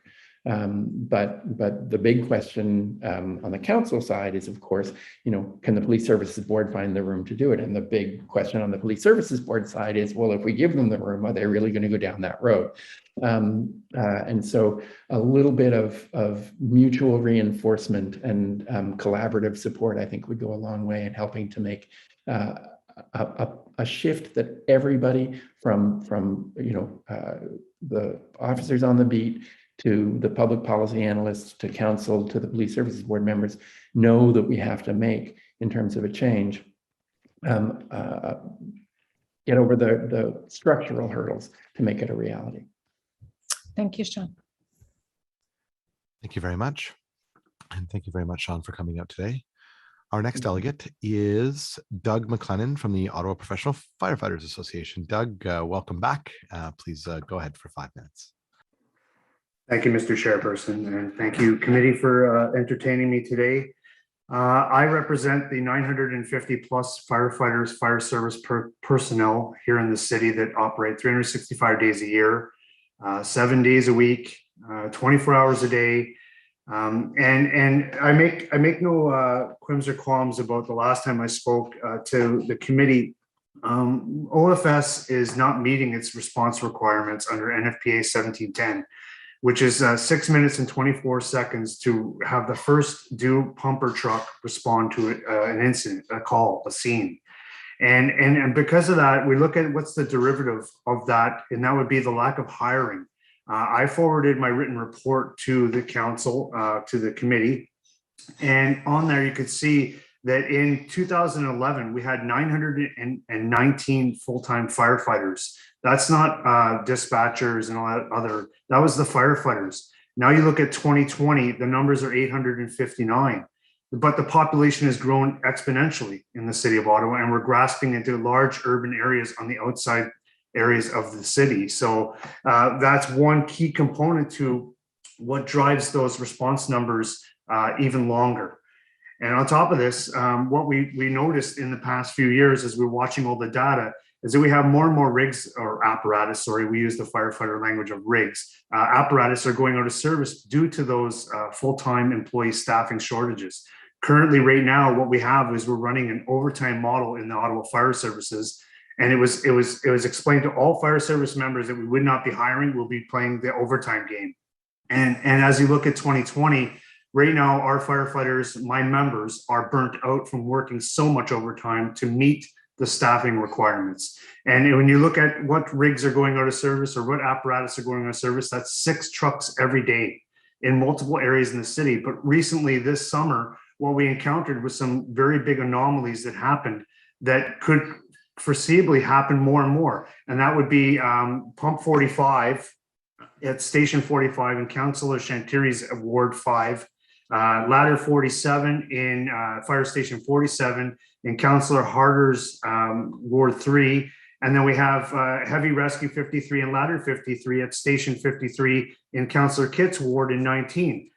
So, you know, those apparatus going out of service, if for every one of those trucks that go to out of service due to staffing requirements, if, for example, ladder 47 goes out of service, you're now going to draw the ladder out of Viewmount Station 24, but the next closest ladder that's out of service typically every day would be the Kirkwood Carling Fire Station 23 ladder. And so you end up drawing a ladder from Lincoln Fields, Lincoln Heights area, and that leaves the whole west end of the city without a ladder due to a staffing requirement at 47. So I just want to, and that happens everywhere. When the pieces are moved and a truck's out of service, it isn't normally done like that in the past, because we do have 6 rigs that go to service every day. That takes an incorporating model of moving pieces around, which takes away from that response time, that effective response time, meeting the NFPA 1710 response time of the 6 minutes and 24 seconds. On top of this, I'd like to address the standards of cover for the full-time employees of Stittsville. While the report gives a thoughtful consideration to staffing, there's nothing in the budget for 2022. I know that Fire Services has pointed out that in 2023, there will be FTEs for Station 45. While we acknowledge and appreciate that, we know that a pumper truck is going to be going into the new Fire Station 45, and that would incorporate that you have to have 4 firefighters on that truck. So that's pretty much a given that staffing has to occur, that those full-time employees. As I look at some of the things that they were recommending, the OFS prepares a strategic plan, and they promised one for 2020 and 2019, and it never came to fruition. We're almost in 2022, so we're thinking as a low cost item, that would be one of the first things they could look at. On top of this would be our advocacy for more staff being hired for specifically Station 81, which will be 28 firefighters, and the 6 apparatus across the city that are taken out every day, which is another 80. And one other thing we want to look at is to make sure that some of the bylaws are amended to ensure that the service is being provided adequately for the whole city, both volunteer and full-time. And that's all I have. I thank you. I can answer any questions that you have. And thank you for your time, Chair and Committee. Thank you very much. Councillor Fleury, please. Thank you, Mr. Chair. And Doug, thank you for the specific. As you can appreciate, the specifics are important so that we understand, but we also hire managers and chiefs to make those decisions to respond to what the needs are. So what you've obviously, management is aware of what you've submitted. What has been the response so far to those demands in the 22 budget?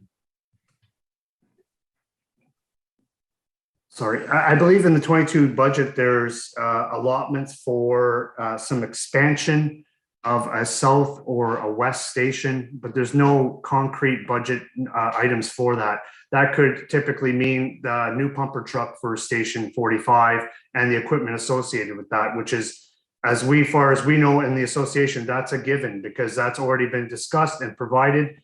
We're looking for such stations like Station 94, what's going to happen there, because there's 10,000 homes going in of all high risk development. And then you look at Station 81, of course, that's another station too. So are these the commitments that the fire service is willing to make? It does not appear to be so, but there's been no explanation on what's going to happen with that expansion that's drafted in the budget. Okay, I'll ask your question to staff relating to growth and planning of growth and how that's communicated. I heard specifically of existing staffing shortfall at existing stations. And you made reference to overtime. Can you give us a bit of insight here? Is that because there are particular, a firefighter can't work for health reasons or vacation or whatever? Like what's the nuts and bolts of that staffing issue from the association perspectives? Well, the association perspective is that we are so short on staff while everybody appreciates overtime. And I have some members that are working 500-600 hours this year. I can specifically say that I've turned down almost 40 overtime shifts as the association president because I do work on the trucks. I'm at station 53 out in Charlemagne. So I look at that specific, our members really want this, but we're not filling any apparatus. We're running a minimum staffing of 161 firefighters every day on the apparatus. And honestly, when I look at on vacation and all those other things, this is the first time I could actually look at as a union president and say, I've actually seen members called in to work overtime on their vacation, and I've been on 19 years. So I've never seen that in my 19 years where somebody's been called to fill trucks on every given day, and now they're drawing into the vacation because of the shortcomings of being able to fill those seats. And honestly, you can only work so much overtime. Everybody's a salaried employee, and they're going to work their salary days that they're entitled to. But above and beyond that, that's not a given. So that's an extra thing. And I think at some point, the pendulum's going to swing the other way and members aren't going to be able to do that. And that's what puts us in a very difficult position, not just the association, but the management team, because now they have rigs or apparatus that they cannot fill with any firefighters. So I think that if we can get to that point to start hiring, then we don't fall into these shortcomings. There may always be overtime due to lieu days and vacation and sick leave, but those are the givens that have always been projected. This is starting to become more prevalent as we see, as we work through 2020 and 2021. Okay. And then just another question on this. So you made reference to the rigs, and I'm sorry, lost a couple of the elements, but fundamentally the equipment that you have, is it safe? I know you made reference to maintenance or whatever, but is the equipment available and safe? I'm unclear by your statement, and want to make sure that is clear on record. And certainly we'll raise if you're raising particular safety challenges for employees. The only safety thing that we've addressed in this past little while was getting a pump tanker to the Portobello station number 55 in Ward 19. That was due to having more of a water capacity. It's currently being run as a pump. It's not being run as a pump tanker, and that's so that it doesn't primarily go into the volunteer area, which would be 71, 72, 73. Aside from that, the fire management team, along with committees of our own members, have been designing some fabulous apparatus that have come in to take out some of the shortcomings we had in apparatus from future administrations. So I would think that under the ideas of what we have for PPE, our personal protective equipment, and our apparatus, we're definitely moving in the right direction in there, but we're still not staffing some of those trucks that are sitting in the fire stations, truck bays empty. Okay, I'm clear on that. Sort of unrelated, but unrelated, and I'm short on time here, but I am astonished that we did not see COVID outbreaks in stations. What was the secret between firefighters and management to ensure that? Obviously now it's obvious with the vaccination, but a year ago, what was the magic? Because we've seen so many outbreaks in work areas, and I know families at home, families at the station, the interaction with the public, like I tip my hat off, but I want to understand the secret sauce, because I think it's something that we should investigate. You're on mute, Doug. You're on mute. Sorry. Sorry, I must have hit the space bar. I apologize for that. Our members are phenomenal at being resilient to bouncing back from anything. We're highly adaptable. At the beginning of this, we did have some concerns because it was spreading as a worldwide pandemic. Our members were very resilient in cleaning the stations, keeping distance, wearing their protective equipment all along the way. We have a top-notch hazmat team, hazardous materials team, and they developed a plan to decontaminate all our members if we were going to any public calls where we would have patient contact and such like that. So, and that was able to be used with the RCMP, the Ottawa Airport. We shared that with other fire services across the, I know I shared it. I was a hazmat tech for many years. And I think that the ability to take this and say, how can we adapt? What can we do to protect one another and really buy into it? I think that's really what happened. And I think it's really a testimony to how good our members are in the fire service. It was very good to see. We had hardly any breakouts or anything like that. We had some self-isolation cases, but they weren't derivative of the fire services going to calls. We were very good at decontaminating and protecting one another. Just sort of a general Doug, reminder I really appreciate it.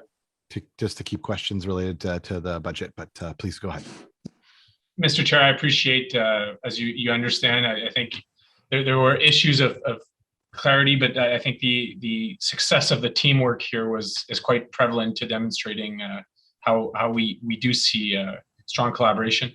Mr. Chair, could I ask that you, following maybe this delegation, at the end of delegations, if we could get fire services or EMS to respond to some of the questions and concerns raised by the association president? Absolutely.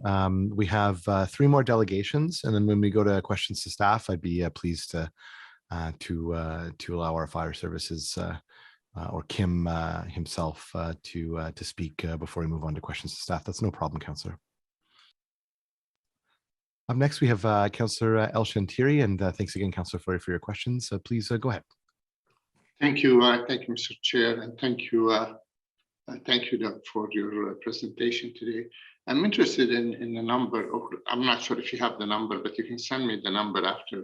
When you talk about the overtime numbers, because we all understand if we are spending too much on overtime, obviously, there's something we need to look at. And I'm interested if this increase in overtime, is it due to COVID, due to some staffing been off work? Because we know most organizations, they have some challenges, mental health challenge, whatever, some staffing issue. But I'm interested in your number. What is the number and how long this number with the overtime been around? Thank you, Councillor Shantiri. I don't know the effectual numbers. I go off of the budgeted numbers, but I can effectively look at what my membership is telling me. I know I work in a fire station with 40 firefighters in it, and I'm only one of those people, and I'm turning down 40 shifts of overtime this year alone. And last year, I turned down a lot of overtime as well. I don't typically work a lot of overtime, but people are getting the shifts. And I mean, they're in abundance right now. I've never seen it like this in my 19 years, other than when we've had a disaster like a tornado or flooding or the blackout in 2003. There are some anomalies that have happened, but I mean, through 2019 to now, we're seeing a serious uptake in overtime, and that should generate what's the number we should be doing to start filling rigs or apparatus so that we don't have so much overtime as the primary model for the fire services. Well, first of all, Doug, we missed those meeting with the member of the association. They used to visit councils, and unfortunately during pandemic, it's kind of challenging sometimes. But again, I mean, when you mentioned 2019, is that during the pandemic, the number has increased? Because if you ask police or paramedic or any city department, we know there's some staffing issues since the pandemic. I don't know what the percentage is, but I mean, when we are spending more funding on overtime than hiring, I don't understand the logic of not hiring. So I need those numbers to be able to crunch them together. So you can send them to me before the budget deliberation. I would really appreciate that. I will do so. Okay, thank you, Mr. Chair. Councillor Cherney, please. And thank you very much, Councillor Shantiri. Great. Thank you very much, Mr. Chair. And the problem with going so far down the list, many of the questions have been asked. Certainly we'll have questions to staff. And at this point, I guess I'll just say happy birthday, Doug. And that's everything's been asked already on this list, so I'll save my questions for staff. So thank you, Mr. Chair. Thank you, Councillor Tierney, and thanks for doing the outdoor rink the other day. My child really appreciated seeing Chris Neal and yourself and the mayor and others. I was also there, Doug. Yes, I know. I was going to say that. I'm just kidding. It was a great event. Councillor Meehan, please go ahead. I was also there. Okay. Okay. Thank you very much. I actually have a very simple question, Mr. McClellan. What is a high-risk development? You mentioned. Is it a development with a lot of wood? Yeah, sorry, I didn't mean to cut you off. High-risk developments are where you have a lot of urban sprawl that is built with lightweight construction. The most recent one, you probably saw it on the news, was I think a $6 million development that burned rapidly. So these fires, if you don't have the fire trucks responding in a strategic response plan that they get there soon enough, that you could be spreading fire very, very rapidly, and especially if it's windy. So that's every urban area outside the urban core. So yeah, I hope that answered your question. I do recall that one. I think everybody in the West End could see it. So these new developments are called high-risk developments, and that's how they're known in the fire department. We treat them as high risk because of the construction that they're in. If you look at the specific example, I hate to bring up Snowbury, but Snowbury was a basement fire and some firefighters fell through that floor. That could happen typically in any new construction area in the city.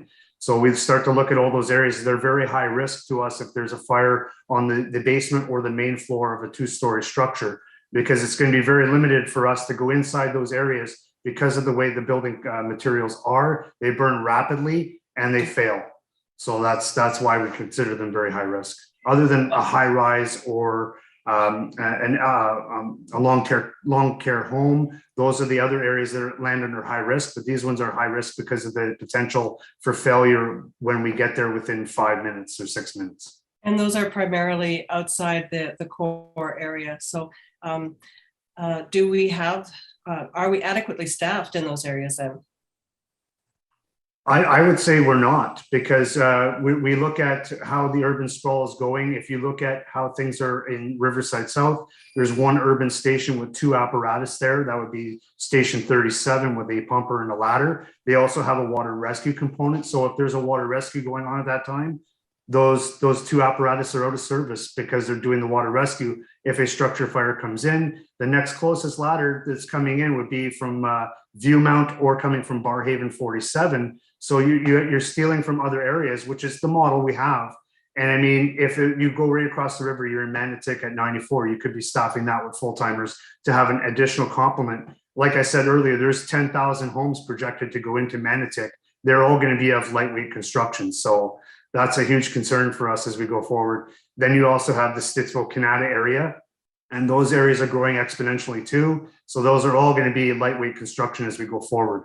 And right now what we have is we have a model where we only have 1 ladder truck in the Canada area. And if that ladder truck goes to say a working fire, they take the one from Lincoln Fields to respond back into cover into that, leaving the urban area of Ottawa West short a ladder. So there's always this model. Yeah. Which contributes to the lag in the call time. One of the other things that we're seeing actually in the suburban area are high rises. My community is getting, I think the latest application that I've been seeing is for, well, I know it's been for 40 floors. Not that that's going to be approved, but at this point, but how should I, as a councillor, when I'm looking at towers like this, what should I be considering when it comes to firefighting capability?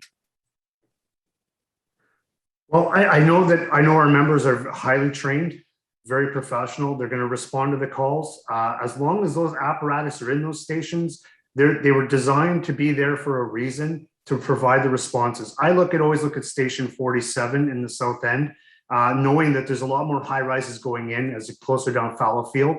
And I see that that's the model that things are going to go in the future. So as we move forward, we need to have those trucks or areas around there staffed with the actual people that are going to be there. Having turnout times for volunteers might take too long to get the apparatus on scene. And we know we have 24/7 firefighters that could be in stations. And one of the key components to this is I always draw back into the multiple discussions that we've had with the fire services and the public comments that have been made, is that they do address that there's an urban intensification into the rural areas, and they need to address that now and start to look towards the hiring and filling some of those apparatus.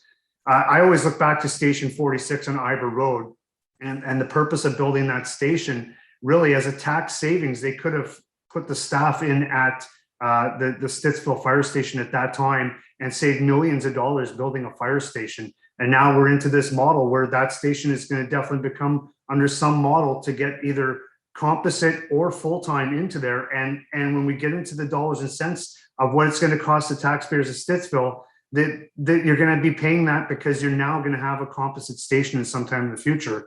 So regardless of that, you don't want to get into the semantics over the $113 or $118 per household to staff that station full time. I guess but that's every area around there, right? Okay. There needs to be a catchment where you start to look at who's going to be there and how many apparatus are actually going to be arriving on scene. Like how many floors, like at what point can the ladders reach? Like how high, how many floors up?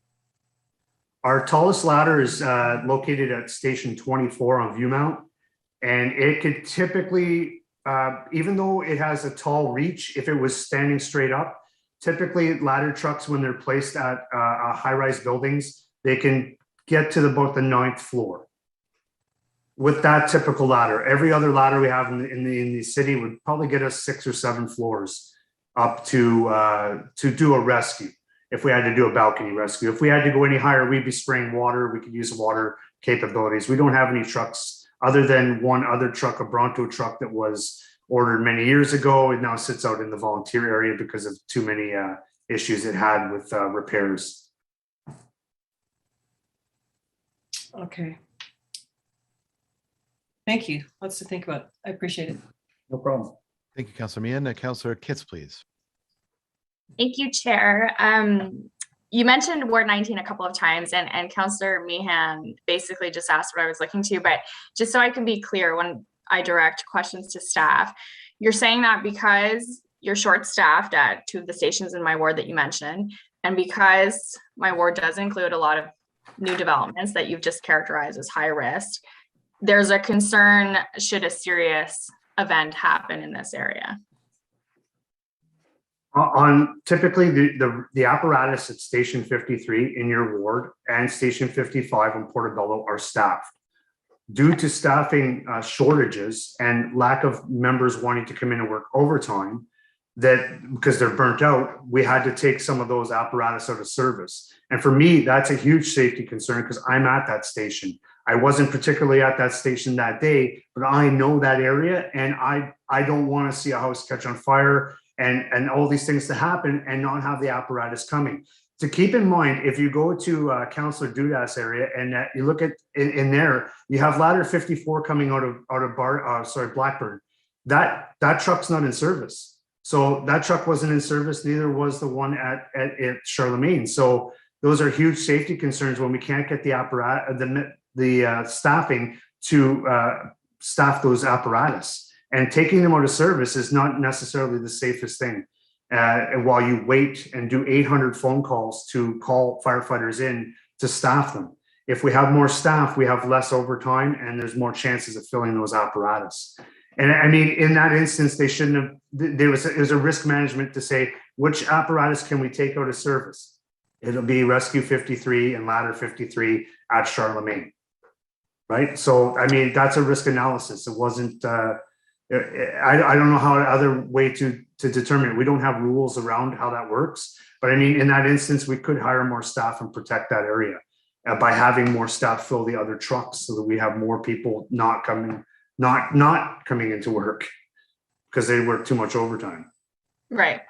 And when you are in a situation where there might be lacking an apparatus, you rely on the volunteer services from the rural area to supplement? No, actually, when we're lacking apparatus, I guess the that's when you get into the discussion over how trucks in the city are actually responding to calls. And we do an automatic vehicle rerouting system. So on that day there, if we needed a heavy rescue, it would have automatically rerouted the one from the Glebe Fire Station on 4th Avenue or 5th Avenue, sorry. So it would have came off of 5th Avenue in O'Connor. That's where it would have responded out there if there was a major accident, because we tier a heavy rescue to go to that. The next closest ladder truck that would have been responding, because there is no first in due ladder in the 70s in Navan, Cumberland, and Vars, it would be coming from Montreal Road. So those, by our CAD system or computer aided dispatch, it would be sending those apparatus into those areas because those trucks are marked out of service. Okay. And did you also say there's a water capacity issue at those stations as well? There's an issue that was raised at the Joint Health and Safety Committee in the past, and that was an issue over having a pump tanker, which is a apparatus that carries quite a bit of water, more than an actual pumper truck. And that was to staff that apparatus, have that apparatus moved into the Portobello Fire Station and replace a pumper, so that the members there, if they were going on the outskirts, responding into the rural areas, that they would be on scene with enough water to do their job as they would in Portobello across the street from the station, where they would have a hydrant. So that truck has gone in there, but now it's deployed as only a pump, because there's a pump tanker volunteer truck at Station 53. But it's a whole discussion we need to have in the future. But I mean, it was fought through Joint and Health and Safety, but now it's not being responding out to the rural area as a pump tanker primarily. Okay. Thank you for further clarifying. Thank you, Chair. Councilor Deans, please. Thanks, Chair, and thanks, Doug, for your presentation today. I just wanted to understand a little bit more about your comments around the new high-rise builds in the outer suburbs. Because my impression, I might be absolutely wrong about this, but I thought that all new high-rise construction had to be built with sprinkler systems throughout the building that would prevent the loss of life. I mean, there may be some loss of property, but if it's built with a sprinkler system, the whole building isn't likely to come down, and there's not likely to be a requirement for a high-rise rescue. Am I wrong about that? No, you're correct. There are standards to having sprinkler systems in new homes and in high rises. The area where it gets kind of tricky is that because of the construction builds, we're no longer into pigeonhole construction. When I say that, that's cement buildings where each compartment is an actual square of cement, and what burns primarily is the contents. Unless the door is left open, then it would spread into a hallway. Where we've gotten into areas now, I know specifically, I did a tour of one that was beside Station 24 on Viewmount, and that's a six-story where it's got wood frame and metal construction, lightweight metal construction. So with a small concrete pan for the flooring. And I mean, that's how the new builds are going, because they're not going to huge cement structures. They do that, and when you have a huge cement structure, you have a higher ability to provide life safety. When you get to the wood frame construction, because there's been a lot of lobbying at the federal government and the provincial government to have these standards lowered, and we just can't win because those are big conglomerates. But we get the things like fire retardants, the sprinkler systems, alarm systems, et cetera, like that. So that's the area. You are correct that in some of these buildings, they all have the sprinkler systems, and the opposite side of that coin is that they are with wood frame construction now. So if you can recall back into outside clad exteriors and wood frame construction, the fire spreads heavily. So wood frame construction now is allowed to go to 6 stories instead of 4, which it originally was? Just another quick reminder, just to keep everything to the budget. We did just have the OFS report before us last time. Yeah, I just want to understand, because you know, we're hearing about the need for resources. I just want to understand that. But I mean, we can talk about this offline as well. I can ask some questions to city staff.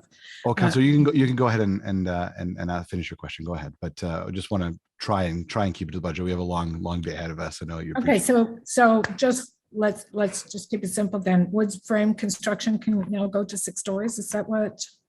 Or higher. I know that they're lobbying for higher, to go higher. It's cheaper to build with wood. Yeah, for sure. My other question is the impact of the 24-hour shift on the staffing shortages. Because, you know, obviously if somebody calls in sick and they're working a 24-hour shift, that's really like 3 shifts that they've called in sick for. So is that, how much data analysis has been done either by you or the department on the impact of the 24-hour shift on staffing shortages? I honestly don't see from my end what the staffing shortages fall into with the 24-hour shift. I do know that we typically are not using as much sick leave as we did on the old shift. We have a lot of measures that we have now that allow our members not to take sick days. We have members that we can sell a lieu day or exchange a lieu day with another member. We always say sell it, but it's not like that. It's a cost neutral item for the city that a member gets paid out for a lieu day anyways. But now if for some instances a member wanted to take a day off, they can easily put out an email and exchange a lieu day with another member, and that member would come in and work for them. So I don't see the shortages so much on sick leave. The data is going to be skewed because of the pandemic, because I think a lot of people were afraid if they got sick or anything like that. And if they did get sick, they probably fall under a different coding with the city because of the COVID restrictions and having to report and get tested and such like that. I think when we move forward, we'll have a better bearing on what that plays into. But in the past, I can say in the last 4 years or so, prior to the pandemic, that our members were doing very well under the new shift schedule and really looking to have that as the go-to for the future for the fire service here. Thank you.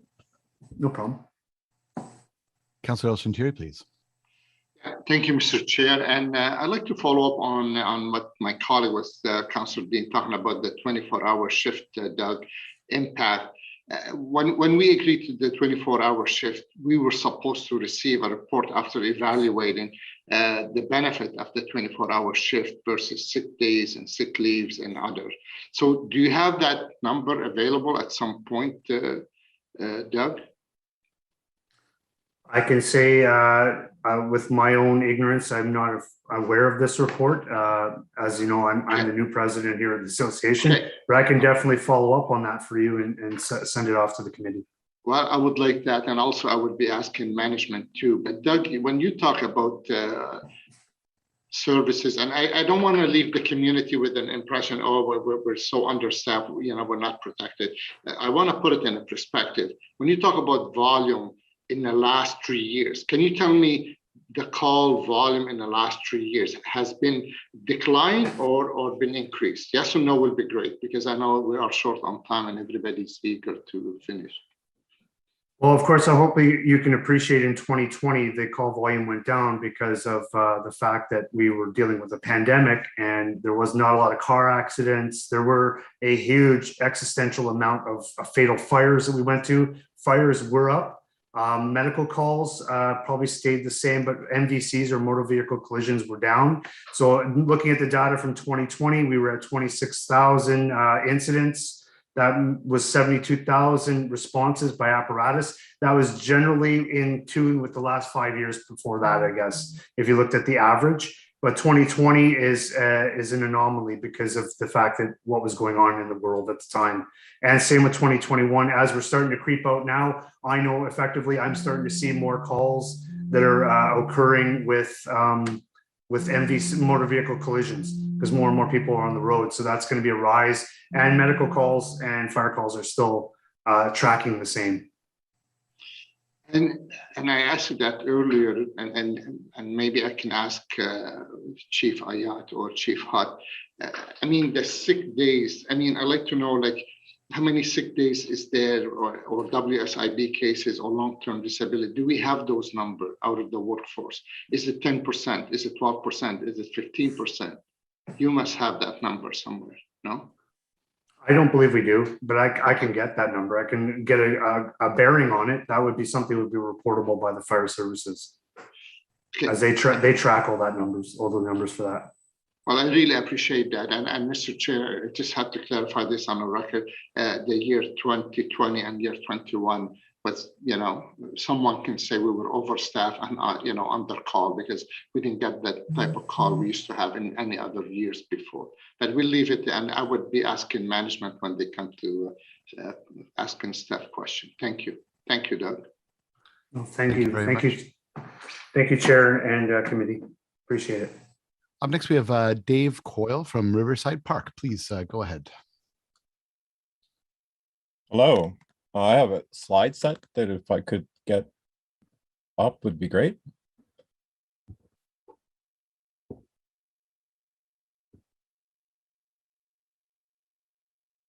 I just wanted to take a moment to talk to the committee, and I thank you for the time. I just want to talk about the bubble in the room. We all talk about the climate implications of human activity, which has been defined as the reason for our climate emergency. So as Dave Coyle, as one in a million in Ottawa, last year when our activity was more or less confined to home, we spent 1.2 billion on electricity. It was up $100 million in the residences. And I've heard people speak that that's because the consumption went up. And as best as I can tell, that's not true. Our consumption for 400 million in residents, it was up 100, but our consumption of 800 million for businesses stayed constant. Next slide, please.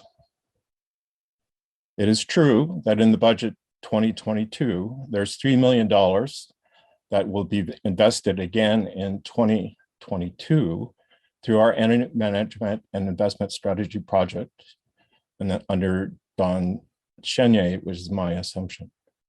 Next slide.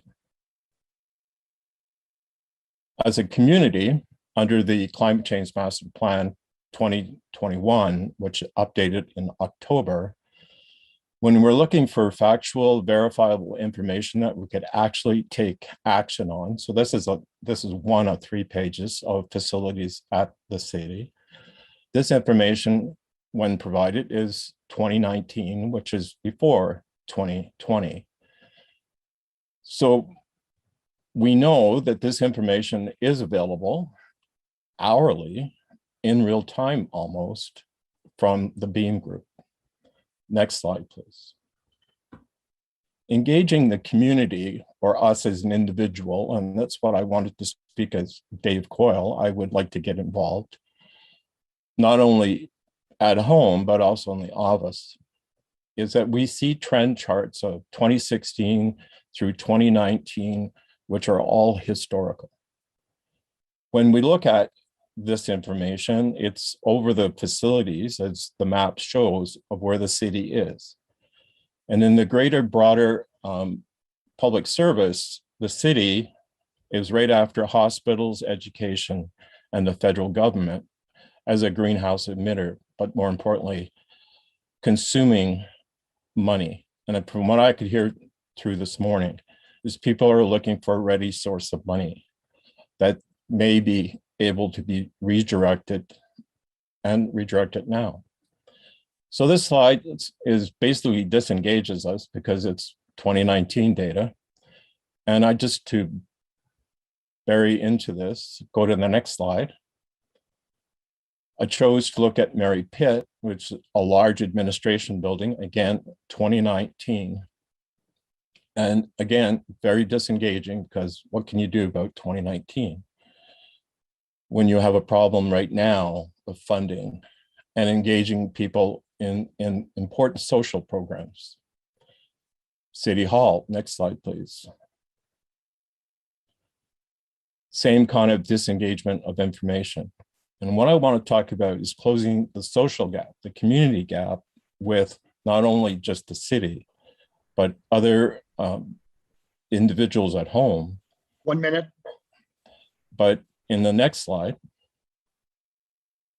we can see that the dotted line of Mary Pitt, when you look at activity in the building, 80% of the building is on when at 4 o'clock in the morning, most of us are at home and asleep.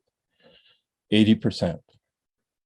If we were able to direct this organization to engage, there would be a ready and an immediate funding source. And that is my, so my question is basically, how will the budget, on the next slide, how will the budget address not only operation costs, the human activities that we're talking about today, but also the empty room syndrome that we know that even before in 2019, only 15% of rooms could be scheduled and occupied effectively. Time. Thank you. Okay, thank you very much. Do we have any questions for our delegation? Okay, thank you very much, Mr. Coyle, for coming out today. Our next delegation is, oh, I hope I don't botch this, Amanda Quantz from... Amanda Quantz, but I'm actually, is it okay if I, the person who's presenting just after me, Rianne Mahan, is she has contacted me to ask if she can go first, and then I'll follow her. Is that okay? Oh, I have no problem with that. Rianne, please go ahead. You are a research professor. Looking forward to hearing Yes, sorry. And I'll be brief. I have another meeting, which is why Amanda put me first. No, I'd really like to thank members of, I'm muted? No. No, you're good. I'd really like to thank members of the Community and Protective Services Committee for this opportunity to speak to you on the topic of childcare. A universal, affordable, high quality and inclusive childcare system represents a crucial investment in Ottawa's people and community, which is the theme of this budget. I'm a member of Childcare Now, but as you pointed out, I'm also a researcher, and I've been studying for roughly the past 25 years childcare policy in Canada and elsewhere at the local, provincial, national, and international levels. In fact, in 2005, I wrote Learning from Each Other, Early Learning in Childcare in 11 Canadian cities. Ottawa wasn't one. It was commissioned by the cities of Toronto and Vancouver and Social Development Canada prior to the Harper government's cancellation of the Liberals' previous Early Learning and Childcare initiative. Now, we meet today on the cusp of an historic infusion of federal funds, and unlike most provinces, our cities have a role in planning and managing this development. If, as is likely, Ontario's agreement follows the template, the funds are to be used to realize the kind of childcare system envisioned in the city's Childcare and Early Years System Service Plan 2019-2023. While providing the resources to realize those ideals, moving toward $10 a day by 2026 is going to substantially increase demand for places and for qualified staff beyond the level projected in the plan. The city needs to begin to prepare now. I realize that staff are focused on dealing with the COVID-injected turbulence, which was discussed when Michel Laflamme spoke earlier. But resources need to be made available now so that the city is prepared to make full use of the new funding, to increase spaces in public and not-for-profit centers, to implement a new wage grid, to recruit and retain qualified early childhood educators, and to develop such a growth plan in a way that it engages all stakeholders across the city. This won't be easy, but it's a welcome challenge. And it's one that Councillors McKenney and Kavanaugh's motion is aimed at helping the city to meet. And hence I wholeheartedly support it and hope that you do. And thank you for your consideration. Councillor McKenney, please. Thank you, Chair. I'm not going to keep you long, Rena, because I know you have a meeting to get to, but I did just want to, what you knew, and just for others, I did read out the motion, but that is exactly what it is. It's asking staff to look at, the possibility of developing that growth plan. There are different priorities, and our staff are working with earlier systems like planning advisory group, but certainly it is critical that we know, that we develop that plan so that we can identify expansions, capital expansions, and targets for our childcare system. So just wanted to put that out there, and I will be asking about timeframes. I know that's something that we kind of went back and forth on, but I will be asking about timeframes and what that will look like and what we can expect. So more to come. Thank you. Thanks for coming out. Councillor Kavanaugh, please. Thanks, Councilor McKay. Yes, yeah, with the time pressure, Rianne, I just want to say thank you, because we obviously have heard from you, and we appreciate the input. So the motion, I hope, will help be a guidance, and I just wanted to say thanks. And I expect that you'll continue to help us along in terms of, especially with your background. So I just wanted to confirm that. Okay, thank you very much. Absolutely, thank you very much. And I've actually learned a lot today, so it's been a really good education. Thank you. Okay, thanks. Thank you very much. I'm glad we were able to accommodate you, and thanks, Amanda. It's always great to see both the committee members and our delegates working together on this. So I do appreciate your patience and your willingness to accommodate Rianne. Please go ahead. Okay, so I want to thank councillors for having me here, and I want to thank everyone who has presented already. As Rianne said, it's a learning experience to come to a meeting like this and to hear so much about our city. So I am a parent of a child who attends childcare before and after school, so it's much less expensive than it was just a few years ago when he was in full-time childcare. I'm also an early childhood educator and a member of Childcare Now Ottawa, which is a group of parents and educators and allies and advocates for childcare that is affordable, that is accessible, and that is of high quality. So across Canada, as we've already mentioned, and you've heard a few times now, there's a lot of excitement around the childcare and early learning agreements that have been signed now in eight provinces and territories. And Ontario might be dragging their heels, but Ontario really does have a different setup, and the municipalities of Ontario have a very important role when it comes to childcare as the system service manager.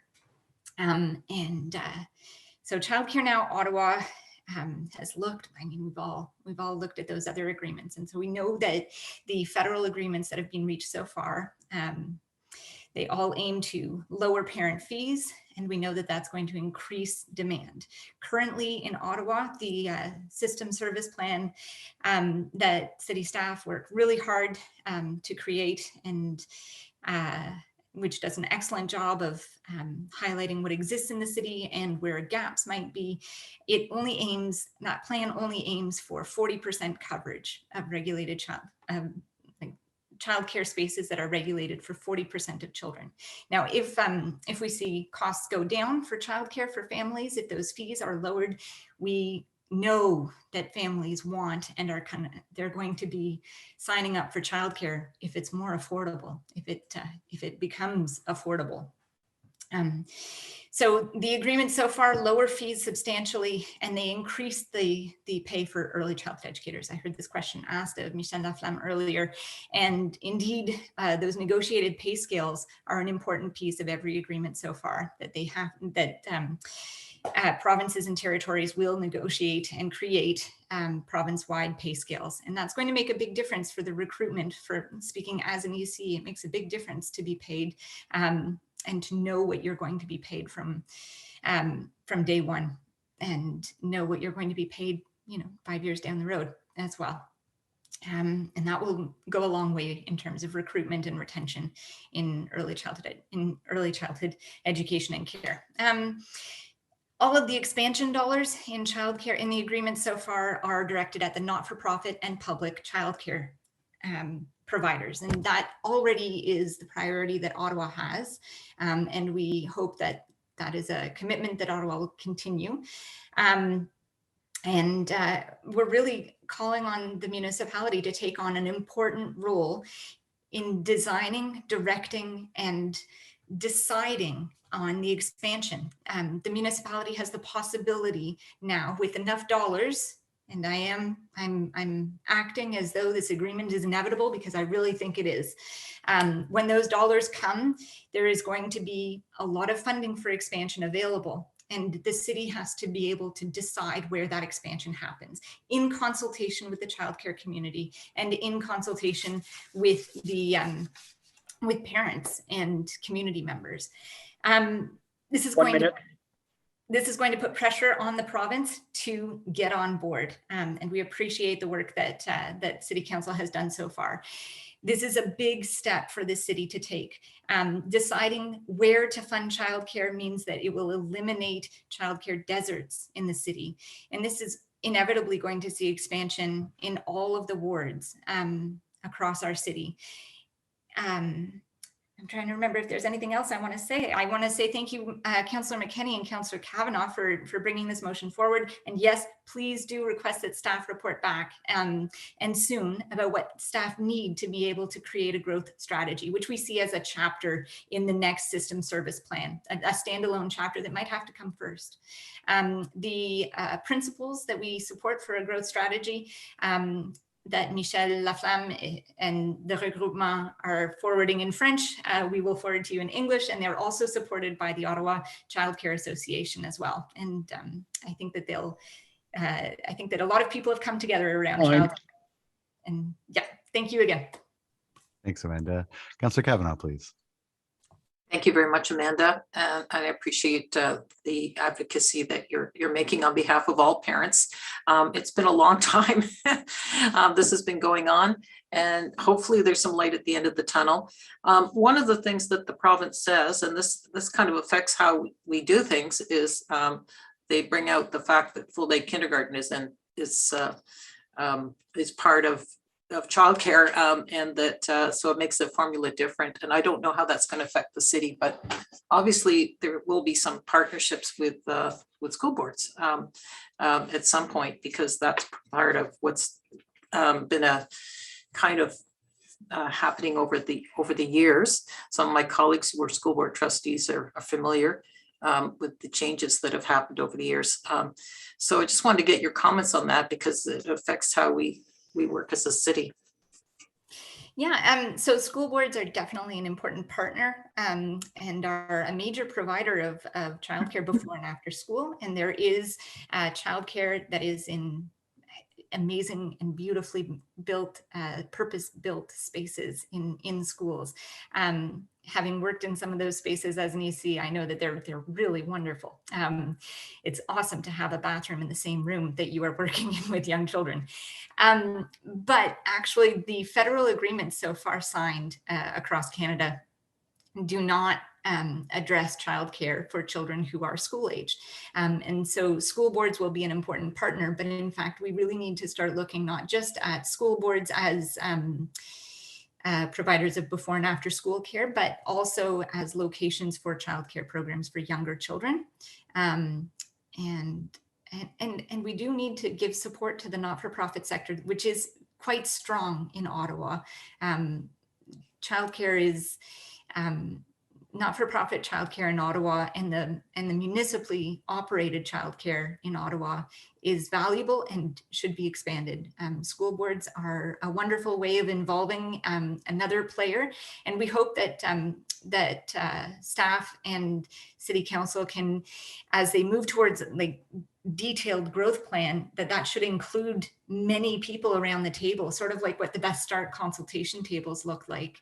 And this is why we think that there should be some funding for it, and that staff should be supported in addressing this, especially at a time when, on the one hand, there's a lot of federal dollars, like $10.2 billion for Ontario over 5 years. And at the Ontario level, they're saying, let's cut childcare right now, which is just ridiculous. So I hope that the city can take a long-term view. I mean, even if it's just another, like imagining the future just 1 year from now, hopefully just 6 months from now. I appreciate that. And I appreciate that you said about managing demand, because we'll be asking questions to our staff. But one thing I've heard is that they're kind of a bit burnt out. They're managing what we have now. What we don't have is staff to manage growth programs, like to just focus on the growth, because it would need more staffing to even just to look at where the needs are. And I think there are lots of lessons learned in terms of the growth from Quebec and other places. You can't do it all at once. And in Quebec too, as an example, in Quebec, that expansion, now Quebec is asking municipalities, they've recently passed legislation asking municipalities to take on a more important role in the development and the creation of childcare spaces. And that's something that they could have done at the beginning. And so Ontario can learn that lesson now, and Ottawa can learn that lesson now. Let's plan our expansion so that it is careful and so that it is really targeting where we need childcare in our city. And yes, absolutely, staff is going to need support, and the community is happy to sit at that table, but we don't have the resources. You know, I would love to plan Ottawa's childcare, but I don't have that strength and those capacities. But we do know that the city has that capacity or that expertise, and now in the budget is the time to allocate some dollars to that as the city staff see fit, and whether or not that means involving consultants who can support it. And I know that in Toronto, a few years back, they created a growth plan, and they used consultants to work on that. And that plan did result in expansion of childcare in Toronto. Yep, that's great. And the other aspect, which I asked about with Michelle, is the fact that it's about training up people because it's a growth industry, but they need to be paid properly and trained well, and to be quality care. So we need an army. So it's also managing that, so that because we can't grow any faster than we have the qualified staff to handle it. It's also important to recognize that there are many, many qualified ECEs out there. They don't work in childcare right now. I'm one of them. We've left the field because although we love it, it doesn't pay well. So when we see pay scales created, we don't only need to look to colleges and the 2-year training program. We need to recognize the experience and the expertise that's out there. There are many mothers who choose to leave the field of early childhood education when they have children who need childcare because the pay doesn't match the cost of the fees. And when we leave the field, it doesn't mean we don't want to come back. It just means we can't afford to. Thank you. Good point. That's a good point. And these are all things that we need to look at as we grow. Thanks so much for your support. Thank you so much. Thank you very much, Amanda. We'll move on now to questions to staff. And as per Councillor Fleury's request, we were going to have Kim Ayotte address some of what we heard today. However, we have two members that have another engagement, but want to be able to ask questions. So if the committee will indulge me for a quick moment, we'll do just those 2 rounds of questions to staff from those 2 councillors that have another engagement, and then we'll have Kim Ayotte speak briefly, and then move on to the rest of the questions to staff. So to begin, we'll have Vice Chair Aglai, please. Thank you very much, and thank you everyone for agreeing to accommodate. I thought we would be finished this meeting by now, but it's good that we didn't, because we're having lots of good dialogue and discussion. So I'm not sure, Mr. Chair, where to direct this question. So whichever staff member thinks they can answer, please jump in. So we heard from Sean Mahar, and he was talking about the report, Rethinking Community Safety. And he was asked, could he prioritize or indicate which programs he thought would get the biggest bang for the buck or be implementable most quickly and available to be up and running in 2022. And I'm wondering if staff are able to commit to reporting back by way of memo or email to council members prior to us voting on the police services budget, what they consider from that report the top 3 possibilities that could be put into effect if the funding was there, could be put into effect in 2022. Is that something staff thinks they would be able to do prior to us voting on the police budget? I'm going to hazard a guess that this one should go to Ms. Gray. Please go ahead. Yes, thank you, Chair Luloff. I would be happy to take that away and to work with both the team and I think members of the guiding council to do some prioritization of those initiatives and provide that before council. Thank you very much. Do you need that in the form of some sort of direction, or is it fine me just asking the question and going ahead on that basis? I'm fine to take that direction and just do that work between now and council. Thank you. I appreciate that, because I think that will be really helpful when it does come to council. It might even be helpful when it goes to Police Services Board for their vote, but I'm not sure what that date is, and I'm not going to step on another committee's toes. But if you can get it to us before council, that would be fabulous, and I thank you for that, Donna. Much appreciated. The other question, and I think this goes to Dan, is around the issue that the chair raised with regard to insurance, and looking at the groups that are in and the groups that are out, so to speak. I'm wondering if staff can also look at the larger problem, as I indicated earlier during questions to the delegate Alex Cullen, whether staff can also look at just the general level of cost, if you will, for insurance, whether you're in that group or out of that group, because I'm hearing from community associations that just the overall cost of getting insurance for their events or for their community association executive is getting out of hand. So is that something that staff could look at as well and incorporate into what they're working on with Chair Luloff? Or maybe I should ask Chair Luloff.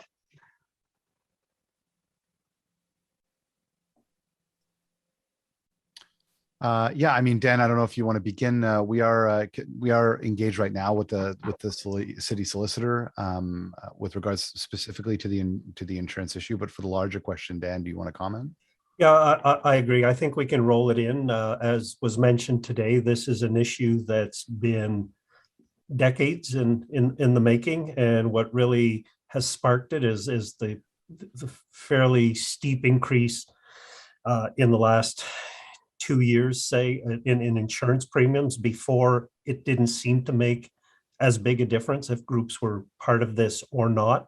But we can certainly look at the bigger picture and how it's affecting the variety of groups that are looking for insurance as part of their connection to the city. And I think that's an important piece of this, is that in a general sense, community associations are struggling with this, but our focus has been on groups that deliver services in some way related to the city, and some were mentioned, things like rent contracts, purchase of service type agreements, and that is the focus that I think we can at least come up with what some possibilities might be to address the issues. There are a couple of other opportunities between now and the 2023 budget that are available to us. I don't want to speak out of turn, so perhaps Mr. White, you might want to comment on this. I know that we've been chatting about this quite a bit, and certainly appreciate your willingness to help if you wouldn't mind. Certainly, Mr. Chair. I mean, in the context of the overall Community Partners Insurance Program, I mean, one thing I would keep in mind is that the councillor spoke to some of the other portions of insurance that some of the community associations get into, like directors and officers liability. Those are things that we don't cover, irrespective of whether they're in the open or the fixed. But and this is why I'm kind of, myself and my group are keen to work with Dan's group, because those are issues that we still confront from a service delivery, community engagement standpoint. I think there may be some other work that we can do with respect. Obviously, we can't advise them, we can't give them legal advice and things like that, but there are things that we can, some information we can provide that might allow them, for example, to structure themselves in a way, things like incorporation, that can help them kind of mitigate the risks that they might be facing. So I see it kind of as two-pronged. One, it is to deal with the issues around the insurance program itself, but the other is also to ensure that we are kind of comprehensive in our approach in terms of risk management as well. So we all benefit from that. I appreciate that, gentlemen, both of you and Chair Luloff. And again, thank you everyone for letting me kind of jump the queue there. I appreciate it. And I'll yield the floor. Thank you so much. We have also in the past not always respected the committee members before council members. So if it doesn't disturb the order too much, Councillor Brockington has another appointment and he wants to be able to get his questions in. So if that's all right, I'll cede the floor now to Councillor Brockington, please, to ask his questions, and then we'll continue on in the order with which hands were raised, just in the interest of working together. Please go ahead, Councillor Brockington. Thank you, Chair, and thank you, committee members, colleagues. I have probably 15, 20 questions, and out of respect to you, I'm going to ask just 2, and I'll take the rest to Mr. Chenier. I'll bug Mr. Chenier, but not my colleagues. 2 questions, Dan, for you that I need to address today. So the Alexander Community Center is in the budget, page 175. Community center space upgrades, you identify a pool of money for Sawmill Creek, Alexander. It's broken in half, revenues, a line, and development charges. Can you just articulate, is the funding secure, or are we relying on a portion that we still have to find? I think it's that revenue side. And basically timelines for this particular project. Just help me understand if the money is secure or not. Councillor, what you're seeing there comes out of the last update to the development charges bylaw, and is the amounts that are there are secure. Now there is, as you will have noticed, this is to fund the growth side of the project, but there is a requirement, because this is in an established neighborhood, there is a requirement for another source of funding that is essentially recognizes the benefit to existing of the project. And so the development charges pays for the growth side, and then the city has to come through either through tax money, through debt, through other government sources. I see Kevin has popped up. That means he wants to say something and weigh in on this.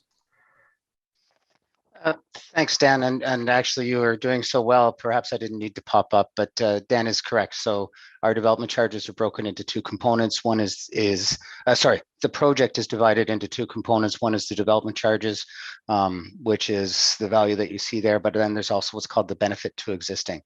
The budget provides us with authority for the overall amount. However, what the benefit to existing and how that is funded is still to be determined. As Dan mentioned, it can come from various sources. It just can't come from development charge revenue. So we're not going to break ground in 2022, but I just want to make sure that as we make progress and key milestones are met, and then we come to the point where we have to write big checks, we don't stop. So are we at a point where we're still looking fine and we can iron out that source of funding in time? I just want to make sure I completely understand how this is broken down in the budget. That is exactly where we're at, Councillor. We are moving ahead on a project. We would be required to come forward with a report to council once we have the totality of what we're doing. Do we have a partner on the site? Pardon me. Once we have a partner on the site, and we will go forward to council to demonstrate the entirety of the project, be it partner and all our funding sources. Thank you. Okay.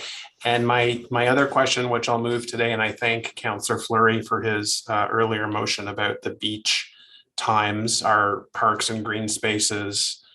We know how well they're used and loved. COVID just further put that on the front burner, how much our communities love parks. Wading pool, lifeguard supervision. What I would like to propose is doesn't cost anything. And that is, I want to take the allocation in River Ward for lifeguards in our wading pools. And I want to make some tweaks where sort of at-risk neighborhoods that don't have a lot of amenities, where families don't have a lot of money to take part in other stuff, have wading pools that are staffed 7 days a week. And if I have to take from other wading pools in my ward for that resource, I'm willing to do that. But Dan, can you speak to, is that possible? Councillor, yes, within the budget envelope that we have, if you are willing to bring that to the community, most specifically the communities that would lose days, then days are transferable. It's best if we know this early on so that as we're hiring, we hire the right complement for the right locations. But within the existing budget envelope, we've always had flexibility to move days around, and we can certainly work on a plan with you. And I would suggest we do that early in 2022 so that it's reflected in our hiring. Just to help me out, what does one waiting pool cost for staffing for a season? Just ballpark. You are looking at, just give me a minute here, Councillor. You're probably looking at about,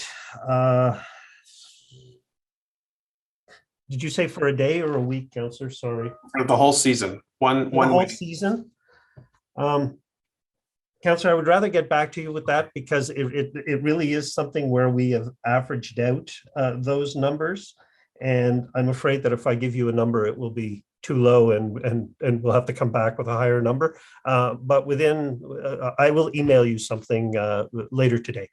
Yeah, if we as a council think about where we can have a great impact, immediate impact in our communities, and the investment is peanuts, it's something like this. We have in at-risk communities waiting pools closed 2 days a week in the summer. Kids literally have nothing to do. And I want to, if I can shift resources, that's great. But ultimately, we've got to put this very minor investment into our budget for these communities. So thanks, colleagues. Dan, I'll follow up with you with some other stuff, but I appreciate the opportunity, Chair, and I'll yield the floor. Thank you. Yep. Okay, and as promised to Councillor Fleury, I guess I don't know if it's official yet, Chief Ayat or GM Ayat, if you would like the floor for a brief moment, just before we get into the rest of the questions of staff to address. Sure, we did get a memo, and congratulations to GM Ayat. Thank you very much, Chair and Councillor.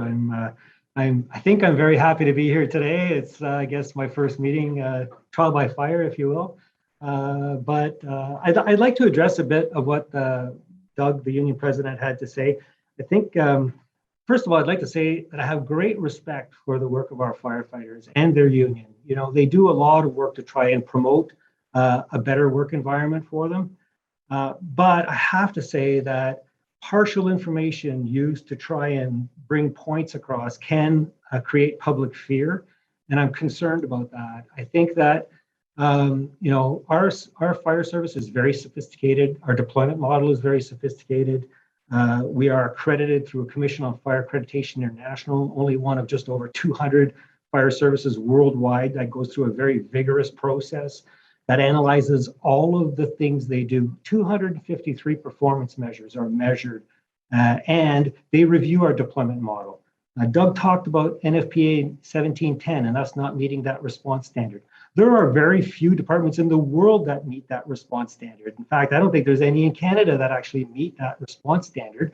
What we do in the CFAI process is we identify that as our target for our ultimate goal of trying to meet that response standard. CFAI themselves identify a range of benchmarks that you can reach. And given the magnitude and size of this department and the geography that we have to cover, it's a very challenging kind of process that we go through. And I'm proud to say that we've been certified since 2014. And every year we have to do an annual compliance report, and it's rigorously reviewed, peer reviewed, and following industry best practices, including the NFPA standard. So I can deal with the other issues if you have specific questions, but that standard in itself deals with issues of growth, deals with you know, our overtime and how we deal with our, I can tell you right now, the overtime is through the roof, primarily because of the pandemic. We've seen a huge, and people don't want to come to work. They're tired of working. So, you know, some of the things that Doug is saying is true, but the information behind it has to be analyzed a little bit more in depth before we can draw the same conclusions that Doug is drawing. I think that When we look at construction, 6-story buildings, you look at the National Research Council, they've analyzed that. They've done the research. My first response when I heard 6-story wood buildings are going to be built, I went, that's crazy. Firefighters are going to get hurt. Firefighters are going to die. Then I saw the research done by the National Research Council, who's responsible for the National Fire Codes and National Building Codes. And they've done full live tests to show that properly covered wood structures are safe. That being said, when we see these fires, they're occurring during construction phases. So before they're cladded, before they're protected, before the sprinkler systems are in, that's when we see the fires. Nobody's living in them. So I can reassure the citizens of Ottawa today that we don't only have one of the best fire services in the country, but that we are safe. And that, yes, I understand the concerns and we could nitpick and go through a whole bunch of different areas for improvement. And we're constantly working on them. I can say that today's fire service is safer than it was last year, and it's safer than it was 5 years ago, and it's definitely safer than it was 10, 15 years ago. We can talk about WSIB numbers. I can talk about those rigs that he talks about being out of service. First of all, we have extra rigs for when we have more complement. If we have firefighters showing up to work and they don't have trucks to ride on, well, those are extra rigs. They like to flip it and call it brownouts, where they say that, rigs are out of service, so therefore we're losing protection. No, all of our response times are based on our minimum staffing of 161. And when we have extra people over, not during the summer months, but in the fall and in the spring and sometimes during the winter, we need to put them somewhere. We can't just have them sit at the station. So we put them on these extra rigs. There are 6 extra rigs across the province that actually take care of this extra staffing. When those are out of service, yeah, they're out of service, but they're not part of our response model. There are additional rigs that are available to help respond. We know intensification is an issue. We're constantly keeping an eye on it. And our acting chief is doing a great job on that. Intensification in places like Stittsville and Manotick, and even downtown when you look at the growth of the high rises, et cetera. So I don't know. All I can say is I respect the fact that the president had a lot to say, and it was somewhat scary for me to listen to him talk. But at the end of the day, I'm not scared at all. I believe we have a great system of protection within the city, and I believe that our fire service is one of the best in the country, if not the world. And I'll put my hat on that against anybody. Thanks. Okay, thank you. And Councillor Fleury, thanks for affording that opportunity with your suggestion. Moving on to general questions of staff. I don't think we need to micromanage this process. I think that everybody gets their 5 minutes, and if you're not finished asking questions on whatever subject within the budget, you can come back on the board. I don't think we need to micromanage how in what order we ask questions. So over to you on the entire budget. Feel free to come back up on wrap up if you need to as well. Councillor Kavanagh, please go ahead for 5 minutes. Well, thank you. Where do I start? This is one of the busiest committees for questions, that's for sure. Just off the top, in terms of the insurance issue, I just want to ask to make sure that winter trails are included, especially since they're an alliance, so they're working together. And that's something very, very new that didn't exist before. So, and it was an issue that was a problem when we started up a trail, Britannia Trail. Very scary to try and figure out the insurance. So there's some help needed there. Just want to make sure that that's part of the conversation on that insurance question. Councillor, yes, winter trails are part of our funding complement, and so they would be part of this. We do have an agreement with them, a funding agreement. So we can certainly look at that as well. I appreciate that, because it certainly, because it was so new, it did need that help from the city, and the relationship has been very good. So thank you. Okay, I'm gonna ask a question since I'm still on recreation. Belltown Dome, it's on the budget as having a structural adequacy review, which frankly sounds very scary. It's an older building, it's well loved, it's an icon of the community. And right now it's full of supplies from the pandemic. So out of commission this year, and I'm getting asked all the time when it's coming back. Given people are scared because of the the previous comments about single sheet ice for an arena, a single rink. But it fits into the 15-minute neighborhood. It's right there, right in a community, and used by usually younger members because of it's a little smaller. But I just wanted to ask what this is all about. Chair, I can say that there's two questions there. One is the current closure. The facility is being used as a warehouse and distribution center for PPE as part of the pandemic response. And so it isn't open and will not until that need diminishes or another scenario unfolds to deal with PPE. In terms of structural adequacy reviews, it's quite common for these to go on a regular cycle for all of our facilities. And I see that Karina is here, and that would be done through the asset management group, and she can speak to that. Thank you, Dan. Chair, and thank you, Councillor, for the question. So I know it sounds scary.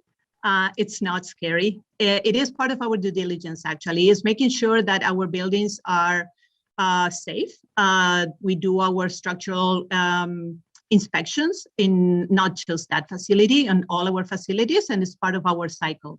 So it is not to be scared. If you wish to have some additional information that we can share with your community to give them that peace of mind, I'm happy to provide you with something else, meet with you. I know we have a meeting coming up on something else, so maybe we can bring it up so you can feed your community with that, but nothing to be concerned.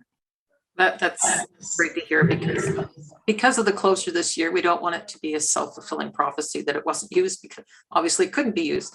But the demand is there, and the love of this place is very much there. So thank you very, very much on that. I'm going to move over to more social services. One of the things that got us through the pandemic was the Human Needs Task Force, and frankly, I was very proud of it, and I felt it was very useful, especially because it was not just about us; it was about working with community members, and a little bit sad to see it that it's not there. It's going to be dispersed, but I really am concerned that we keep those connections, because I think that was the biggest part of it, is that we continue to work with our community partners, because even though the pandemic may be over, the post-pandemic hangover is very much still there, if I want to call it something. Sorry for being pejorative, but there's still a lot of issues left over from the pandemic, and they are very much social services needs. So I want to know how that will go forward. Thank you, Mr. Chair. And I know that there is concern about, what we've been talking about, moving from emergency response into recovery and then kind of sustaining our service delivery model. And I want to share, Council, that we've had a lot of success through COVID, even given the severity of the situation that we've had to face in this community. And a big piece of that success has been the reshifting and the refocusing of our resources into the responsiveness to community issues, and working really collectively with our community partners to understand those and to provide response. How we've done that through the pandemic has been by creating a command structure, which is very much an emergency management structure, set up with funding from other levels of government to really do that intense management. But we do see that the services and the supports that we've been providing, and the way that we've been providing that, shifting now into how we become a new social services department and deliver services for the future. And many of the structures, although they may not be called a Human Needs Command Center, we're looking at how do we sustain them as we move forward. And that also includes items like our respite centers, where we're seeing the wraparound services that needed to fill the gaps have also really helped us understand that when our services work together in a common location and really work to serve our clients, that we can have success. So you will see, and I will be coming back to council in the first quarter before we end the Human Needs Command Center, you'll start to see the areas that we've had success, really building that into a different model of social services that we can sustain that for the future. So it won't be a COVID response, it'll be a new model of service delivery as we move forward. And it will integrate with some of the human services integration that the province is expecting of us as we move forward as well. Thank you very much. Following that, we heard a lot about things that could be preventative, things that can help our community in terms of taking away responsibilities from police that are currently under police, and the whole Rethinking Community Safety report. I wanted to get your comments on that because there was a lot there, and what we can do right now to help in that respect. Thank you, Mr. Chair. And I really want to, thank the Community Health and Resource Centers for the work that they've done in working with the community to identify kind of a menu and list of items that we should prioritize moving forward. And I know they've got a lot of consensus in the community about those things that would need to be invested. The reality of that report is that report, has been done before we start to make some shifts in the community funding framework and some of the items that we have funded in the 2022 budget, and before we had finalized the community safety and well-being plan. And I think now we have a really good framework in the community safety and well-being plan to really take that work and start to look at where are the real gaps and start to prioritize the set of activities that we think we need to move forward. This committee has tasked me under the community safety and well-being plan to build that plan, to set those priorities, to set measures, targets, and to come back with a financial sustainability plan around how we fund that. What I'm hearing today, or what I've heard from committee and from the direction from Chair Luloff, is there's an urgency to get to action more quickly. And that's the work that I think, taking that report and working with some of the structures and the guiding council that we have, we could come back with some immediate initiatives that we could fund, and with the request of Councillor Eglai to take that away and look at items that maybe we would like to fast track and do. I'm prepared to do that between now and council and bring that back. But irrespective of that, I think that report provides a really good foundation for us to build on the community safety and well-being plan moving forward. I'm glad to hear that, and I appreciate that. A lot of homelessness, as was said by Aaron Lee, was the fact that it's about support and prevention. I'm sorry, I've got the name wrong. I've got the wrong name in my head. But in terms of on homelessness, it's about prevention, and that it's giving more guidance to people so that they don't lose their places, so that they don't get thrown out by landlords, and that they get some guidance. So it's not necessarily finding more affordable housing, which we obviously desperately need, but can that be part of what we provide? Yes, yes, absolutely. And that is a big piece of the housing and homelessness plan, is looking at those components of prevention. And we do very much, pay for people's eviction or rent arrears so that to prevent people from being evicted. We work closely with landlords to prevent eviction. Those are all components that we have right now in the housing and homelessness plan as part of the prevention activities. So absolutely, that would be part of that. And that's a key pillar in the community safety and well-being plan, is the housing and homelessness plan, of which we currently have 42 actions, the bulk of which are also a large portion is preventative. Great. You heard about childcare, and you've seen our motion. We've worked with you on this. I just wanted to get your feedback on it, particularly about the growth and how we handle it.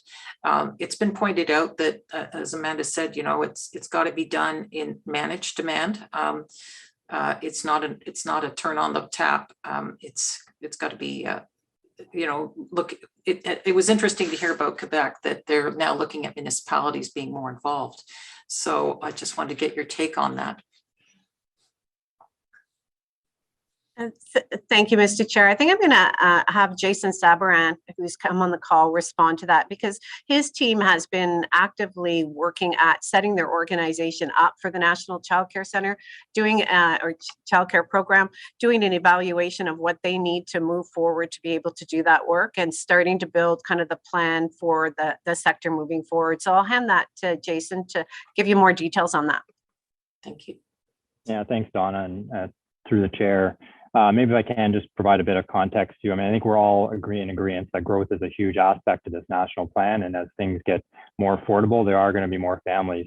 Part of me is actually happy to hear that today's meetings, actually, it seemed like the growth strategy was one of the biggest concerns. And that makes me feel good in the sense that our 2021-2022 council approved work plan was actually highly focused on supporting families and service providers through this pandemic. And when I'm not hearing some of that, it makes me feel like we're doing that. We're sustaining what we have.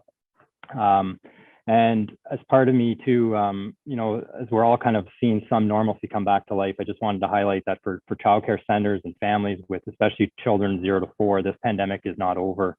And some of the community members even highlighted, you know, the federal supports that they all receive that we haven't got an extension yet in October. I'm still concerned about the viability of this sector moving into 2022, which is why our work plan was highly focused on that.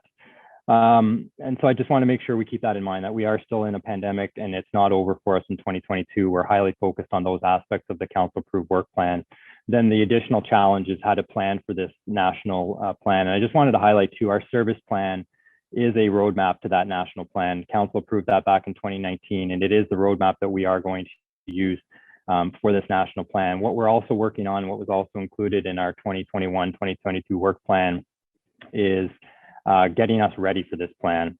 So we're actually doing a significant amount of work right now, looking at our service delivery model, looking at the Quebec system and what we would need to be ready for this national plan, so that when we receive more information, we are ready to go. And specifically with growth, it is one aspect of that, right? That is equally as important as figuring out how we reduce rates, how we increase quality. And you heard it a lot from our community members today around the workforce is one of the biggest concerns right now. It is critical that we address that. That'll be one of our major priorities in 2022, sorry. And I am supportive of the motion. The growth has to be looked at, and I think it makes sense to align it back to our child care service system plan advisory group, and for us to align it to this national plan thinking. So that's just a bit of an overview and context, and hopefully I've answered some of the questions just with that perspective. Sincere apologies, Councillor Kavanaugh. That's the first round. If you want to come back on, please. Okay. I know you're excited, but we want to make sure that we give some opportunity to other members as well. But please feel free to come back on for the second round. Councillor Tierney, please. Great. Thank you, Chair, and thank you all. This is a very large committee and many arms on this one, so I'll just jump right in. First of all, the ice resurfacing. The electronic ice resurfacers. I remember when we went through this before, Dan, and it always it kind of scares me a little bit because I was a big supporter of our previous test. And I remember a lot of breakdowns. I remember, I'll use a hockey term here, burnt ice, because there was some pads that couldn't get resurfaced because somebody literally forgot to plug the ice surfacing machine in the night before in a single pad arena, and it took 3 hours to charge it back up so they can go out and do it again. There was a breakdown and they had to bring in a propane one. I need some assurances because I was coaching hockey back then, and people were staring at me as a city councillor during a tournament one time when it wasn't working. And so there's two things. First of all, what's your faith level? And do you support the new generation? And we've gone through this before on other things. We want to be progressive, like the hybrid bus situation. We saw how that worked. I'm really, really hoping the electric bus situation is going to be far better. It seems like a much more evolved technology. We took the first kick at the cat with this first generation. I'm going to say Zamboni. I know that's a term, but whatever. And it didn't really work out. Are we going to be doing this with a feeling of comfort? Do you support it? And I think I was triggered by Councillor Kavanaugh. Can we ensure they're in multi-pad facilities versus single pad? Because when you burn 3 pieces of ice at $300 an hour, that's lost revenue to the city, and I don't like gambling like that. Chair, through you, and thank you for the question, Councillor. We have just started this past September the pilot project looking at this. Much like Tesla and a whole new generation of cars, lithium-ion batteries are revolutionizing. The 4 existing that we have are the old lead batteries, and very heavy and very slow to recharge and very quick to discharge. And so that's why we are testing a Zamboni as well as an Olympia, which are the two manufacturers for what's available on the market now. And we are testing them at multi-pads. One is at Bob Macquarie and the other is at the Sportsplex, just to see how they perform in a, because, you know, some of the anecdotal information we have about these are single pads in small towns with, 5 hours of ice time a day. And that's great. That's, if you have to do 4 or 5 runs on the ice, that's totally achievable and within the technology.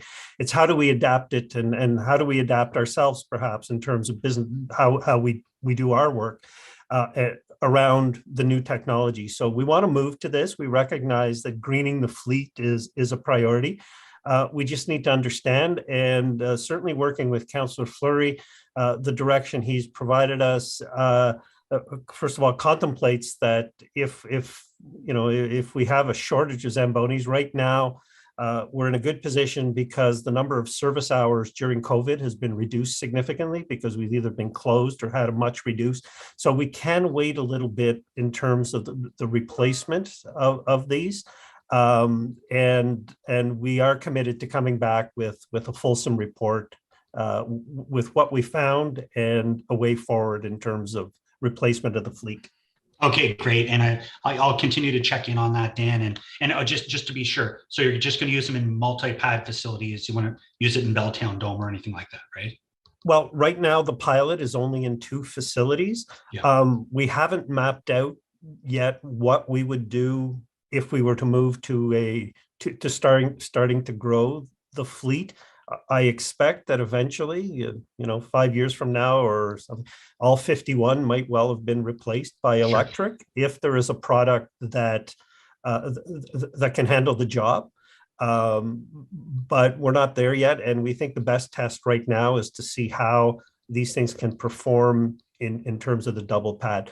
Future may well include some of these for single pads, but we're by no means there yet. Okay, good. Gives me some assurance there, and fingers crossed. While we're in the parks zone, community associations are getting peppered by insurance companies, private or city. We know it's a pretty high ticket. Hopefully they'll readjust post-COVID and drop back down. One of the questions that I was wondering about, and if memory serves, we do offer insurance for rooms and for park rentals, for CAs or community associations or anyone that rents, don't we? Isn't that something like, if I remember, you can rent a park for I forget, like $40 and it was like a $5 add-on for insurance or something. Does that still exist? Yes, Councillor, and some of that got a little bit mixed because primarily today we were talking about annual insurance premiums for a policy that would cover everything a community organization does. So they may get their insurance as part of their rink operation, but it would also cover their after-school play program or anything else like that. The other product that we offer, and it's part of our rental at either the front counter of a community center or through our ICE or field allocations, is an occasional insurance policy. If you're hosting an event at a community center, or you want to play pickup hockey with your friends, you can buy a one event insurance policy through us. You would do it as part of getting your permit, and we would issue that certificate. And then, of course, we work with the third-party insurance company to have that insurance coverage for the event. That has limitations. For the most part, it limits groups to 3 events. And so it can't be used as a substitute, and it wouldn't be economical to pay that premium every day of the year, even if it was. It's really intended for one day or weekend type tournaments or those kinds of things, but it is available much in the same way that the presenter talked about it being available at the schools. Okay, terrific. And I don't want to hit you with a question about numbers on the number of organizations or CAs that we have. You don't happen to know that by chance, I guess, eh? Well, and I think it was mentioned by Mr. White earlier that there are about 194 groups listed on there. The great majority of them are on the fixed plan. I think there are 150 something on the fixed plan, and another 38 or so on the open plan. Now that covers, one range. It doesn't speak to groups that are offering services under other departments. In some cases, we know that there are others with social services or with other departments, but that seems to be about the range, somewhere in the high 190s to probably into the 200s. Okay, and just super brief, because I have a couple more questions. I just want to rifle quick firepower here. Out of the 194, do you know how many of those would receive, the celebration money that they have for Canada Day and different things? And the reason I'm asking that, back in, I think, 2012, Councillor Hubney and I were trying to work with FCA and a couple other groups to determine who would receive that kind of money, what requirements would be in place, because I always thought it would be nice to see them get a little bit more money.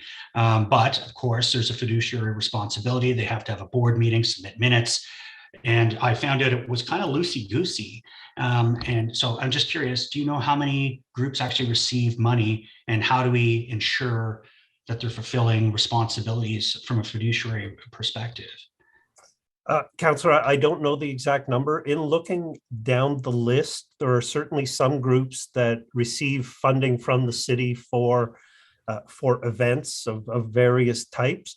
But we are doing a deeper dive in terms of, and it is part of an inquiry that will receive a formal response to, that will identify in detail which groups are funded for festivals and events, which groups are receiving non-cash but other support from the city. And that could be everything from space to arranging other city services through the special events team. So that's part of a response that we're pulling together to respond more fully to the questions you're asking.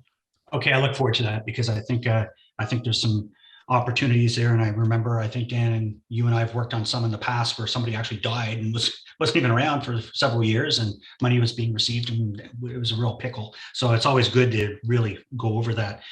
One more quick question there, Mr. Chair, on this round. So I'm looking at, there was some questions related to motels and shelters. I guess this would be for Donna. Does everybody in a situation like that, and I have a motel, and I always, it's always a tragic situation watching that. Do they all have access to rent subsidy? Thank you, Mr. Chair.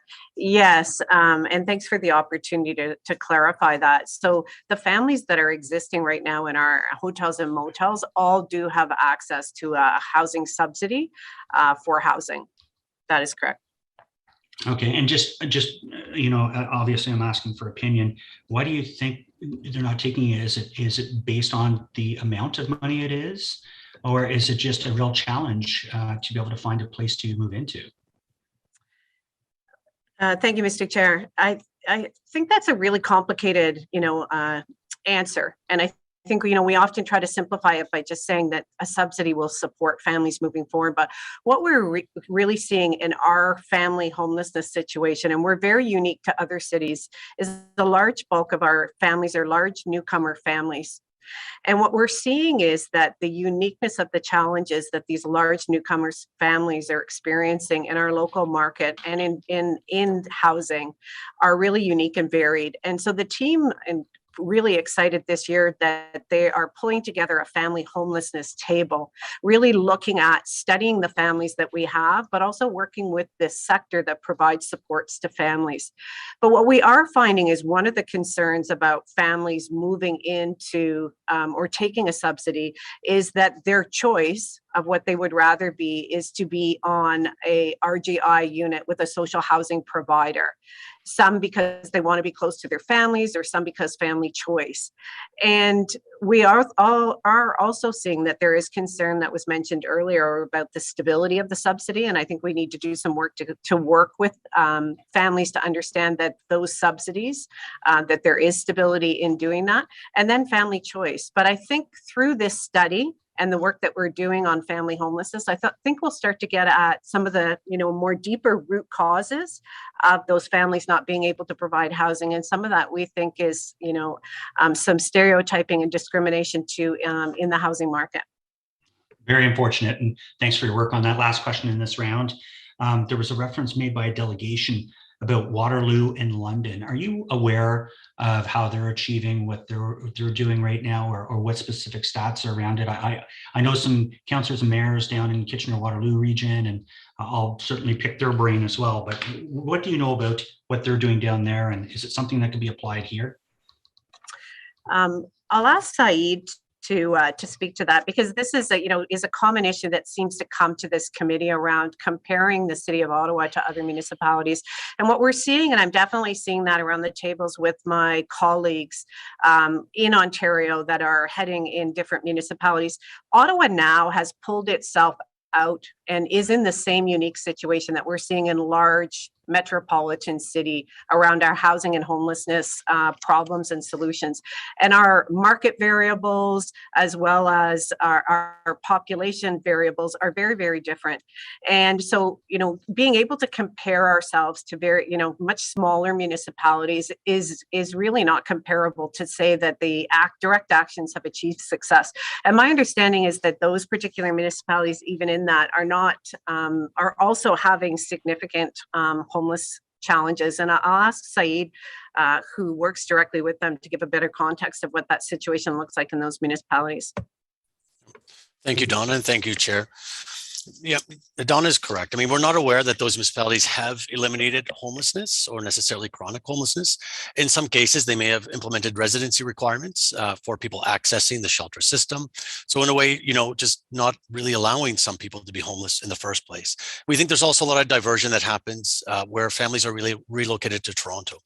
One thing we have to keep in mind when we think about the city of Ottawa is that, housing and homelessness isn't just a local problem, it's a regional problem. We fall between Montreal and Toronto. Toronto has a homeless population, of about 8,700 people, Montreal around 4,000, and where we fall sort of smack in the middle. And we also draw from a larger region, not simply the boundaries of the city of Ottawa with respect to people trying to access our services. We have many people needing to access our services because they're not available in other areas, other smaller municipalities, for example, and so forth. So again, if we look at cities of our size, we see they're having comparable issues and problems, even with things like tent encampments. This is something I know that's of serious concern for Councillor Fleury. I mean, we've seen in the news recently, the city of Halifax, much smaller than the city of Ottawa, has significant encampment problems, right? Same as Victoria out west, and it's very common in many small US cities as well. So these are not unique to the city, especially during the pandemic. And it is, we will reach out to the Alliance to End Homelessness and take a look at those stats and those municipalities just to confirm those numbers. But we're not aware of of a city our size sort of achieving reducing chronic homelessness or homelessness to zero, simply by making a few adjustments. Great, thank you very much, and thank you, Mr. Chair.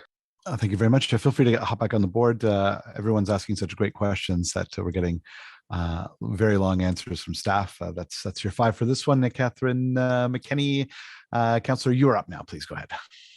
Thank you. Thanks, Chair. I just want to make one correction. The delegate had said that the Waterloo ended functional chronic homelessness, ended it for families. Didn't say that ended it for everyone. And Waterloo's about 720,000. We're about 1 million. So I just want to make sure, and that is true. I mean, I've seen the sheets. They have, for whatever reason, been able to house their chronically homeless families. I just want to ask. I just want to go back to Jason. Jason, and thank you for the follow up on the motion and and your work. Working with us to come up with that, to ensure that we're at least looking at growth plans for our capital requirements and daycare. I just wanted to, I wasn't sure in your response to Councillor Kavanagh if I understood a time frame. And I know it's probably not easy to nail down, but I still want to leave it out there for now. Like when would you expect we will understand what the priorities will continue to be and what the... Yeah, Chair, thanks. Thanks, Councilor McKenney, on the question too. You are correct. Timing is a challenge in a pandemic with many needs changing month by month and COVID guidelines and just the flexibility we need to try to help service providers through this. Maybe some context I can provide. I mean, if the province and the feds have this agreement done, with all the work we're doing right now is setting us up well to start that engagement, to start identifying those local priorities with our strategic advisory group, and then bring that plan back to council, right? And that would have to be a phased approach based on all these pillars, right? Access, affordability, responsiveness, and quality, and really figuring out, kind of like what our service plan did. Here's the 5-year plan of how we were going to move it forward. So, I mean, I don't know if that helps with timing. It's like we would have to come back with that because our work plans would have to shift dramatically with an announcement of a national plan to bring it back to council. And I think at least at that point, I could at least highlight where we're at with it and what we're talking about as our high priorities. So I don't know if that helps with timing, but that's really where my mind's at on this aspect.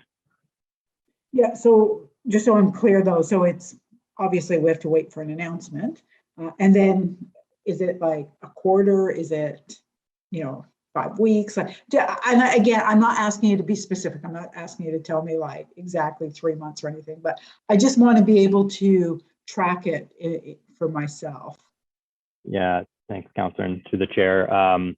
Yeah, I mean, without thinking about it, like we have to come back fairly fast, right? There are some fast deliverables here that the federal government has set up. And that's one of my biggest concerns, obviously, with how long this negotiation is taking and the pressure that's going to be on us to meet those expectations. So we are going to have to come back fairly fast should an agreement come back next year on here's what our immediate steps have to be to meet these federal, commitments and what our plan is in the short term, medium, and long term to meet these deliverables and ultimately do this for the families that we all serve. And just wanted to take a second to thank, obviously, the service providers that came today and everyone who's been working hard through this pandemic to support families, because we've been seeing it more and more, just that, how important childcare is and how essential these supports are.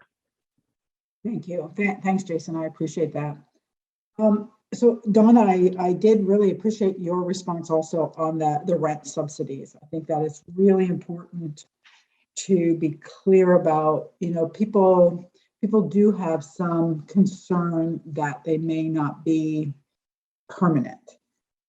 But I mean, what is permanent, right? With other levels of government, they can pull anything. They can pull RGIs tomorrow like that, but why do you think there's this notion? Because we even heard from someone who is a service or provider of housing.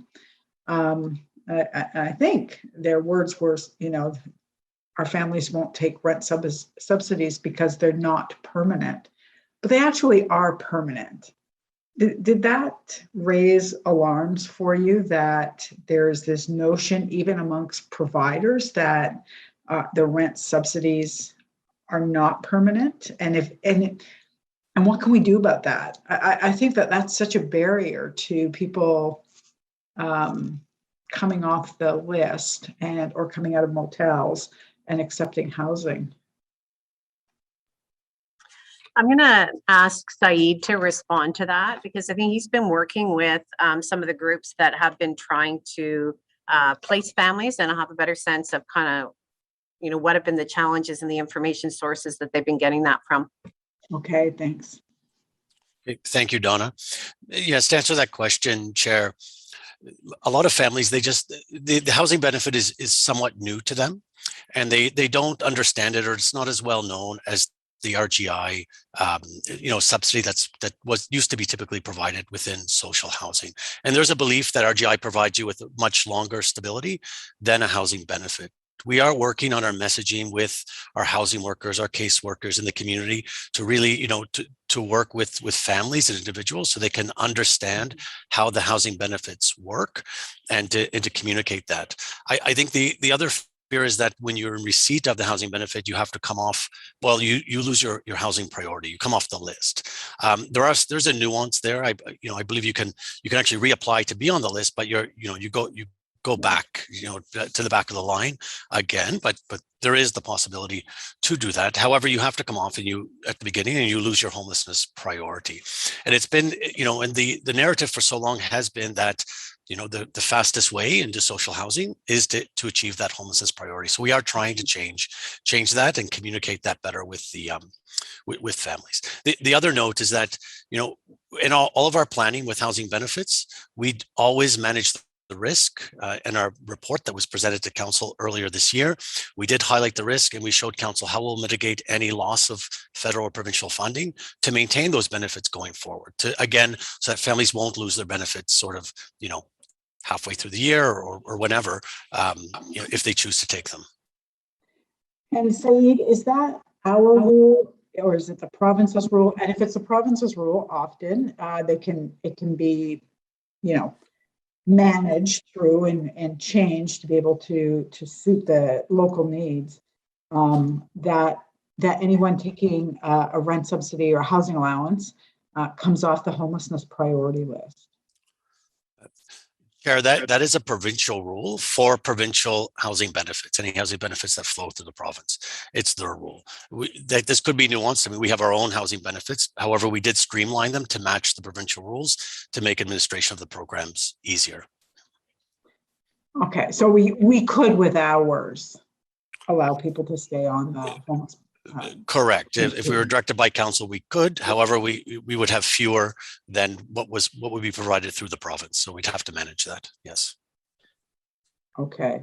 Let me think about that.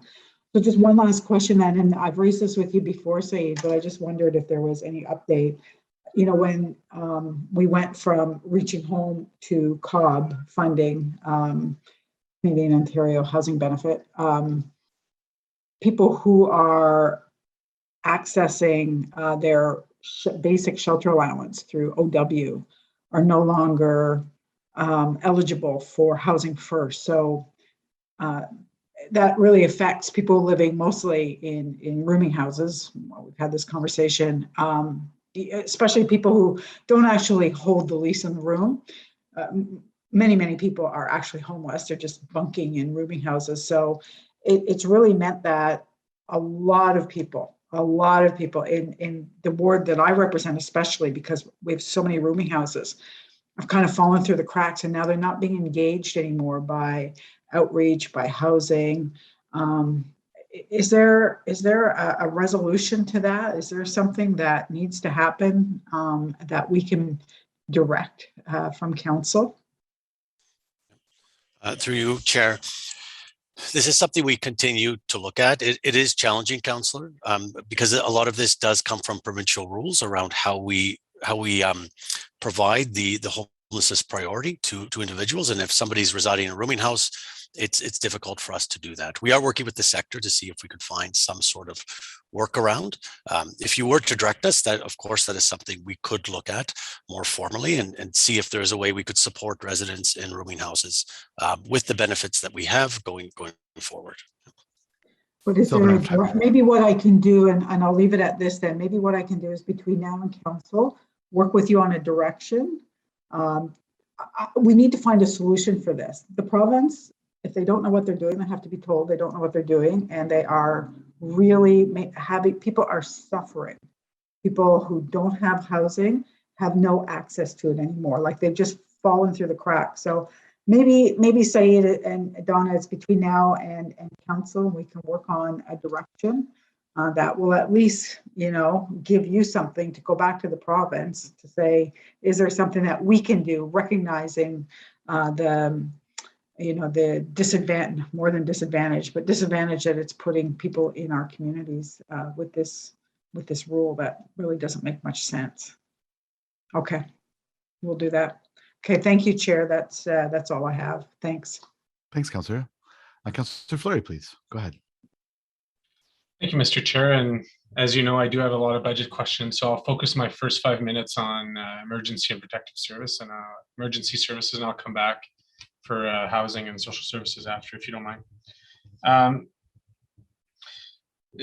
I guess, Chief, I'm looking for a couple of elements. So on page 98, fleet cost, it's been a number of very costly repairs. I think the variance refers to it, to vehicles over 200,000. So could I just get an understanding, was that a particular piece of equipment? Was that a particular unit, or is that a reference of aging aging equipment? I'm just looking for additional clarity on fleet cost and repairs specifically. Okay. Thank you. Through you, Chair Luloff. I believe you're referring to our cost for last year, the increase or the overage that we had for fleet. Is that what you're asking about, Councillor? Correct. Yeah, page 98 of the budget. So I could defer to fleet to answer that, but I can tell you that over the years we've had various different things happen with regards to the fleet budget, whether it's increase in fuel prices, accident repairs, or just aging fleet and repairs. So if you could just give me 1 second, I'll just refer to the document. Yeah, I can read you the line. So it's 226,000. Fleet cost exceeds budget, resulting in increased repairs and maintenance charges. So just looking to see if that is a unique standalone or if we're seeing a trend of aging equipment. No, this is something that we see almost every year, and it's it's just one of those things. Managing the overall fleet and trying to get them to come right on budget is very difficult. So sometimes we go over, and in that particular case, it is maintenance. It's aging fleet. Some of the repairs take longer, and of course, in 2021, we start to see things like supply chain issues, etc. So I think there's a variety of different reasons why we would be over on our fleet budget, and we monitor that regularly, and we work closely with them to try and stay within budget. Okay. Thank you for that, and I think it would be important as kind of, I feel a number of pressures. I feel the growth of the city, and we've heard that not just from fire but everywhere, aging equipment, and the pressure of electrification. And at some point, it would be good for fleet to show us a bit more of that picture. I think the fleet budget's a little bare on the maneuvering of those strategies and when the equipment is specifically in your case, Chief, relating to equipment that is on the road and emergency responses constantly. Coming back to the fire, and I appreciate what you were saying. We're not here to see a debate between an association and management. I'd love if you could take perhaps today's conversation and have a fulsome conversation with the association so that they see the picture that you're presenting. I think that's important for the workforce. When I look at on page 20 under fire, there's 975 FTEs. Can I don't know if you have that handy, but do you have an understanding of, the number of how many active members we have on there? Thank you, Chair. Just with regards to the association management relationship, I can assure you that we have a good relationship and that we work closely. We have regular UMAC meetings, union management meetings. They are briefed regularly on some of the challenges and how we're actually working around it. In fact, even during the earlier stages of the pandemic, we had our pandemic contingency plan in the event that we lost 10% of our workforce, 20%, 30%. We even went down to 50% of our workforce. What would the city look like from a protection perspective? And we had them at the table. First time ever, they're at the table with us, and we went through the plan with them. And while they understood the need to have those types of contingency plans, and they provided a lot of input into the plan, they still wouldn't agree with it at the end of the day because it's contrary to what they believe in, right? So, a lot of what Doug did today, I think he did because he's, representing the union and representing his members. But conversely, I have a responsibility and a fiduciary responsibility to the city and a public safety responsibility to the city to make sure that the city gets the facts with regards to exactly what we're doing. So I believe we do meet with them regularly and provide them with that information. And when you look at the overall big picture, I think that the relationship is still strong, and I'll support that. With regards to your second question, with regards to the breakdown, so in fire operations for 2021, we had 863 firefighters. Now, again, we're talking about career firefighters here, full-time FTEs. We also have in excess of 500 volunteer firefighters who offer great support to the city and who do great work and who are trained at the same level. They just take longer to get to that level, right? Because we bring them on and we take a 2-year process of training them. But once they're trained and they're on a truck and they're responding, they're at the same level. So we don't want to forget the volunteers. They offer great service. And just on that point about growth in Stittsville, Stittsville is one of our top volunteer stations in the city with regards to quick response times and showing up at the stations, showing up for calls. So that all plays into that equation with regards to when we actually go from a career or from a volunteer station to a composite station, which involves both career and volunteer firefighters, to a just a career station. So there's a lot of factors that, we obviously, Doug didn't have, time to discuss in depth over the 5 minutes. So he was hitting the high marks from his perspective. And I'm also not going to spend all night going over all of those factors with you, but I think it's important that we continue to have those discussions today so that that we have a good service. So 863 operational firefighters. We have 36 in our fire prevention division, which do great work with regards to education, public education, inspections, and investigations. We have 32 in our communications in our comm center, our dispatch center. We have 16 in our operational support. So that's our training division and our maintenance division. We are very, very lean, but I could tell you the staff are very good at what they do. And because of that, we're able to operate as lean as we do. Thanks. So, no, and I appreciate, I did see the slide with the breakdown. The point that I was going to bring is, can you assure council and committee today that we're meeting our fiduciary responsibility and response times with that, with the accounting of those FTEs? Yes, and through your chair, I don't only provide you that as the prior chief and as the GM, I give you that assurance. But I also tell you that I have support from the Commission on Fire Accreditation International, who reviews everything we do on an annual basis and who continues to certify us, meaning that, there are checks and balances in what we do, and we are meeting those checks and balances. Maybe not to the level that the association would like to see. However, that being said, we have that responsibility to manage appropriately. Okay, thank you. I'm moving further down on the budget on page 137. The item is 910476, Fire Training Center. I recall this dates back, I guess, at least 6-7 years, where there was residential construction near the Innis station or training center. Maybe I missed reporting, but have we landed on where the next training center is located? And does the amount here advance that? I value training. I think that's been the success as well of our fire services, is making sure that the teams are properly trained. So I'm just looking for a clarification here. Certainly, thank you. Chair Luloff, with regards to the new training center, the plans are underway to actually build a new training center. There is no land secured yet. We're still waiting for partners. The plan is to develop partnerships. We currently have what's known as a request for proposal of interest out, for which we'll try and develop partnerships, after which we'll find the land and we'll develop a more modern training center. You're correct. On industrial, the current training center is very close. Industrial, I apologize. Yeah, very close to other residential properties, and now the smoke can cause an impact, and obviously we don't have that. So we want our training center to be in an area that will actually not impact our residents. So there's a lot of work being done on that. We don't anticipate breaking ground before 2025, 2026, somewhere around that later, but that's contingent on the fact that we find partnerships. The good news is we've made a lot of relationships with a lot of great potential partners, and now we just need them to reply through the request for proposal. Okay. Thank you. If you could keep us apprised of that partnership and land selection, be appreciated.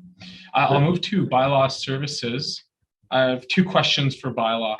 One is we had their annual plan a few weeks ago, which identified SR calls, and I was under the understanding that FTEs were to come forward, which I see in the budget at 7. So I want to understand, does that meet the service request volume that we believe responds to council's response times? And then the second question to bylaw, I'll go right to it, is I know that there is technology upgrades relating to the system, specifically that gives tool for management to oversee some of the on-the-ground field operations that is exciting. I want to just understand if it's funded either previously or through this year's budget. Okay, thank you for that, Chair Luloff. I think what we've seen in bylaw is over the past 2 years, because of the pandemic, is it's been really difficult to put a grasp on the numbers on what they're responding to. We're capturing some of the data. Again, we're looking at analytics between various cities, and what we're realizing is we're comparing apples to oranges.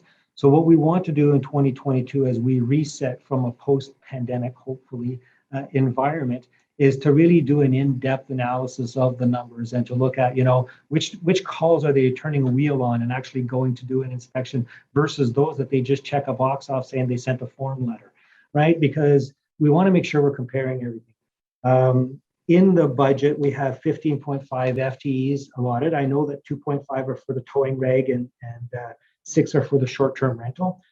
We attributed the 7 in order to try and, because we know bylaw needs some additional staffing, and we certainly want to support them. We just don't know to what level yet. And I think that what we've done this year is we attributed 7 FTEs, temporary FTEs, and we'll have a really good look at it in 2022 as we reset and have, if our numbers continue to go up the way they've been going up, then yes, we're going to need more bylaw officers. With regards to leveraging technology, we have a dispatch modernization program that will allow us to drill into the numbers more accurately. We'll be able to know which ones they're actually responding to with regards to having to go to a site, do site visits and all that stuff versus just the check marks and the form letter saying cut your grass. You know what I'm talking about. So, and then that's called our alternate response program. So, once we do that dispatch modernization, and it's started, there's been a few of the codes have been put in place for that, and we are hoping to get that completed in 2022, and the money is there for that in 2022. It's called the CRM. You've got time for one last question, Councillor Fleury. Sorry, you jumped in, Chair. I didn't hear the response from the acronym for the dispatch modernization is CRM. And so there is funding in that. And if we need more specifics on that, I'd have to ask the bylaw director, Roger Chapman, to provide that detail. Yeah, I'd love for Roger to follow up with me on the just a better understanding of the technology. My last question to emergency service matters. I'm not sure, Chief, if it's you or if it's finance, but I guess there's two elements. One, which is we have a fiduciary responsibility for a response time for paramedics.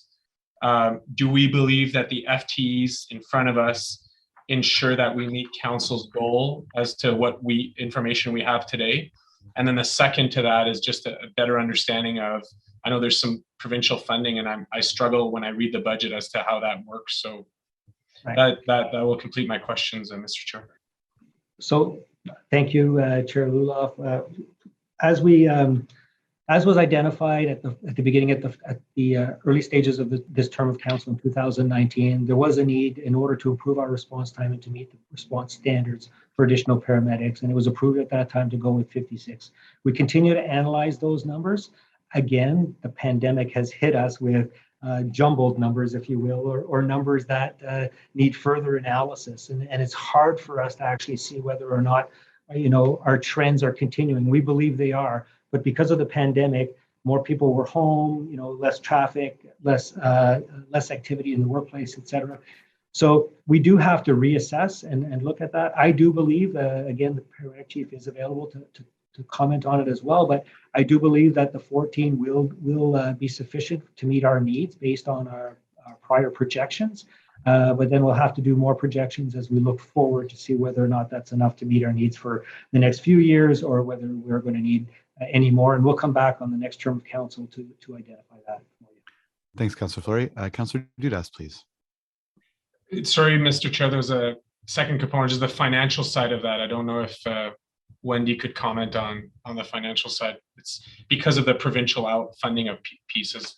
I can speak to that as well, but Thanks, sorry, Kim. go ahead, Wendy. No, please do, Kim. Thank you. Yeah, so for those 14 positions, we get 50% funding from the province. It's not like some of the other programs that we have where we're diverting, some of our resources. Some of those are funded 100%, but in this particular case, for those 14 and the $1.3 million in operating costs, and we get 50% of that funding from the province. Okay, thank you. Councillor Dudas, please. Yes, thank you, Chair. I'll be very brief because a number of my questions have been asked, and I've also spoken with staff prior to this meeting to get answers to my questions. So thank you very much for feedback, staff, prior to this. It was mentioned, and Dan, please correct me if I'm wrong, the revenue shortfall from our recreational services was 24.1 million. And that was in the fees for service. Please correct me if I'm wrong on that number, but regardless. That's correct, Councillor. Okay, number is right. I wish I wasn't correct on that. That's a substantial amount.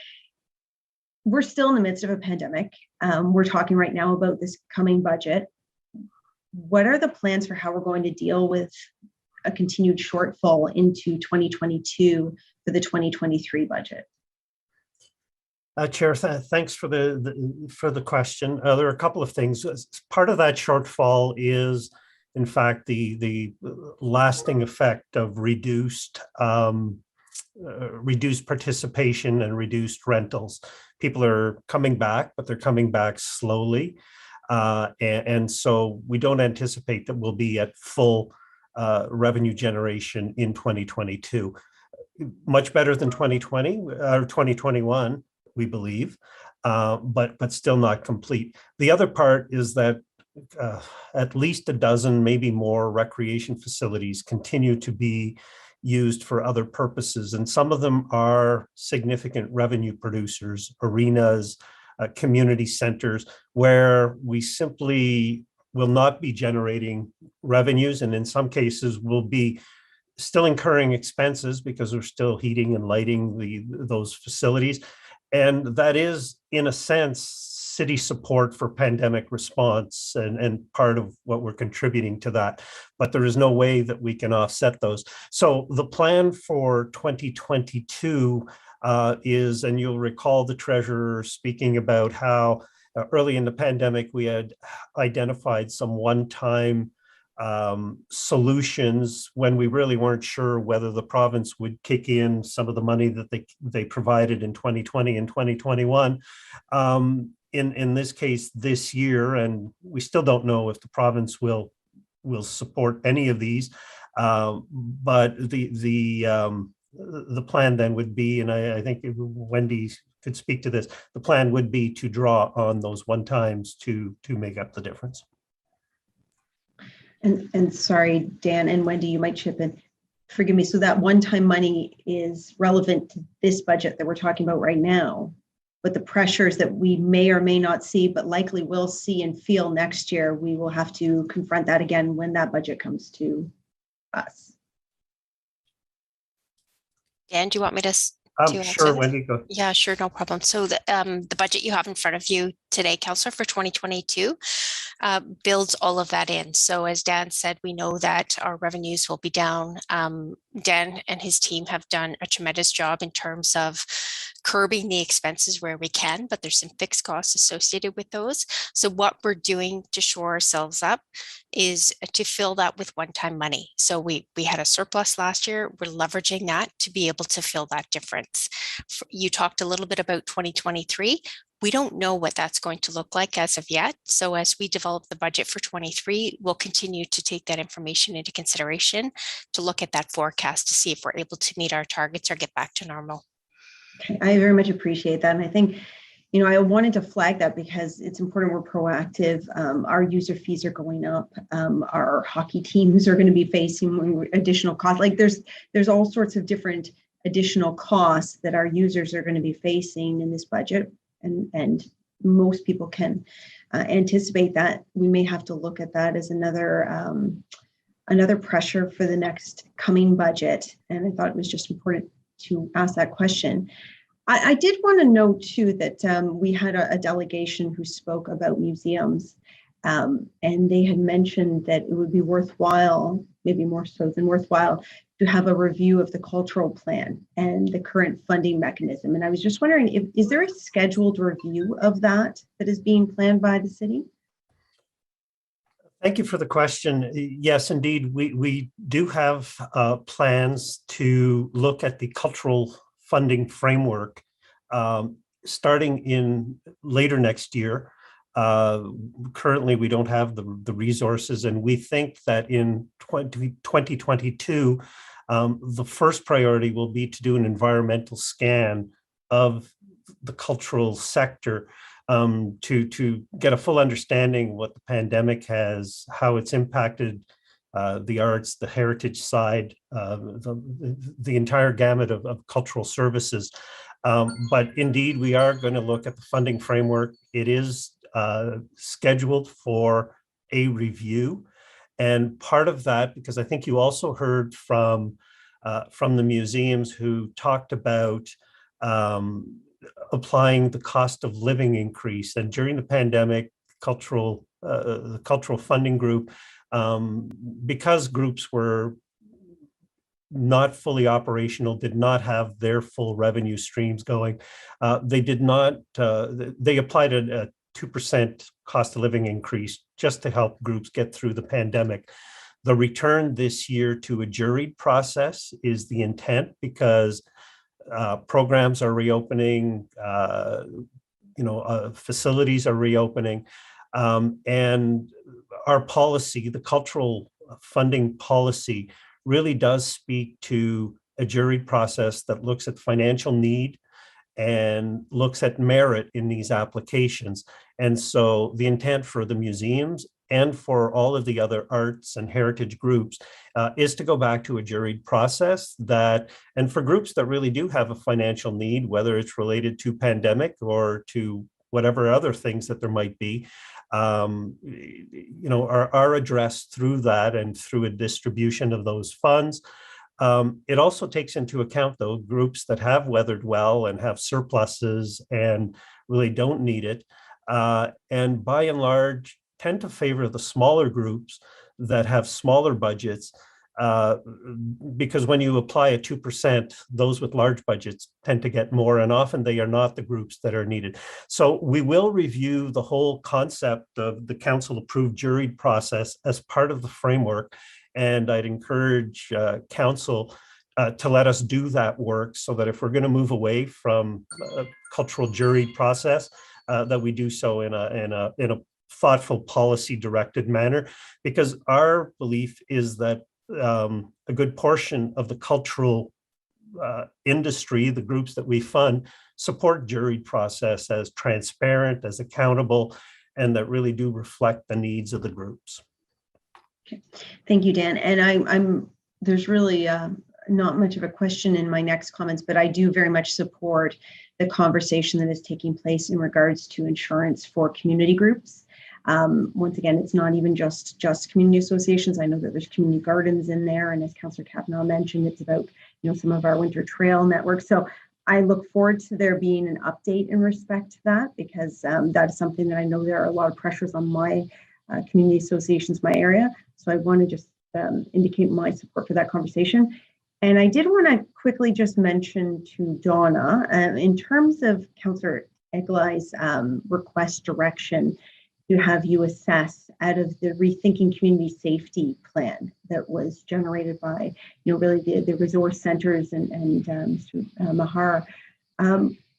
once you do that assessment as per the councillor's request, I do hope that anything that doesn't make that kind of first cut for this upcoming budget, anything that we can't fast track, that it would be considered for upcoming budgets. I'm assuming that was the intent of also the direction, but could you just clarify that for me?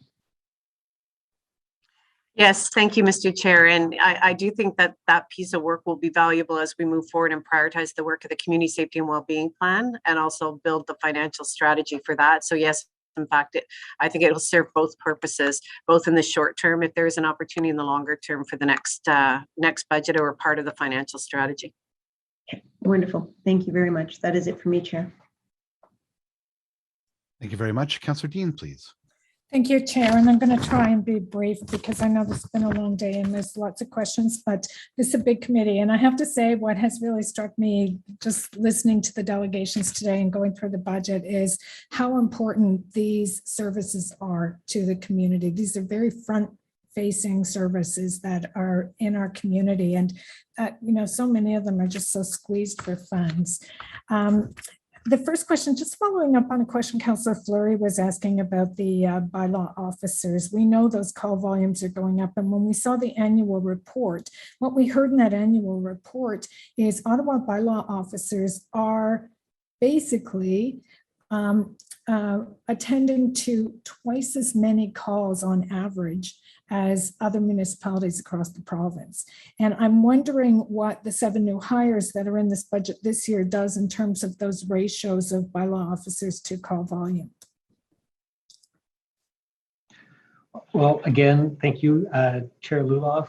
I think that to some of our comparators, yes, we're very high in our call volumes. The real question is what calls are we capturing in our data, and are we measuring ourselves to the same calls that other municipalities are also being captured to? And those are the questions that we've just recently been asking and trying to get some information on. So we need to do a deeper dive. I know Director Roger Chapman is on the line as well, and perhaps he would care to make a few comments about that, as he'd be the best person to answer those specific questions.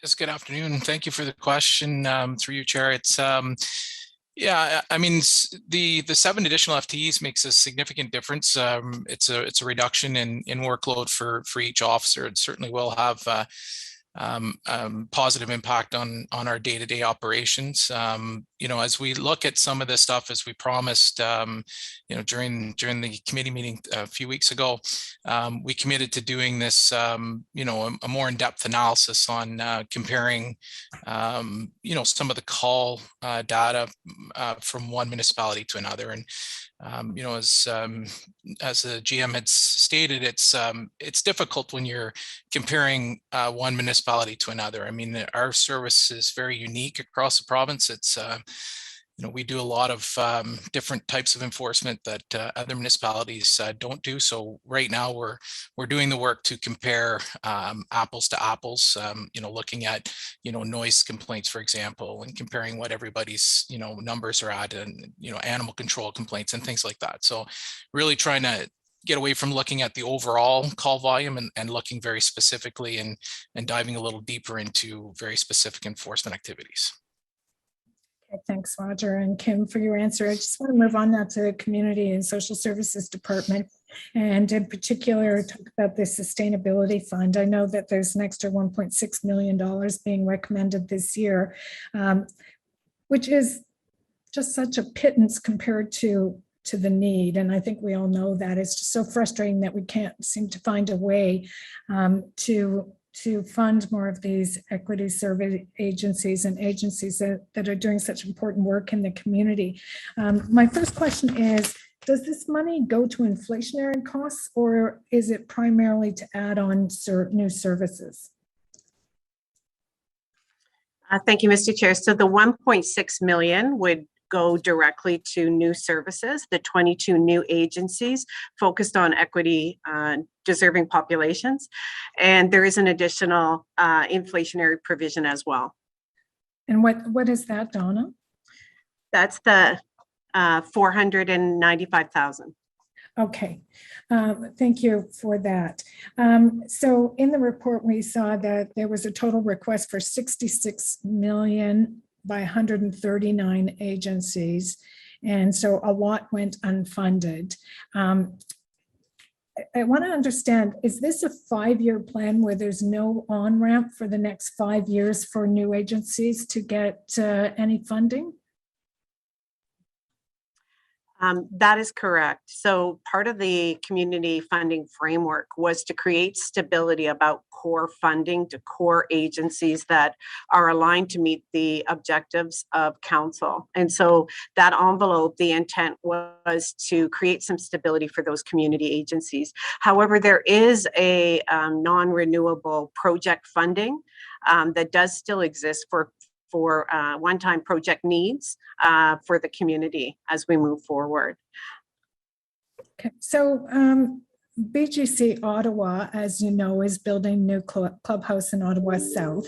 When this round of funding came up, that clubhouse wasn't constructed yet, so they didn't apply for operational dollars for the new clubhouse, but now they're nearing completion of the project and need operating dollars to actually operate the brand new center. And it would appear that are closed out of the funding stream at the city for the next 5 years. Is that correct? Or is there a way that we can get Boys and Girls or BGC Ottawa funds for the operations of that new clubhouse? You're on mute, Don. Sorry. Thank you, Councillor. I'm going to ask Suzanne Obriora in the plan just how we are contemplating new requests as they come into the funding framework as we move forward, and what would be the mechanism to do that.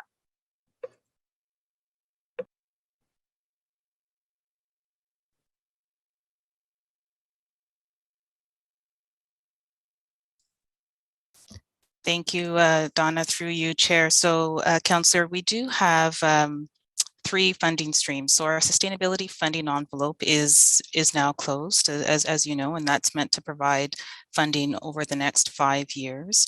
But we do have our community fund, which offers 1-year and 3-year project term funding, as well as our emergency and emerging needs fund, which is also an opportunity for the nonprofit sector to seek municipal funding, and both of those, or those 2 funding envelopes, will be available for agencies to apply in the new year.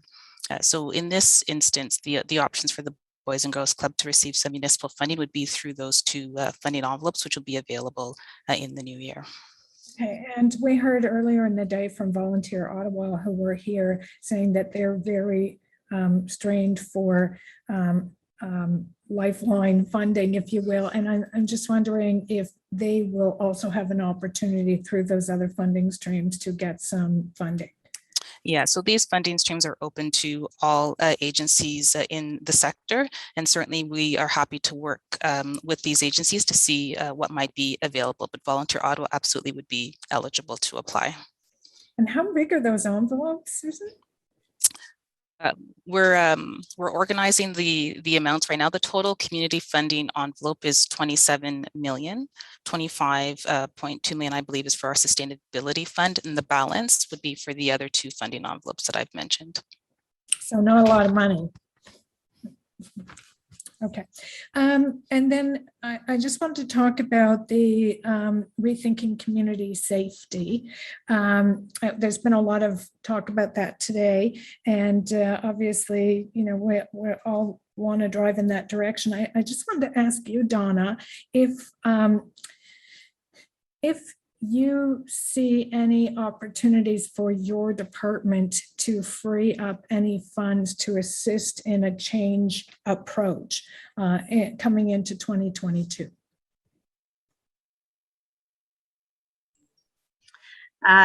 Thank you, Mr. Chair. And I think that's part of the review of the rethinking community safety is, what do we currently fund, and then what is our ability to transition some of that fund, but also how are we able to leverage not just the new community agencies that we funded, but our existing community agencies that we've now aligned around specific outcomes.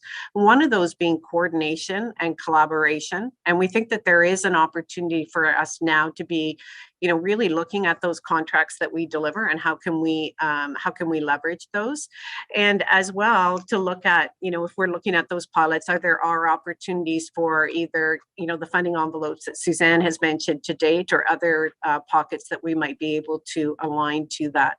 And of note is we've also, in addition to the 17 million additional money on top of the community funding that we put into the community in 2021, we have put an additional through the Social Service Relief Fund, an additional 4 million in 2022 on top of that 27 million. So we'd also be looking to those investments if there's some way we could leverage those as well, because many of those were focused on mental health and those serving equity deserving groups as well.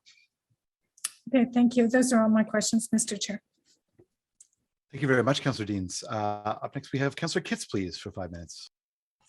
Thanks very much, Chair, and thank you to my colleagues for all the great questions. Some of mine have been asked already, so I will too try to be brief. I will direct my first question to Dan regarding the community insurance program. I think I'm understanding correctly based on your responses to my colleagues, but your staff is essentially going to take direction to conduct a review of the program. Chair, yes, Mr. White, who holds the budget for the insurance, and I will work together to have a look at how we may take a different approach to this and address some of the concerns. So we have committed to doing that. Okay, that's excellent. Thank you. I'm wondering if you could give us an idea of the timeline you'll be looking at, because some of the CAs that I think are the ones that aren't grandfathered are frustrated that we can't move quickly enough to have it considered in this budget. But if you could unpack a bit sort of what resources it would take to undertake this project, that might be helpful. Chair, I believe, and Chair, I believe you've been involved in this, that the commitment was to have something the review done in time for us to reflect it in the 2023 budget, whatever recommendations or changes might be. I don't know, Mr. White is on board. I don't know if he has a different view on that. But perhaps provide, if there's any interim measures that we can put in place, or if there's opportunity within budget cycles to be able to address the issue as well. If I might, Chair, and just further to Dan's point, I mean, I think we have a general sense of what the issues are in that regard. It's just a question of speaking both with the insurers and with the affected community associations and with our internal partners around what kind of a process makes sense. I think there is an opportunity in advance of budget, which would be to coordinate that work with the 2022 renewal of the city's integrated insurance program, and that would be we'd be then targeting June of 2022. Okay, and so what I'm understanding is there is a coordination effort and some review that needs to be undertaken in order for us to make changes. It can't just be, flip a switch and we allocate more funding to the project. Yeah, I mean, certainly, well, to Dan's point, while legal services procures the insurance as part of the overall insurance program, the budget is in fact a corporate one. And so that falls to FEDCO. And so, I think staff are certainly willing and committed to undertaking that work. If this committee wants to refer that direction to City Council, then that's fine. I think whether that direction comes from FEDCO, whether it comes from Council, staff are committing to undertake that work. But yes, certainly there's obviously a cost associated with expanding the groups, the number of groups that we would be covering for insurance premiums. And so, in keeping with the approved processes, that would require an offset at this stage anyway, from a budget standpoint. That said, I think, if we build that into what the city's overall integrated insurance program looks like, that's something we might be able to look at mid-budget, depending, of course, on what the insurance market looks like as we move through 2022. Okay. And David, do you have a sense of what the budget envelope is for this closed program and whether the full amount allocated is spent? Chair, I think it's the I guess closed program. The groups for whom we pay their insurance premiums, that is largely rolled into the overall insurance premium for the city. So that's not carved out in that way. It doesn't appear as a separate budget line. Particularly in this past year, it frankly made more sense, for example, for rink operations to bring those within the city's main integrated policy rather than have that one separate. That's, as you know, we've seen significant increases, certainly well into the double digits in the last few years with respect to the insurance cost to the city, and that's just a reflection both of local conditions but also market conditions. The city of Ottawa is seeing these, municipalities across Canada are seeing these kinds of increases. Right. Okay. I'll leave it there for now. Thank you. Shifting topics, this question would be for Donna. Looking at the centralized wait list for rent geared to income assistance, can you speak to how many are new to the waiting list this year?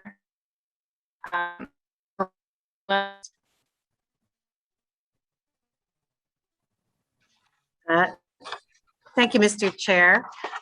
Yes, when we look at the waiting list right now, I'm just trying to look at the number of new applications. The total movement ranges in new applications of 2,763 new applications in a year. So there is a fair bit of movement on that waiting list. Okay, and sorry, how many are moving off?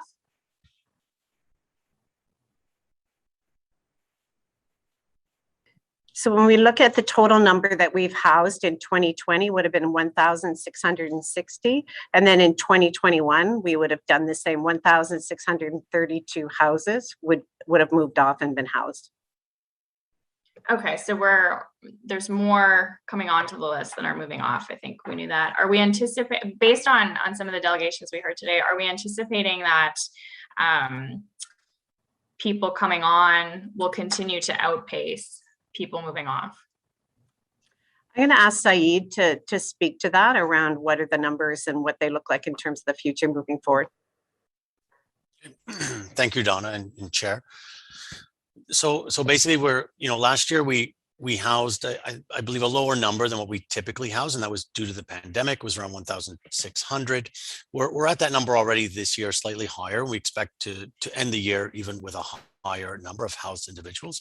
Then we have another, 1,000 or so individuals who come off the list for other reasons. So maybe they give up, maybe they move to another city, maybe they don't need to be on the list anymore. We're not quite sure all the time, but they drop off the list when the registry does their renewals.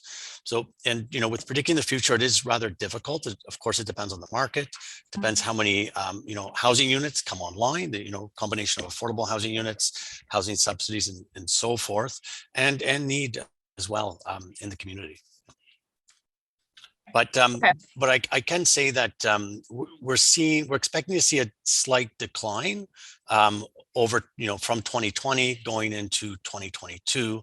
However, we want to be cautious. We don't want to celebrate the decline because there's a lot of things have been restricted because of the pandemic. There hasn't been a lot of movement. The border has remained closed for most of the year, and and there's been rent control and other things in place. So until we can understand the full impact, we don't want to get ahead of ourselves with respect to any decline on the wait list. Okay, all right. I'll leave my questions there. Thanks very much, Chair.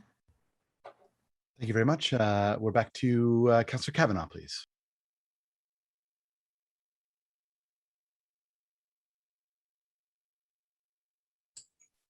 Thank you. I saw some other hands go up, so I thought they were going to get on first. Thank you very much. I didn't get a chance to ask my usual question, and that is about gender lens and how it has been applied to this budget.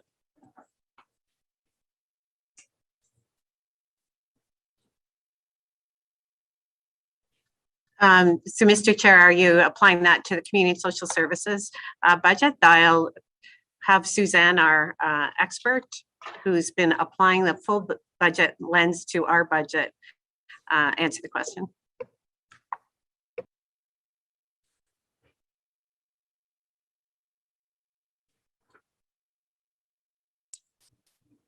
Thank you, Chair. So indeed, when we look at the implementation of our women and gender equity strategy, the goal of our strategy was to continually look for how we apply a gender lens to the way we make decisions, how we inform policy, and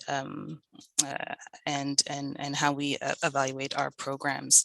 And have seen great success since implementation of our strategy around policy development, around data systems, around learning, and the application of that lens in our planning. In terms of resource allocation, we were able to apply a gender lens to our sustainability funding process, where we've been able to fund 13 agencies with mandates to serve women and gender diverse persons. And of those 13 agencies, six of them are newly added to our framework. In addition to our sustainability fund, throughout our response to the COVID pandemic, we continue to apply a gender lens in our allocation and managed to invest $426,000 among 10 community agencies, again with mandates to address women issues. We also apply an intersectional lens in the application of our allocations and are paying attention to the varying social identities and the intersecting needs of our community. I appreciate that, and I'm trying to draw focus to the fact that we are doing this and that it is happening, and that things are moving along. I also understand that we're also reaching out to our Indigenous communities. Can you tell me more about that? Indeed, Councillor. We've been taking a lot of time to reflect on how we can be evolving and renewing our relationship with our Indigenous partners. And over the past year, we've been in a number of conversations looking to co-create a refreshed work plan that really focuses on a strengthened approach to Indigenous relations and really focuses on strengthening our relationship with Indigenous communities. And that includes communities with our Algonquin Host Nation leaders, our urban Indigenous partners, including the Ottawa Aboriginal Coalition, as well as the Indigenous community at large. In fact, what we are pleased to propose through this budget process is the addition of a program manager for Indigenous relations to help the city with being able to better serve Indigenous communities and apply an Indigenous lens to our city initiatives and support our efforts with reconciliation. I really appreciate that, and I think it's important to point out so that people know that this is where we're going forward. Thank you very much, Suzanne, and to your whole team. Thank you. Thank you very much. Councillor El-Shantiri, I saw that you had your hand up there for a moment. You haven't had a chance to ask questions yet. Would you like to come in on your first round? Sure. Thank you. Thank you, Mr. Chair. And I want to go back to Chief Ayat, if he's still with us on the call. I see he's still there.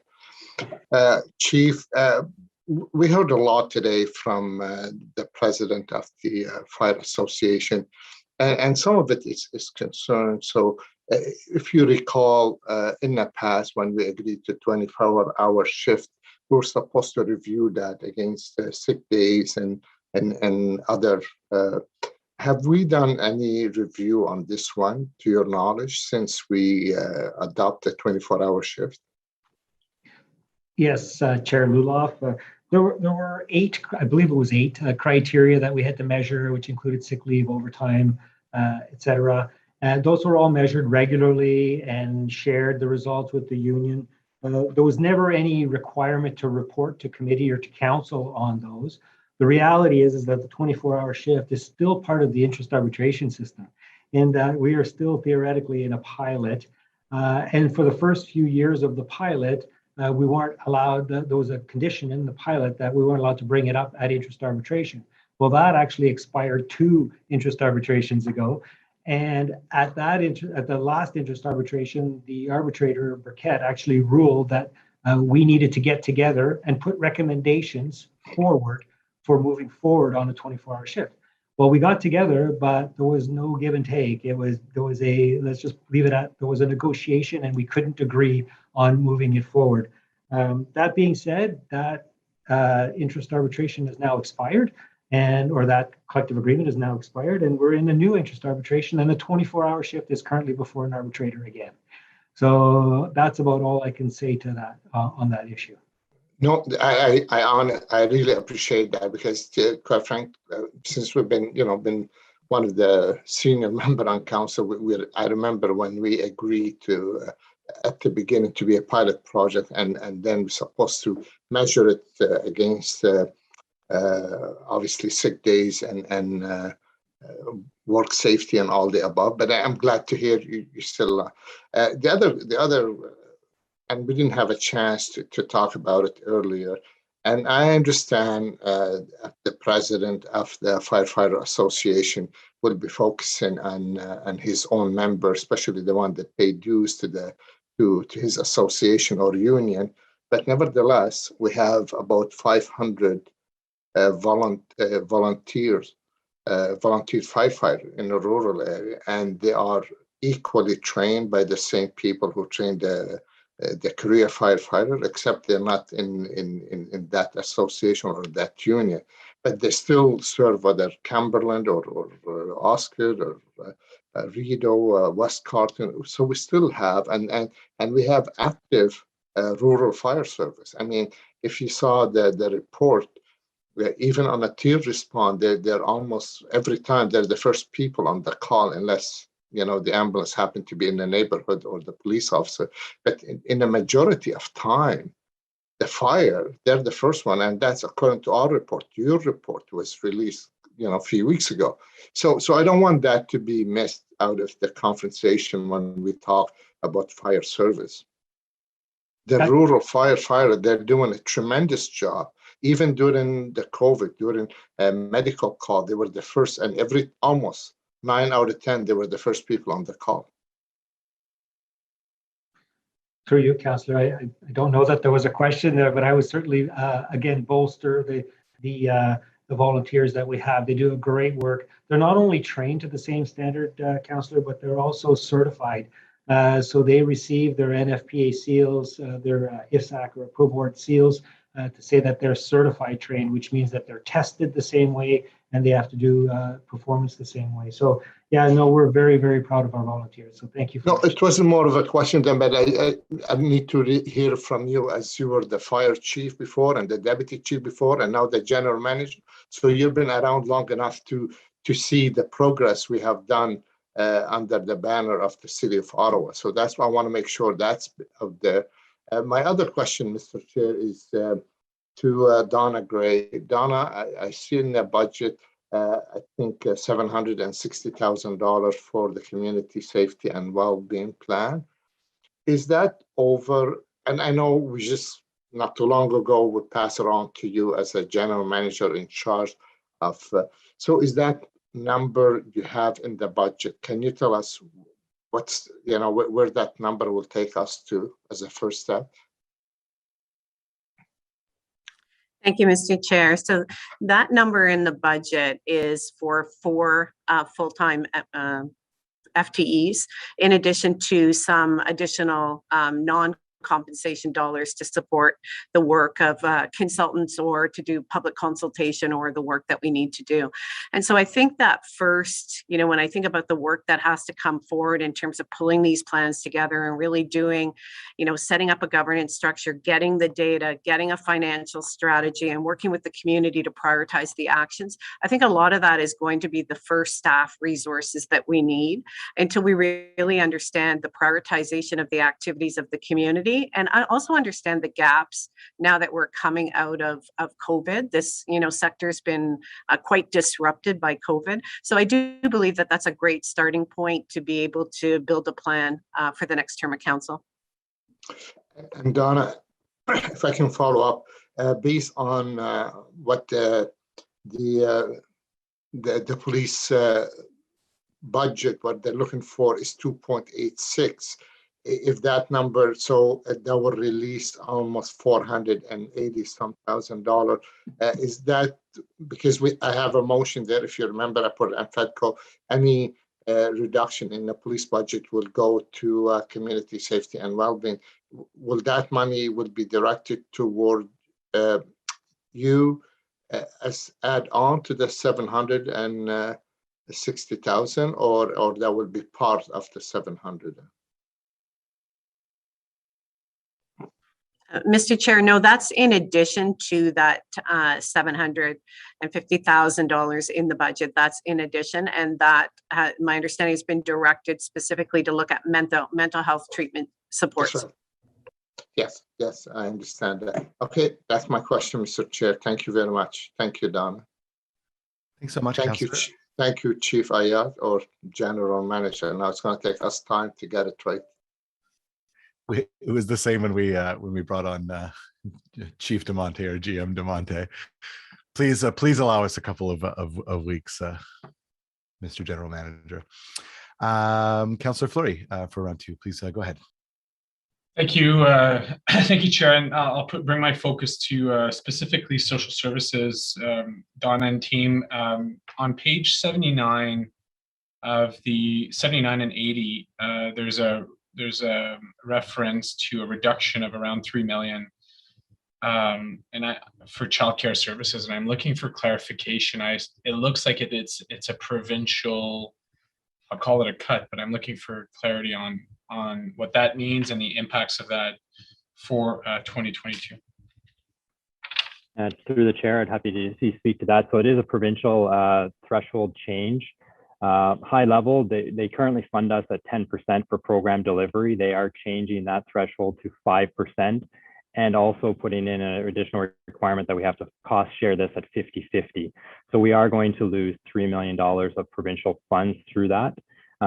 As I noted in the budget documents, our service system manager role has drastically increased through this pandemic. I'll include my team as well in that, as including the service providers. We are all stretched thin through this. So what the province has done is provided us some one-time funding to transition this. I want to thank this committee and the councillors for advocating against this change. For myself, I mean, where we're at in the pandemic going into a national plan, these reductions are serious, but we are going to use the one-time funding to mitigate this in the sense of we're in a very volatile environment. We need the information on the national plan to make some transition. So we'll use the one-time money to mitigate it. The breakdown of the 3 million is going to have impact on fee subsidies as well. We've never spent the 10% of the provincial money on program delivery. We've put about 3% of it directly to support additional families through fee subsidies. So that'll impact on a budget basis 180 families receiving fee subsidies. But I'm sure, as most of you have noticed in the budget document, we are not at our budget level for fee subsidies. There's many families still concerned with COVID impacts in a childcare environment. And as many of our community providers pointed out too, many struggling with staffing and getting back to full capacity. So we're not too sure if it's going to have immediate impacts on families. Like I said, we will look at using that one-time mitigation fund to help us transition, to give us the year to figure out where the childcare environment is going to go. But on an ongoing basis, if there's nothing else, it will have impacts on the number of families we can serve. Yeah, and we have to think that way. I look to the feds the province and the feds to sign that agreement. But can we get clarity right now in Ottawa? Is there a waiting list for fee subsidy? Yeah, Chair, through you. So there is not a waiting list right now to be financially approved. As the kind of reference, we're underspending our budget because families still have concerns about COVID. So we're serving about 6,000, almost up to 6,000 families when our budget can serve just over 8,000. So we're approving families once the eligibility has been assessed. The other aspects of waiting, there's about 500 families who are financially approved and waiting for a space in the community. A large portion of those are school-aged families as well. And I think as some of our delegates spoke to today, families are finding alternative methods. Many of us working from home can, have the children off the bus and see them in. So the school-age programs are dramatically seeing a loss of families, but those families are there. And then there is still aspects as well of the staffing impacts and some organizations not being up to operational capacity. So some families are waiting in that sense of waiting for the preferred site, but many across the sector are still having vacancies available or not able to go up to their licensed capacity because of the staffing shortages. So with the budget that is in front of us, even with the 3 million reduction for 22, sorry, I'm trying to get to the point there. Like, should we be worried that there'll be people on the wait list at some point in 22? Yeah, through you, Chair. So maybe if I can go back to before COVID, the budget was appropriate for the level that we had. And I mean, we all know affordability has to be increased, but based on the environment, based on the provincial income test, the fee subsidy budget was appropriate. So we'll have to assess if that 180 impact is going to have, a wait list from a financial perspective. But it was very close to meeting the needs of families in the existing environment before COVID. Okay. If that changes, do you mind reporting back to committee? Absolutely. Okay. Donna, I'm looking at page 4, Ontario Works. There's something, so the reporting under Ontario Works says 261 million. But then when I look at the provincial coverage of Ontario Works, they're at 223 million. So I don't know if it's my lack of understanding. Do we have a responsibility to a portion of Ontario Works, or is it an entirely separate benefit that we're providing within the Ontario Work package? Thank you, Mr. Chair. So what you're seeing there is the difference in, or the funding, the provincial funding that goes towards the Ontario Works component, and then the funding that is a requirement of the municipality to pay. So I'll ask Clara, she can give you the direct municipal and provincial funding, how that works out in terms of that overall budget, because it's not directly applied to the entire budget, the provincial revenues. Thank you, Mr. Chair. The municipality has a cost-sharing agreement or responsibility with the province for a portion of our Ontario Works budget. Our entire Ontario Works contract for delivery of services is $68 million. The portions funded by the province amount to $41.5 million. And we have a 26.5 million cost share for the entire requirement for the Ontario Works contract. So essentially it's that difference, as well as we have a cost share requirement for the home support program with the province, with the Ministry of Health, and that's $600,000. So those combined amounts is the difference that you're seeing. Okay. My last flow of questions is really relating to housing. I'm sure Donna and team aren't surprised. So on page 10, you have a number of breakdown of the various programs, page 83, 84, 85. So can I just get a base understanding of where we estimate to be our motels and shelter spending, not per bucket of back-end funding, but where will our shelter motel funding be by end of 2021? Do we have a prediction there? I'll ask Saeed to state where we are in terms of that, but we are expecting a deficit in our shelters. Thank you, Chair. Currently, we're expecting a pressure up to, I believe it was 7.8 million, largely due to the hotel motel expenditures on the homelessness side. Yeah, I always try to simplify my question, I guess. So I understand there's provincial funding, like I remember it was 14 million. There's some, I guess, scrap those buckets for a second. If we were to just skin it and look at how much does the city pay out for motels and shelter, do you have a prediction of that amount to the end of the year? Because like really, I remember, we've been shared numbers are over 30 million. I'm just looking for clarification in terms of where those stand. Okay, thank you, Councillor. I was able to confirm with the finance. It's about $14 million we'd be spending on hotels and motels this year. Is that 40?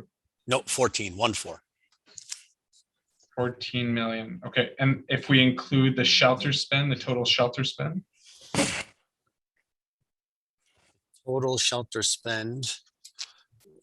Councillor, I may have to get back to you on that. This past year was quite unusual because of COVID. We had a number of physical distancing centers, and we were providing sustainability funding to shelters. So it's not a typical year for us in terms of the funding that we've provided to them. But that's a number we can get you relatively soon. Okay. And then Donna, I think, or Said, you heard me ask the question to Kate relating to block funding. So on page 85, there's 765,000 to move from per diem to block funding. And then Kate was supportive, saying, hey, this is a good transition. I just want to understand what that spending will achieve, because I certainly want less bodies in shelters, more in housing. So I want to make sure that remains the goal. Thank you, Councillor. Yes, this is all around our approach with the community shelters to move from a per diem based system where they're paid pretty much by each resident or each individual who sleeps a night in a shelter bed to a fixed contractual amount annually, and we want to have that contract have housing based outcomes within it. So we've been working very closely with the community shelter system, and as you and many other councils are well aware, a lot of our community shelters are moving into supportive housing, and they also work closely with many clients who are street entrenched, and of course clients within their shelter system move into other housing that may not be under their own ownership. For example, on the family side, we do have a block funding agreement already with Catholic Center for Immigrants, and we know that they will continue to provide outreach to families after they're moved into private sector housing. We want to try similar things with the other community shelters, and again have them focus on housing-based outcomes with this funding. The other thing I'd like to point out as well is we haven't increased our per diem funding since, I believe, 2013. And what this will do is it helps us move towards, a realization of the actual shelter costs. A lot of the shelter providers are providing a complex suite of supports and services to clients with mental health and addictions. And this will help realize some of that. They may not realize any increase in funding, however, from the city, because we're often overspent within our shelter envelope. So this will just help us enter into agreements, have the budget authority to do so as well, and realize some of those costs moving forward. I recognize you're in a challenging spot, but often overspend. When did we not overspend in shelters? Well, I don't think. Yeah, I don't think we've been in that position, and I've been elected 11 years. I don't know that we have one. Correct, Chair. The issue is with the per diem funding, we fund as we go. With the block funding, we run into the challenge: how do we sign an agreement without the delegated authority to allocate that funding if we don't have it identified, as a council approved budget pressure? So this will give us a little bit of room to maneuver with the shelters as we negotiate those block funding agreements. Okay. That's why I'm hesitant. I'm hesitant to say that it's an increase in funding to the shelters. It does increase our baseline, but as you just recognized, we're almost always overspent on the shelter. Okay. Okay, I'll be looking for the number, the total number that we're spending for motels and shelter, or the prediction end of 2021, non-program or non-funding source specific, but looking at the total spend. On the figure that you provided for motels at 14 million, could you give us an example? So how many families today are in motels, and how many families were we able to, did we support with the 14 million? Okay, Chair, thank you for the question. We see the number of families trending downward, and today we have about 295 families in motels. However, there are some individuals as well in the motel system that are supported by our offsite services. So around 320, 325 on a given night within that framework.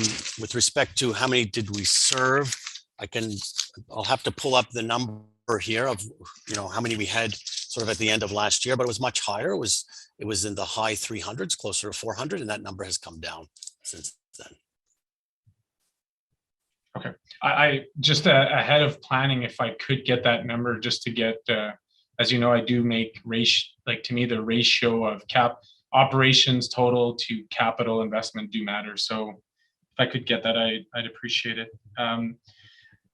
That concludes my questions. Thank you for the space you've given me, Mr. Chair. Appreciate it.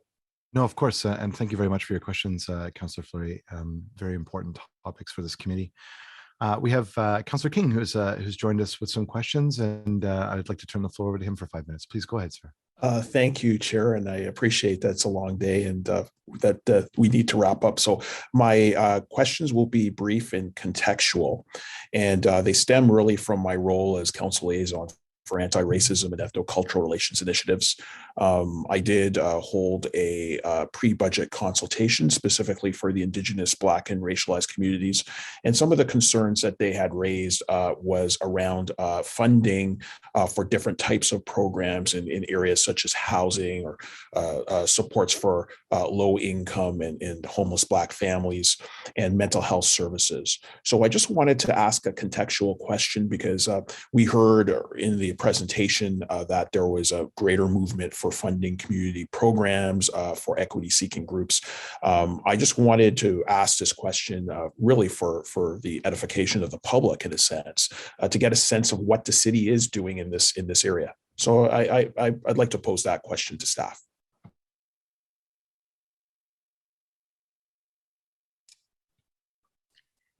I'll ask Suzanne actually to answer around the community funding framework and how we've adapted that to meet the needs of Black and racialized groups.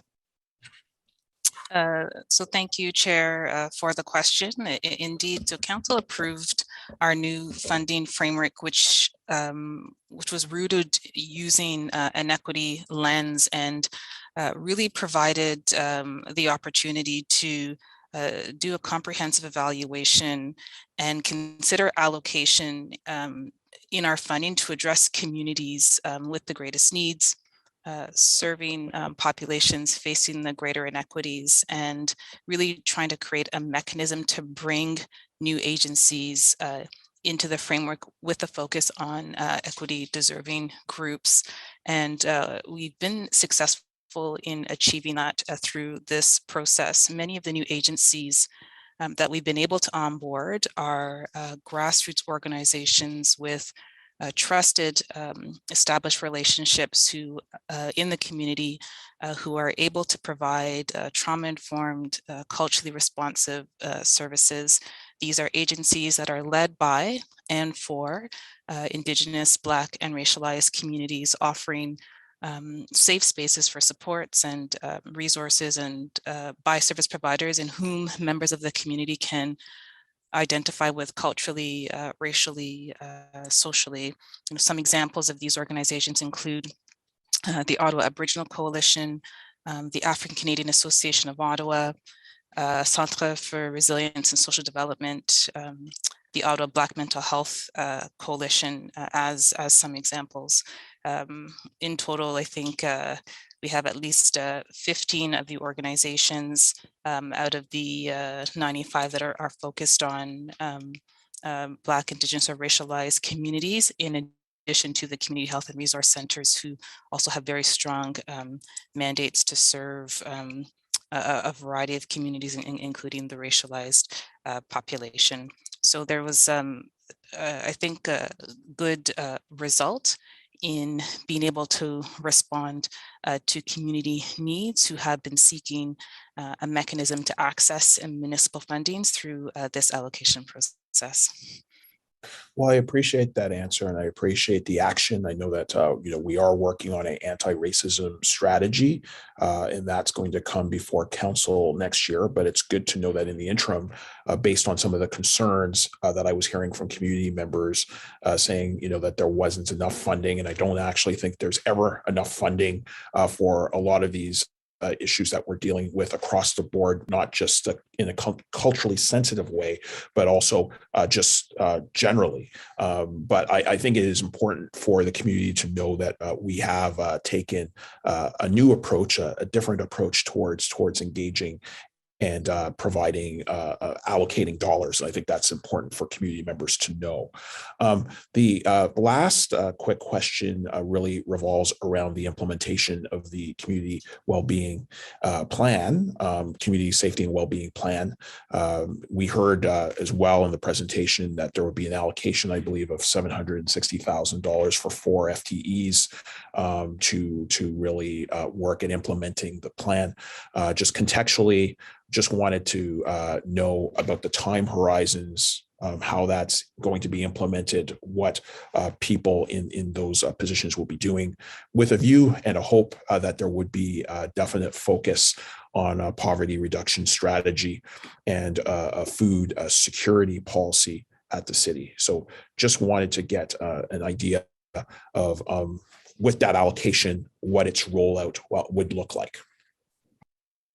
Thank you, Mr. Chair. And since the transfer of responsibility at CPSC committee of that portfolio to my group, we've started to work with that team to identify the positions that we need to have staffed in that particular group and that team. So we're very quickly trying to, once the budget is approved, be able to be in a position to staff. But we're also working directly now with that team to start to put the actions in place that council has directed.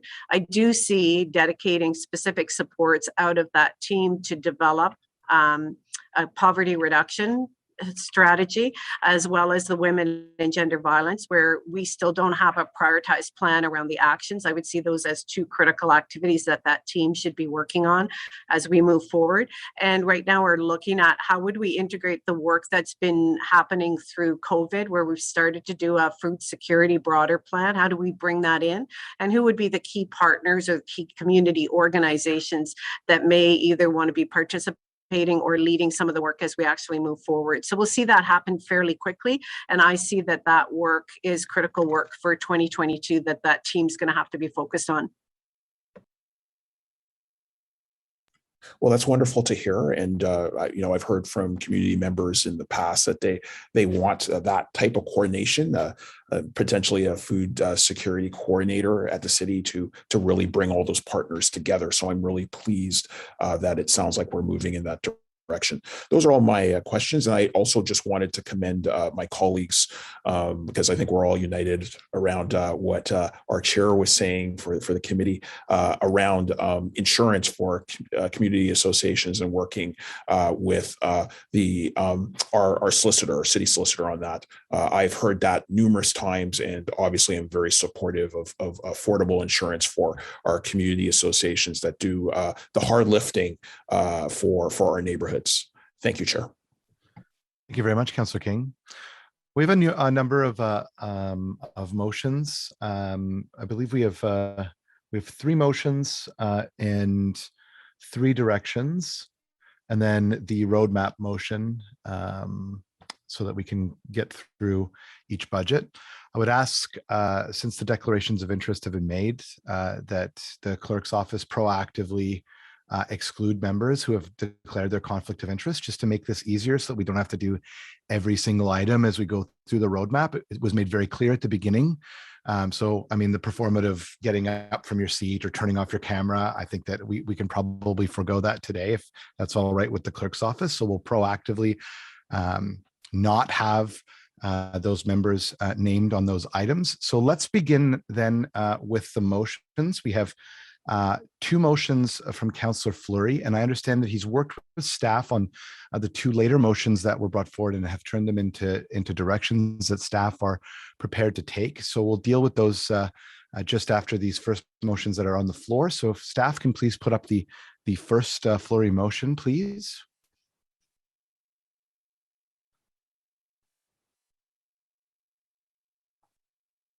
Whichever one you deem is first.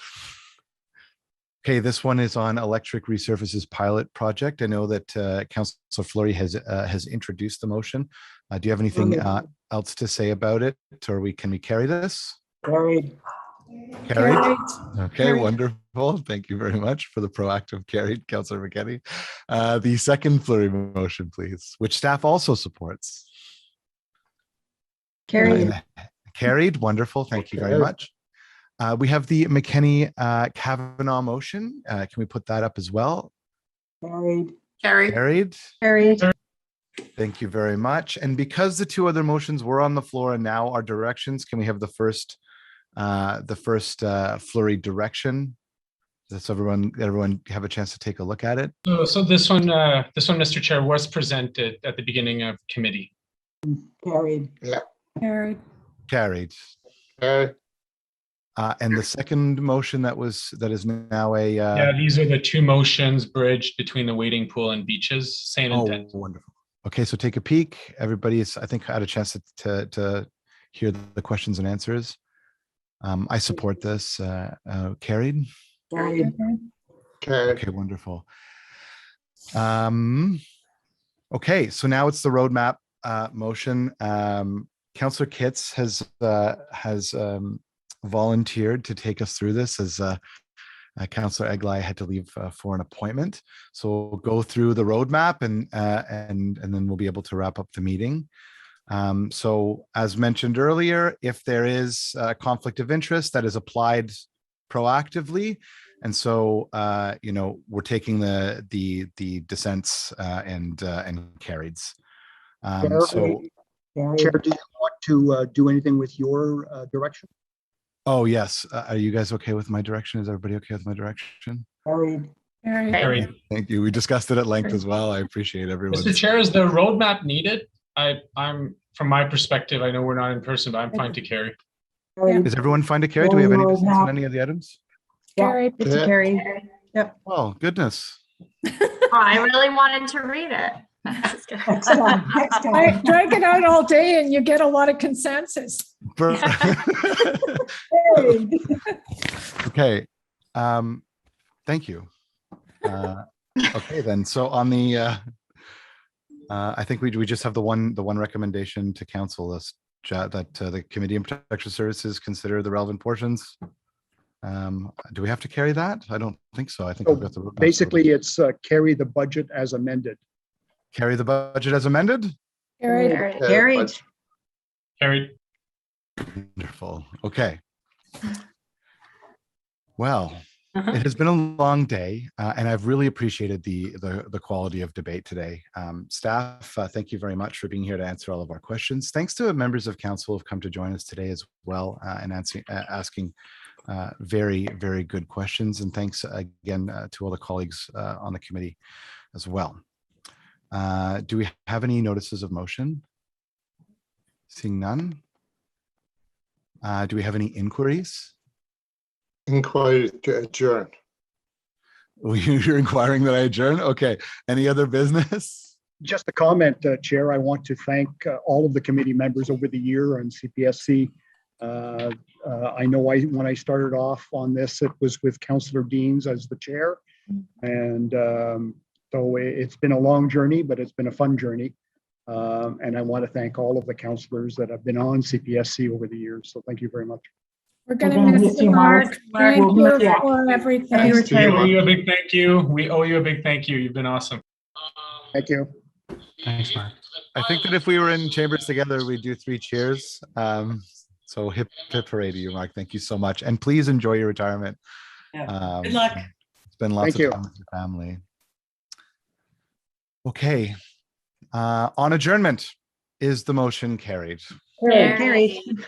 Thank you, everyone. You've been wonderful today. We are adjourned. The next meeting of Community and Protective Services Committee is tentatively scheduled for Thursday, February 17th, when it'll be much colder.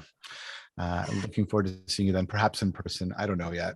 It would be very nice, though. I do. Although I see all your faces, I miss seeing them in person, and very, very much looking forward to the budget discussions at council and then Christmas holidays. So thank you all very much. It's been a long year, and you've been so supportive in this new role. No first-term councillor should ever sit in the chair of a committee this big, and the only reason why I've been able to do it is by all of your support, especially past chairs. So thank you for your sage advice, and let's hop into 2022. Thank you, everyone. Take care. Have a good evening, and enjoy the Order of Ottawa ceremonies tonight. Thank you.